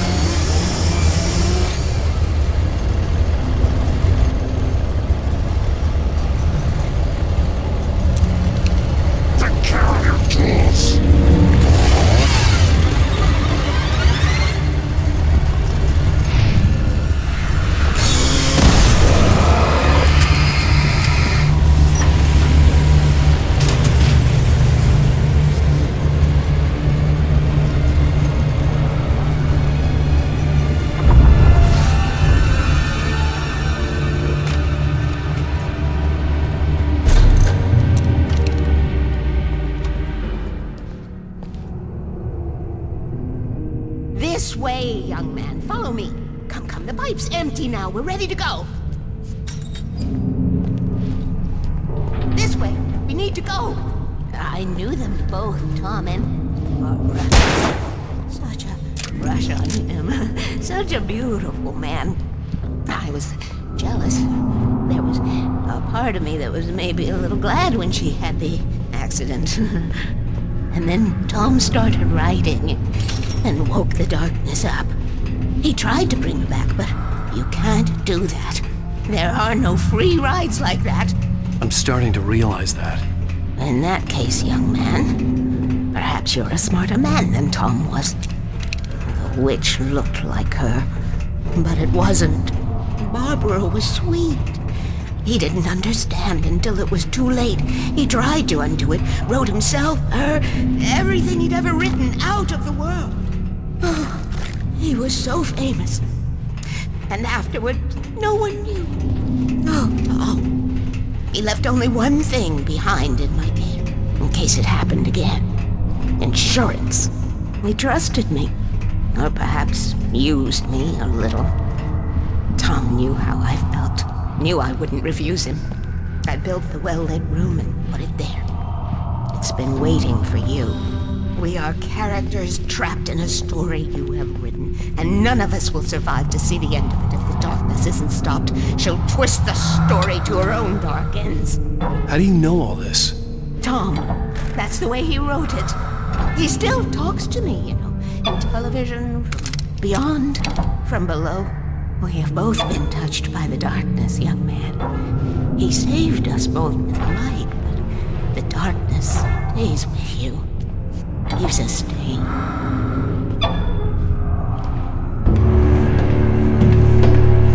This pipe will take us directly to the well-lit room. Okay, I need to call my friends, tell them where we're going. Hello? Al! Barry, we're headed to the dam in one of the pipes. Meet us there.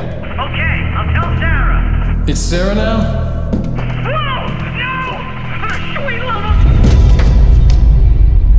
Barry! Barry! We gotta go see if they're okay. They're probably dead. You must reach the well-lit room. This is no time to be a selfish idiot. That's my best friend!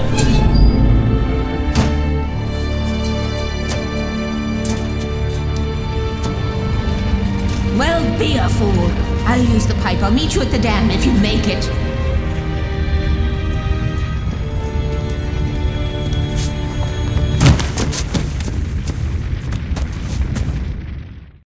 At least I didn't have to worry about her. She knew how to stay safe.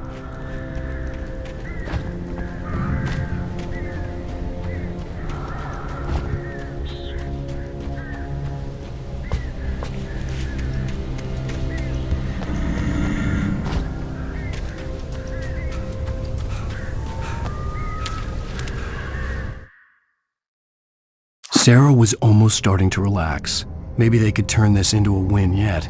Suddenly, there was a piercing sound, like a table saw gone wild, as 100 birds made out of shadows swarmed into the rotor. The chopper bucked wildly and the board lit up, telling her what she already knew. They were going down. Barry Wheeler screamed next to her.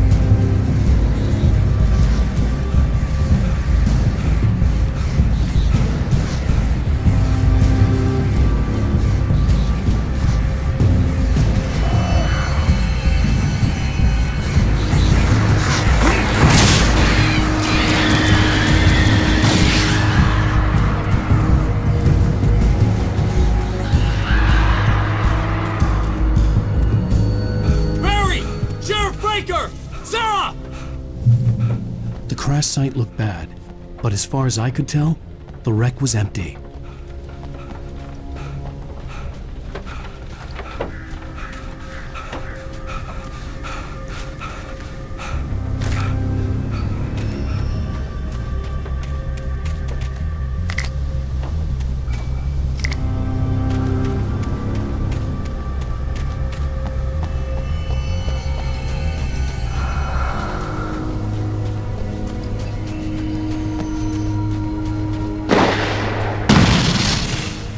Barry!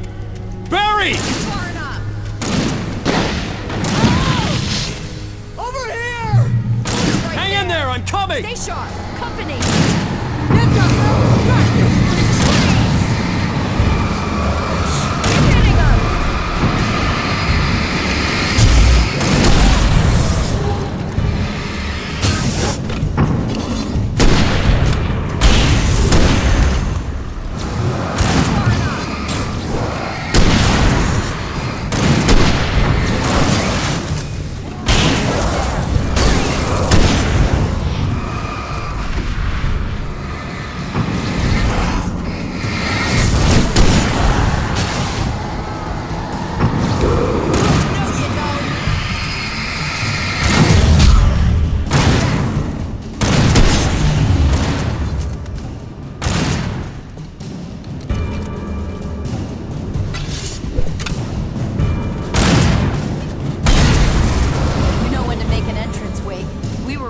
Like Butch Cassidy and the Sundance Kid.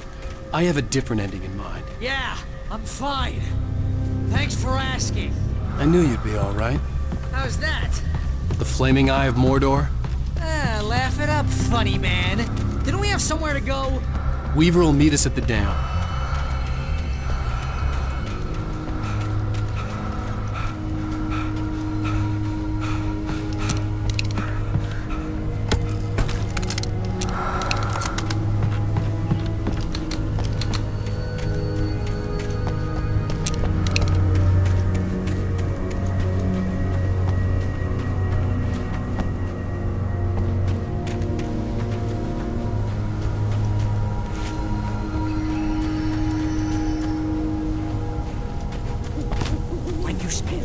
Most of your night running uphill while a crazy bunch of demon hicks try to take your head off with an axe.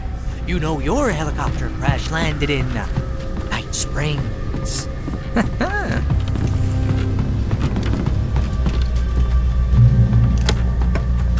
Oh. Lead the way, Al. Try not to get us killed. Oh, I should have kept that gym membership. You see those lights? That's the elevator we need to take.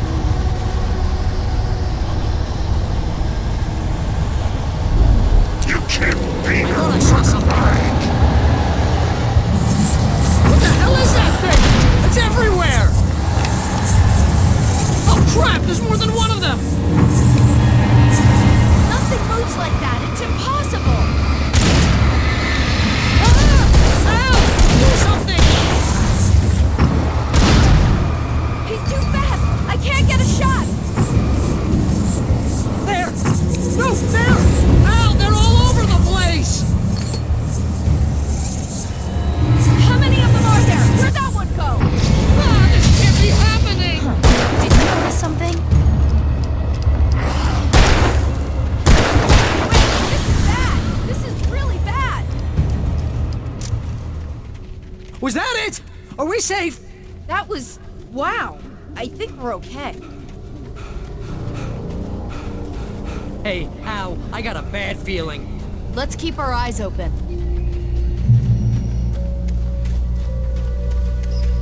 Please, Al, let's just stay here where it's safe. Wait, call the elevator. I'm keeping watch. I think I hear something moving around.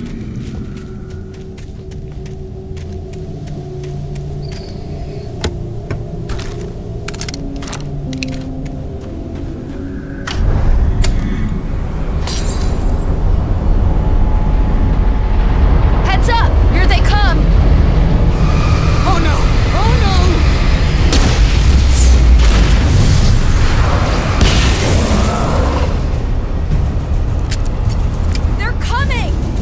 have to hold them off.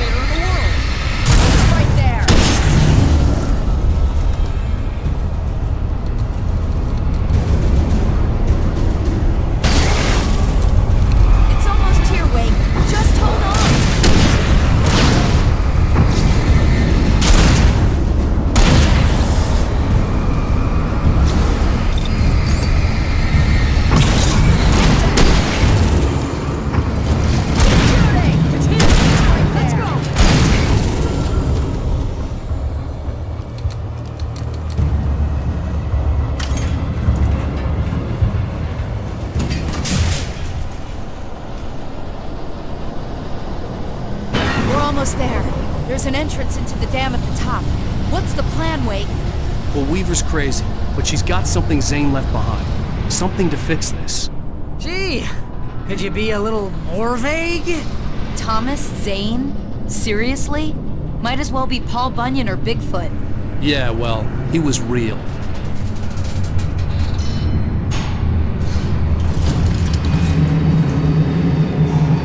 Let's be careful, okay? Oh, jeez, I hate this.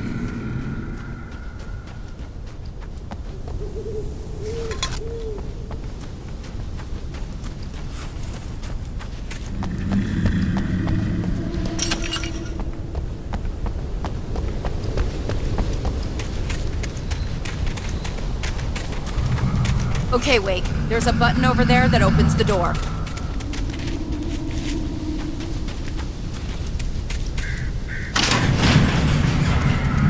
I think something's broken. Hold the button down so we can get in.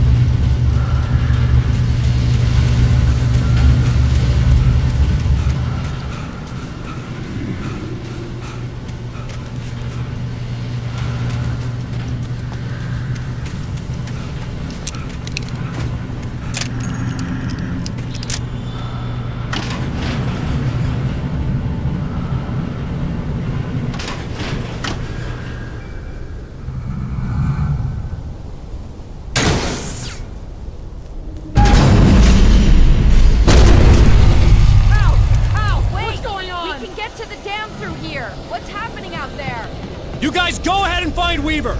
She should be in the dam now. I'll have to make it alone through the top. Okay, Wake. Good luck. Don't get yourself killed. Now, please be careful. I'll take good care of Barry, Wake. You just look after yourself.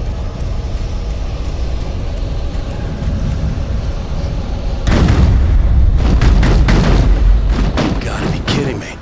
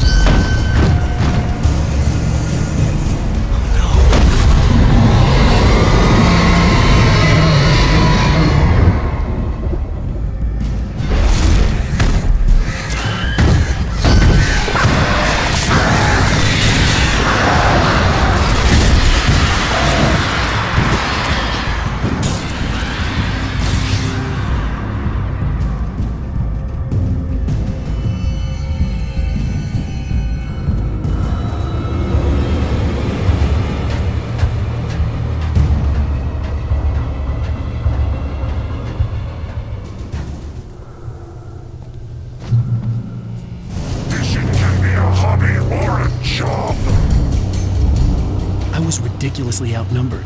The searchlight could even the odds.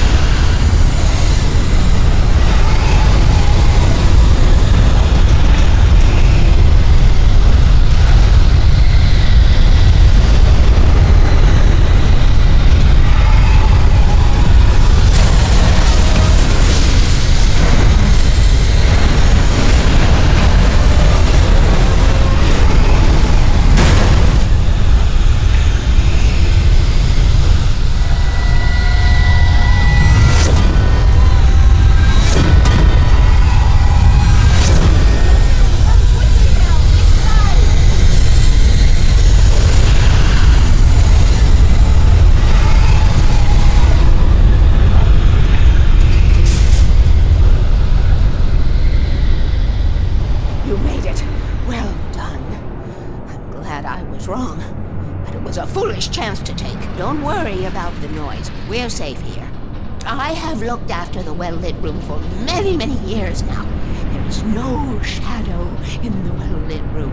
The power is fail-safe, and all the bulbs are numbered and changed regularly based on their make and model.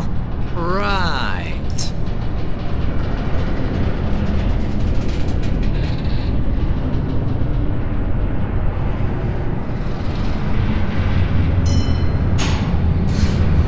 There's an old army base at Raincoat Point, north of here. It was active during the Second World War. They operated here back then. They must have built this. Yes, they did. It's my place now.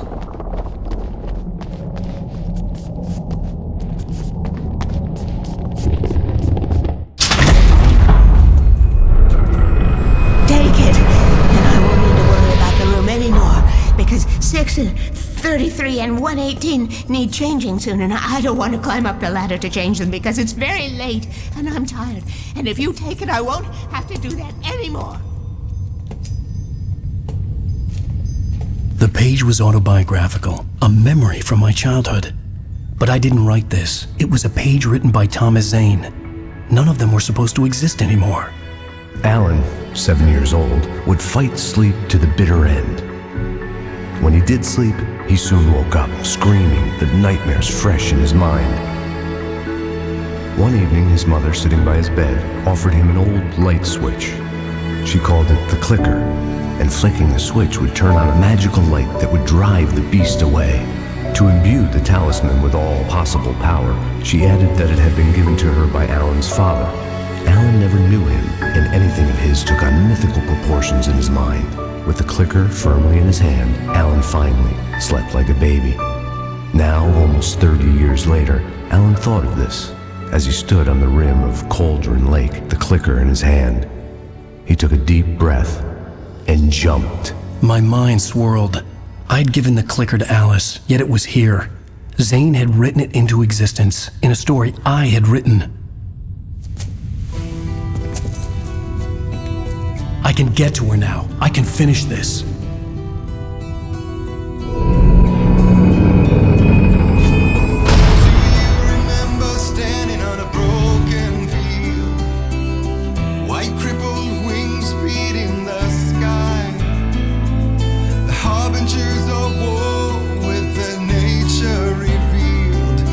Chances flowing by. If I can let the memory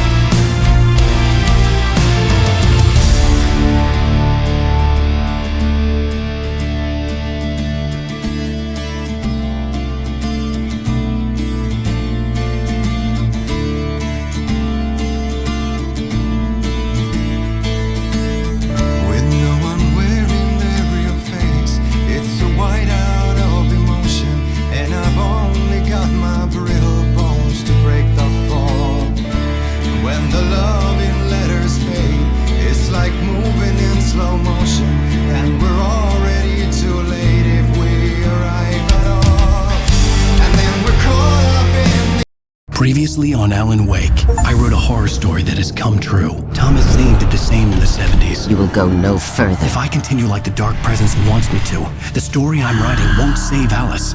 It's a horror story. No one will survive. You knew Zane! Thomas Zane! You're the Lady of the Light in the song! He left something behind to help me. The clicker. Alan thought of this as he stood on the rim of Cauldron Lake, the clicker in his hand. He took a deep breath and jumped. I can get to her now. I can finish this.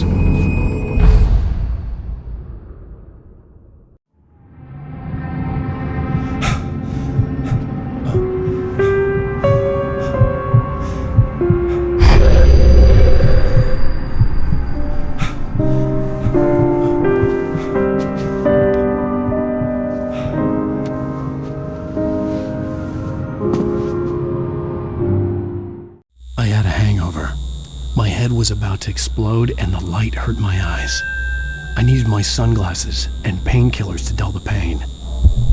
In one of my finer moments of self-deception, I swore to quit drinking.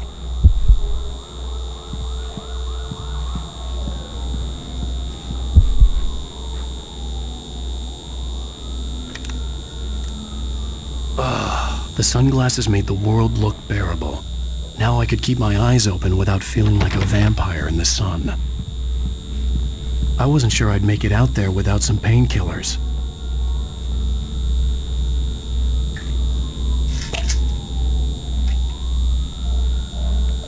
The pills worked fast. The prospect of being awake started to seem bearable again. There was a message waiting for me on the machine.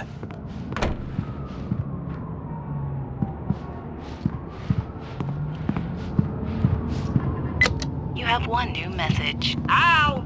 Are you still asleep? Wakey, wakey! You should have your show on your TiVo. If Alice wasn't too mad to record it. And she called me earlier and really chewed me out. Yeah, we went a little overboard last night. But parties are a part of this business. Al, look, I'm saying this as your friend. She's not doing your career any favors by trying to run your life like that, okay? I'll talk to you later, Al. Watch the show.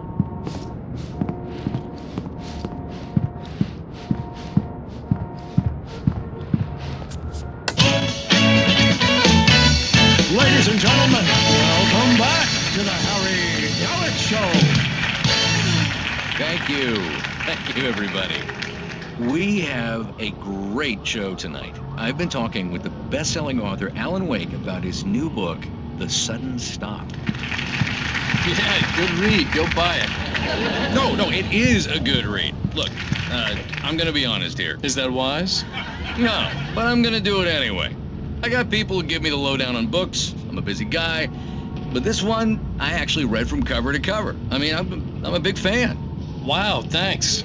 Now, this might be a spoiler for those who haven't read the book yet. Based on the sales figures, the 2 people out there who haven't read the book yet. But this last book is all about the death of the main character, the hard-boiled New York detective, Alex Casey. Now, there's been a lot of outrage about this. Why the hell did you kill Casey? What the hell were you thinking, man? Good riddance. No, seriously though. 7 years and 6 books is a long time. He was a gloomy guy to spend all your working hours with, and it was a good run. But it's time to explore new things. My next book will be a departure from the old for me. You selfish bastard, always thinking of yourself. Well, you've certainly given us a lot of entertainment over the years. And now that you mention it, Casey was a gloomy guy. Never had much luck with his love life with the ladies. Was that autobiographical in any way? Yeah, no kidding. Casey's lady friends tended to die on him. With Casey, it was all about his pain. No, nothing autobiographical about that. I'm a happily married man. My wife is my muse. Well, congratulations. That's great to hear. So, how's the publicity tour been treating you? Good. Great. But I gotta say, I'm glad to be back home in New York. Well, you've certainly been on the news a lot lately. Lots of parties and, you got into a fight with some paparazzi. Oh, man. Well, that guy was really in my face. I lost my temper. I know that wasn't cool. You are famous for that temper. Well, I did also write several books. Well, your latest novel is called The Sudden Stop, and it's in bookstores now. Go get it. That means the two of you out there who haven't bought it yet. Ladies and gentlemen, that's all we have for you tonight. I want to thank all our guests for the evening. Alan Wake, Sam Lake. Once more, do the face for us, Sam. There we go. And our musical guests, Poets of the Fall. Thank you, and good night. At least I'd been funny. I told myself I could live with that. Hey, honey. Did you watch the show? I didn't say anything stupid if that's what you want to know. Okay, Grumpy. You want to ask him something? Are you going to start with me about drinking now? You know what? Go back to sleep, Alan.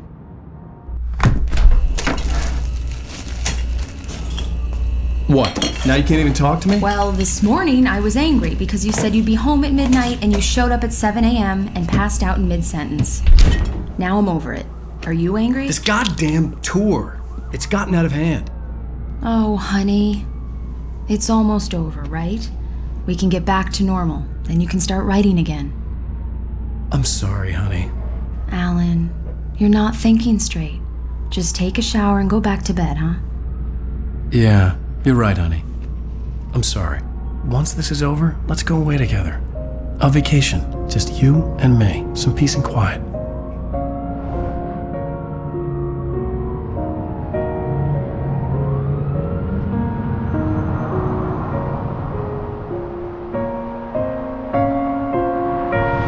Somehow, the clicker was the key to the cabin.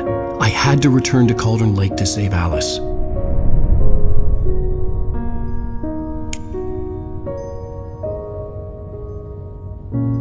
I'm going back to the lake to finish this. I'm going to write an ending to the story in the manuscript on my own terms, to make it all right. Why can't you just write it here? The last page is still in the typewriter. I need to read it first. Everything needs to be just right. Zane tried to cut some corners, and it didn't end well. Okay, ready when you are. I'm sorry, Sarah, but I need to do this alone. Barry, take her gun. Miss Weaver, close the door when I leave.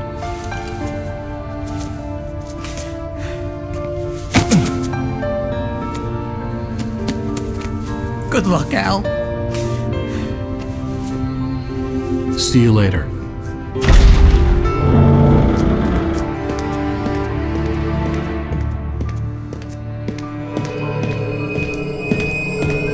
When I got out, it was warm and sunny. I'd flicked the switch of the clicker. Had it done this? I didn't stop to question it. I had to take advantage of the sunlight to get to the lake. On Zane's page, I'd stood on the rim of Cauldron Lake, about to use the clicker. That's where I was headed.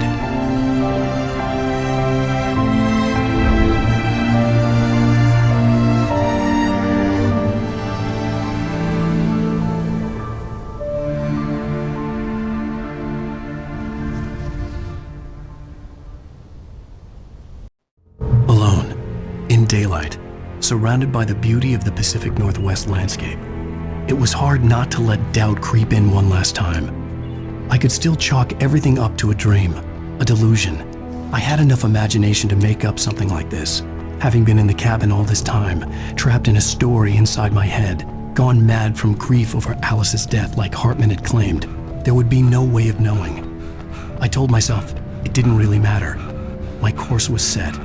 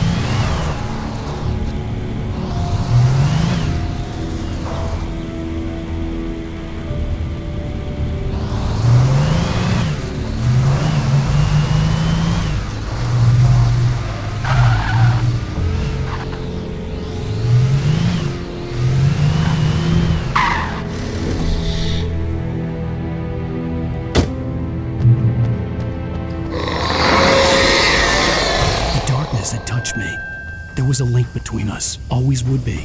I could feel its presence again, getting closer.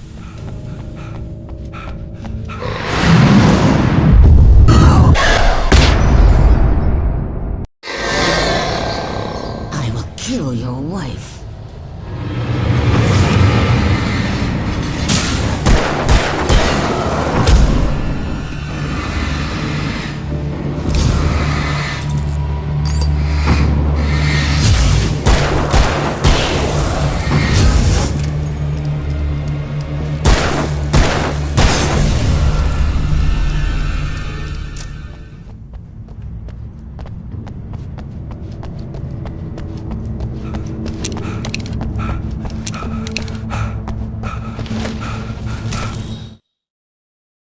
The dark presence was no longer trying to capture the writer so he could create the ending it wanted.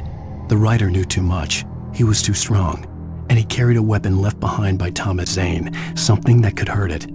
Now, the darkness was doing everything in its power to simply stop the writer from ever reaching Cauldron Lake and the dark place it came from.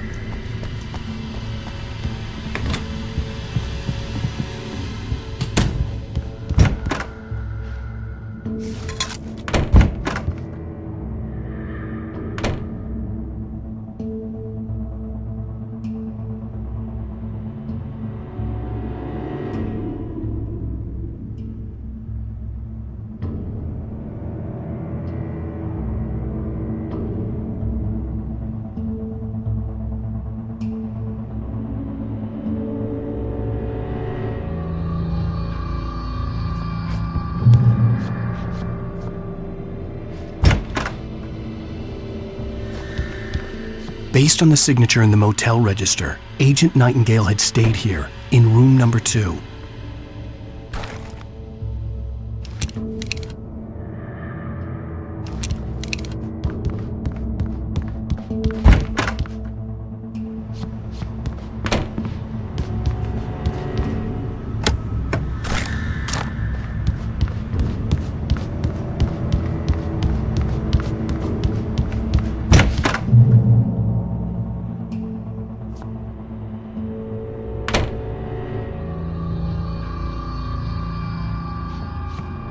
This had obviously been the room where Agent Nightingale had stayed when he hadn't been busy harassing me.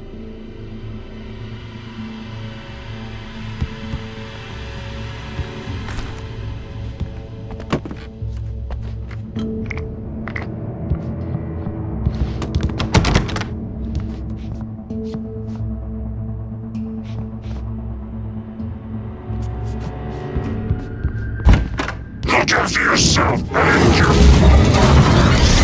Could have fooled me, pal.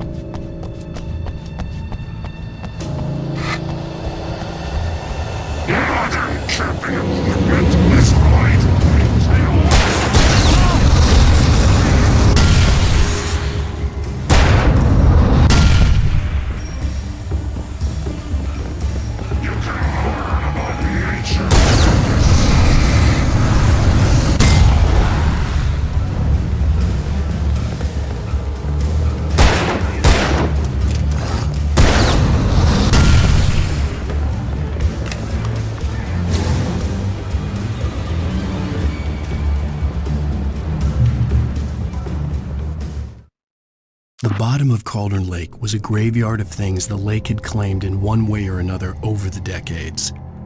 The dark presence brought them up in its wake, scattering the rotten waterlogged hull of an old boat here, the remains of a long ago crashed airplane there, trees shattered under the impacts.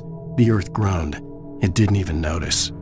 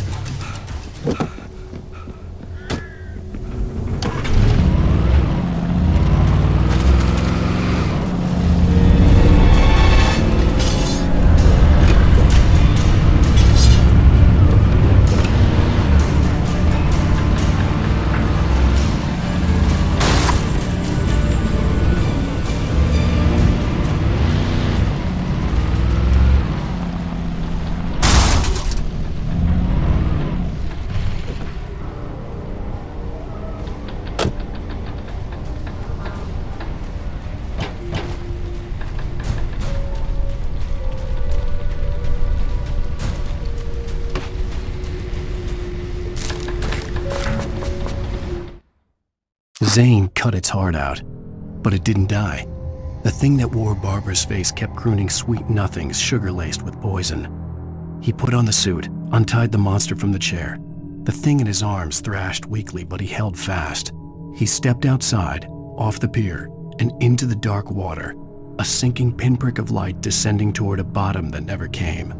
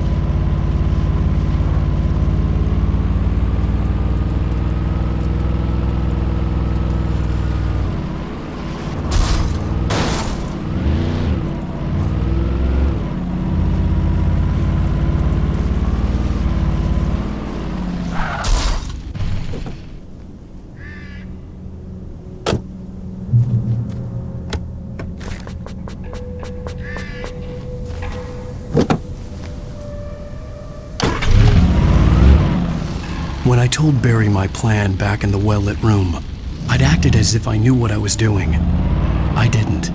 I was operating on the shifting logic of a dream. I had to fight my way to the lake through the horrors of the night. I had to flick an old battered light switch imbued with childhood magic.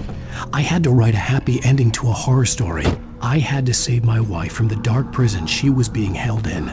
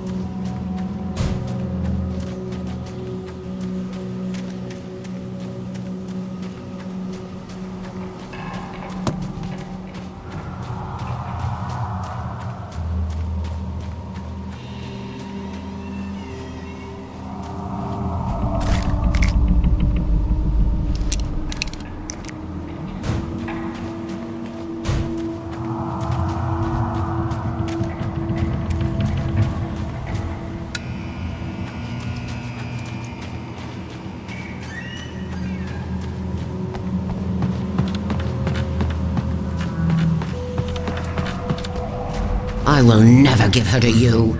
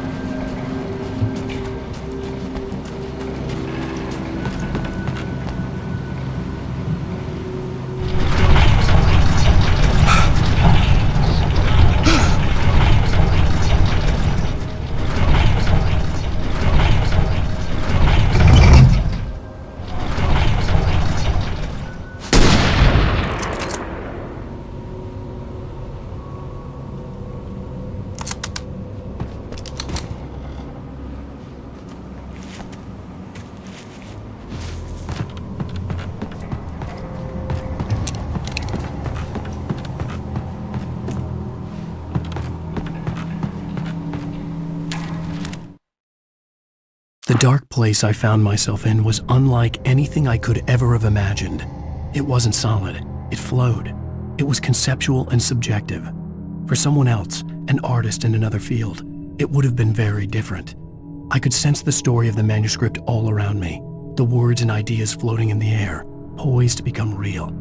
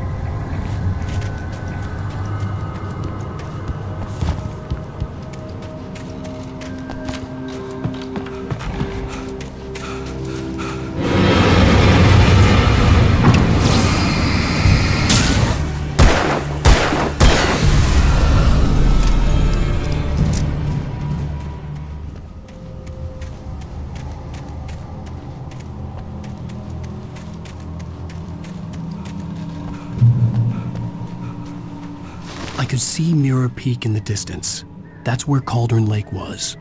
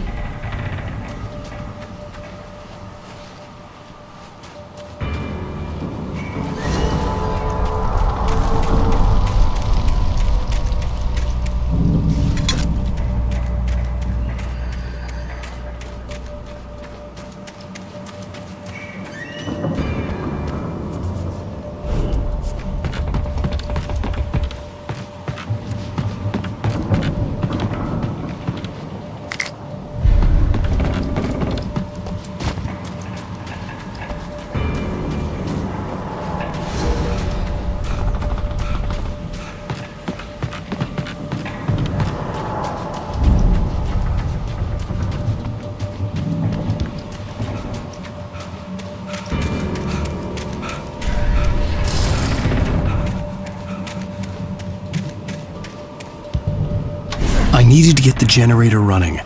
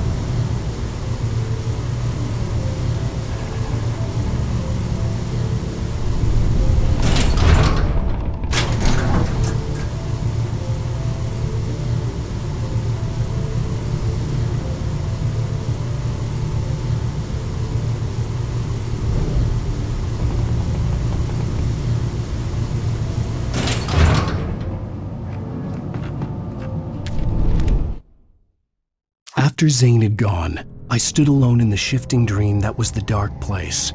I had to find a way to the cabin. I'd written myself a way through this place in the manuscript. I followed the idea of a path. I'd written myself across the ocean that blocked my way, and with that, there was a bridge to the island beyond. The idea of the cabin flickered in the underwater darkness. I willed the cabin to be real, and it was.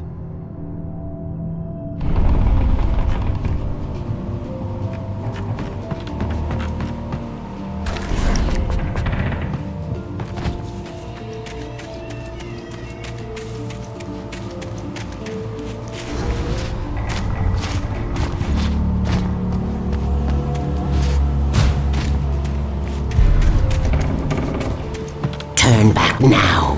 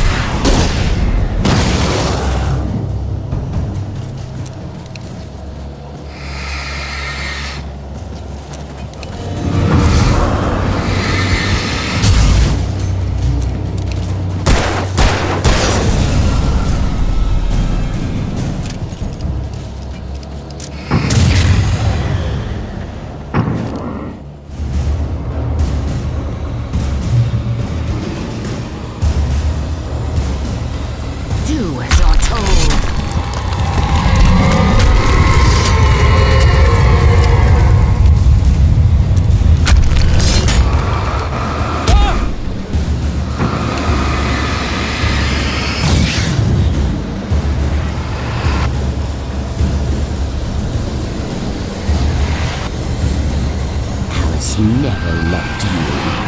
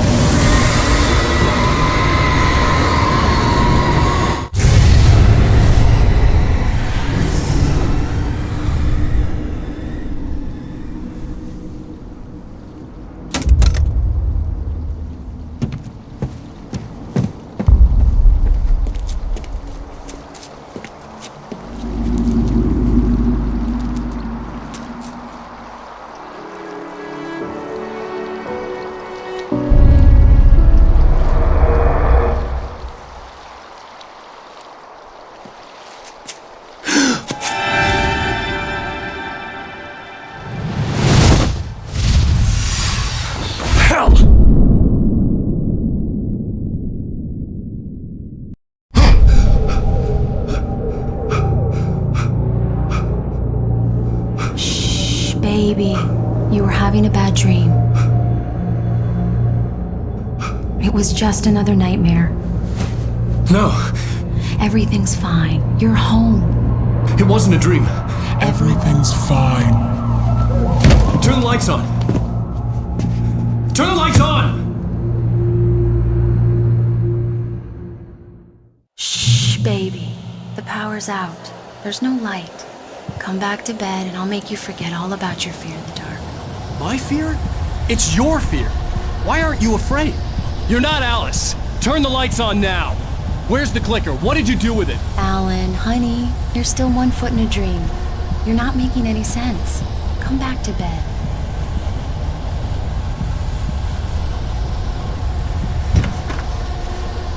Alan, you're scaring me now. Come back to bed. Have you taken your pills? Do you want me to call Dr. Hartman? I read your manuscript. It's brilliant. Departure is your best work yet. You're a genius. I'm so proud of you. Come back to bed. We'll talk more about it in the morning. Come back to bed, Alan. Come back to bed, Tom.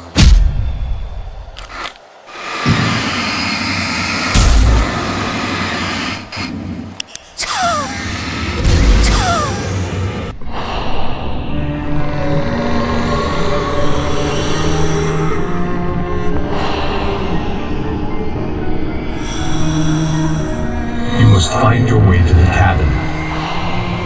It stands in your way. It won't let you pass. It has no heart.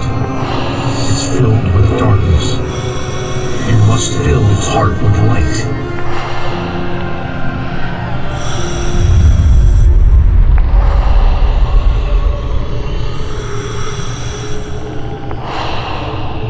Don't mind him, he's Mr. Scott.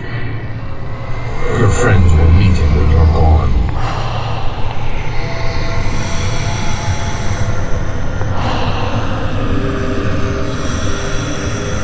Use the clicker.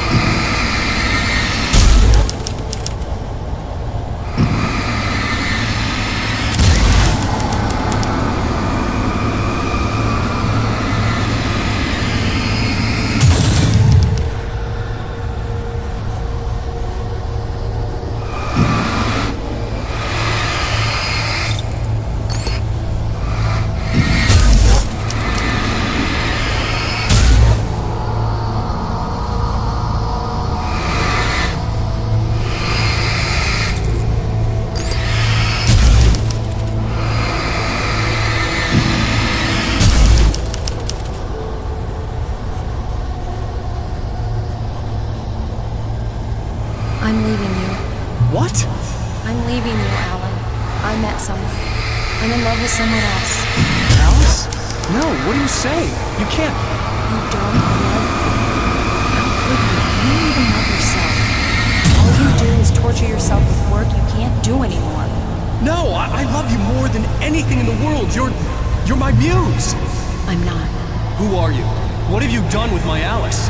Alan? What are you doing? Put the light back on! What are you doing, Alan? Stop! Put the light back on! It wasn't true. Nothing like that had ever happened. You're not my Barbara. Tom, let me go. I promise to be good. Please, untie me, you naughty boy. I will help you write your masterpiece. I will love you forever. No, you're not Barbara Jagger. I made a terrible mistake. I should have never written you back.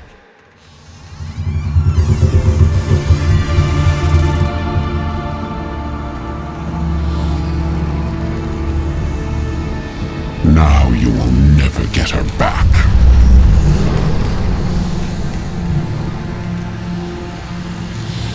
I am much older than you.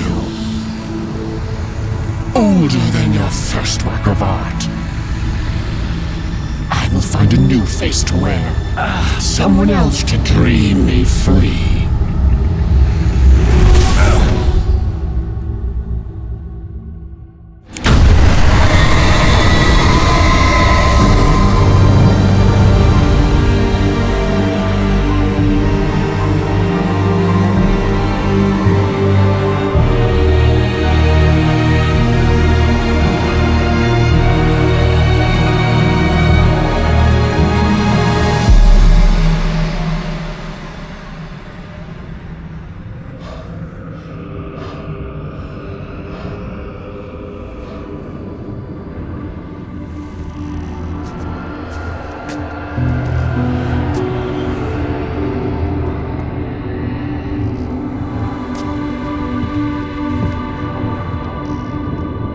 I could feel Alice's presence close by. I understood what I had to do now. I knew how to write the ending to Departure.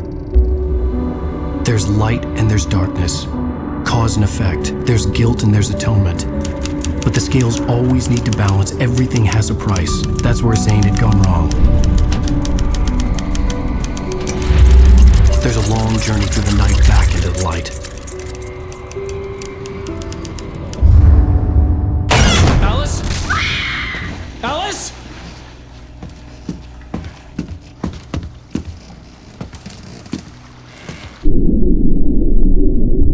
Oh no!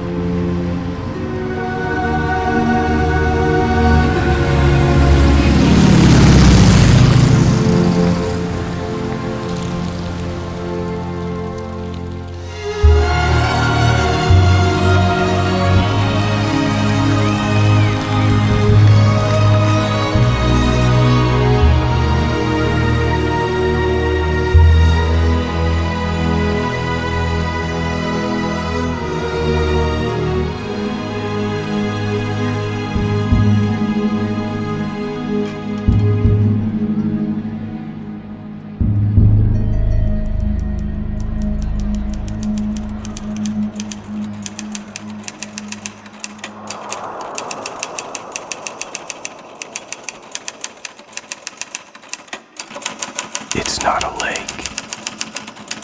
It's an ocean.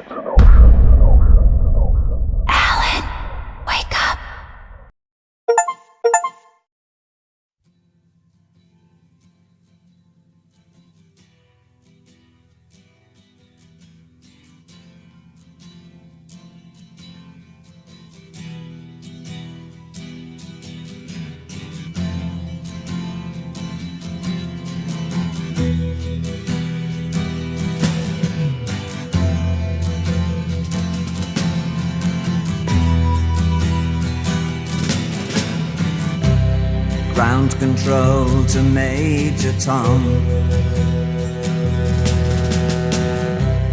Ground control to Major Tom.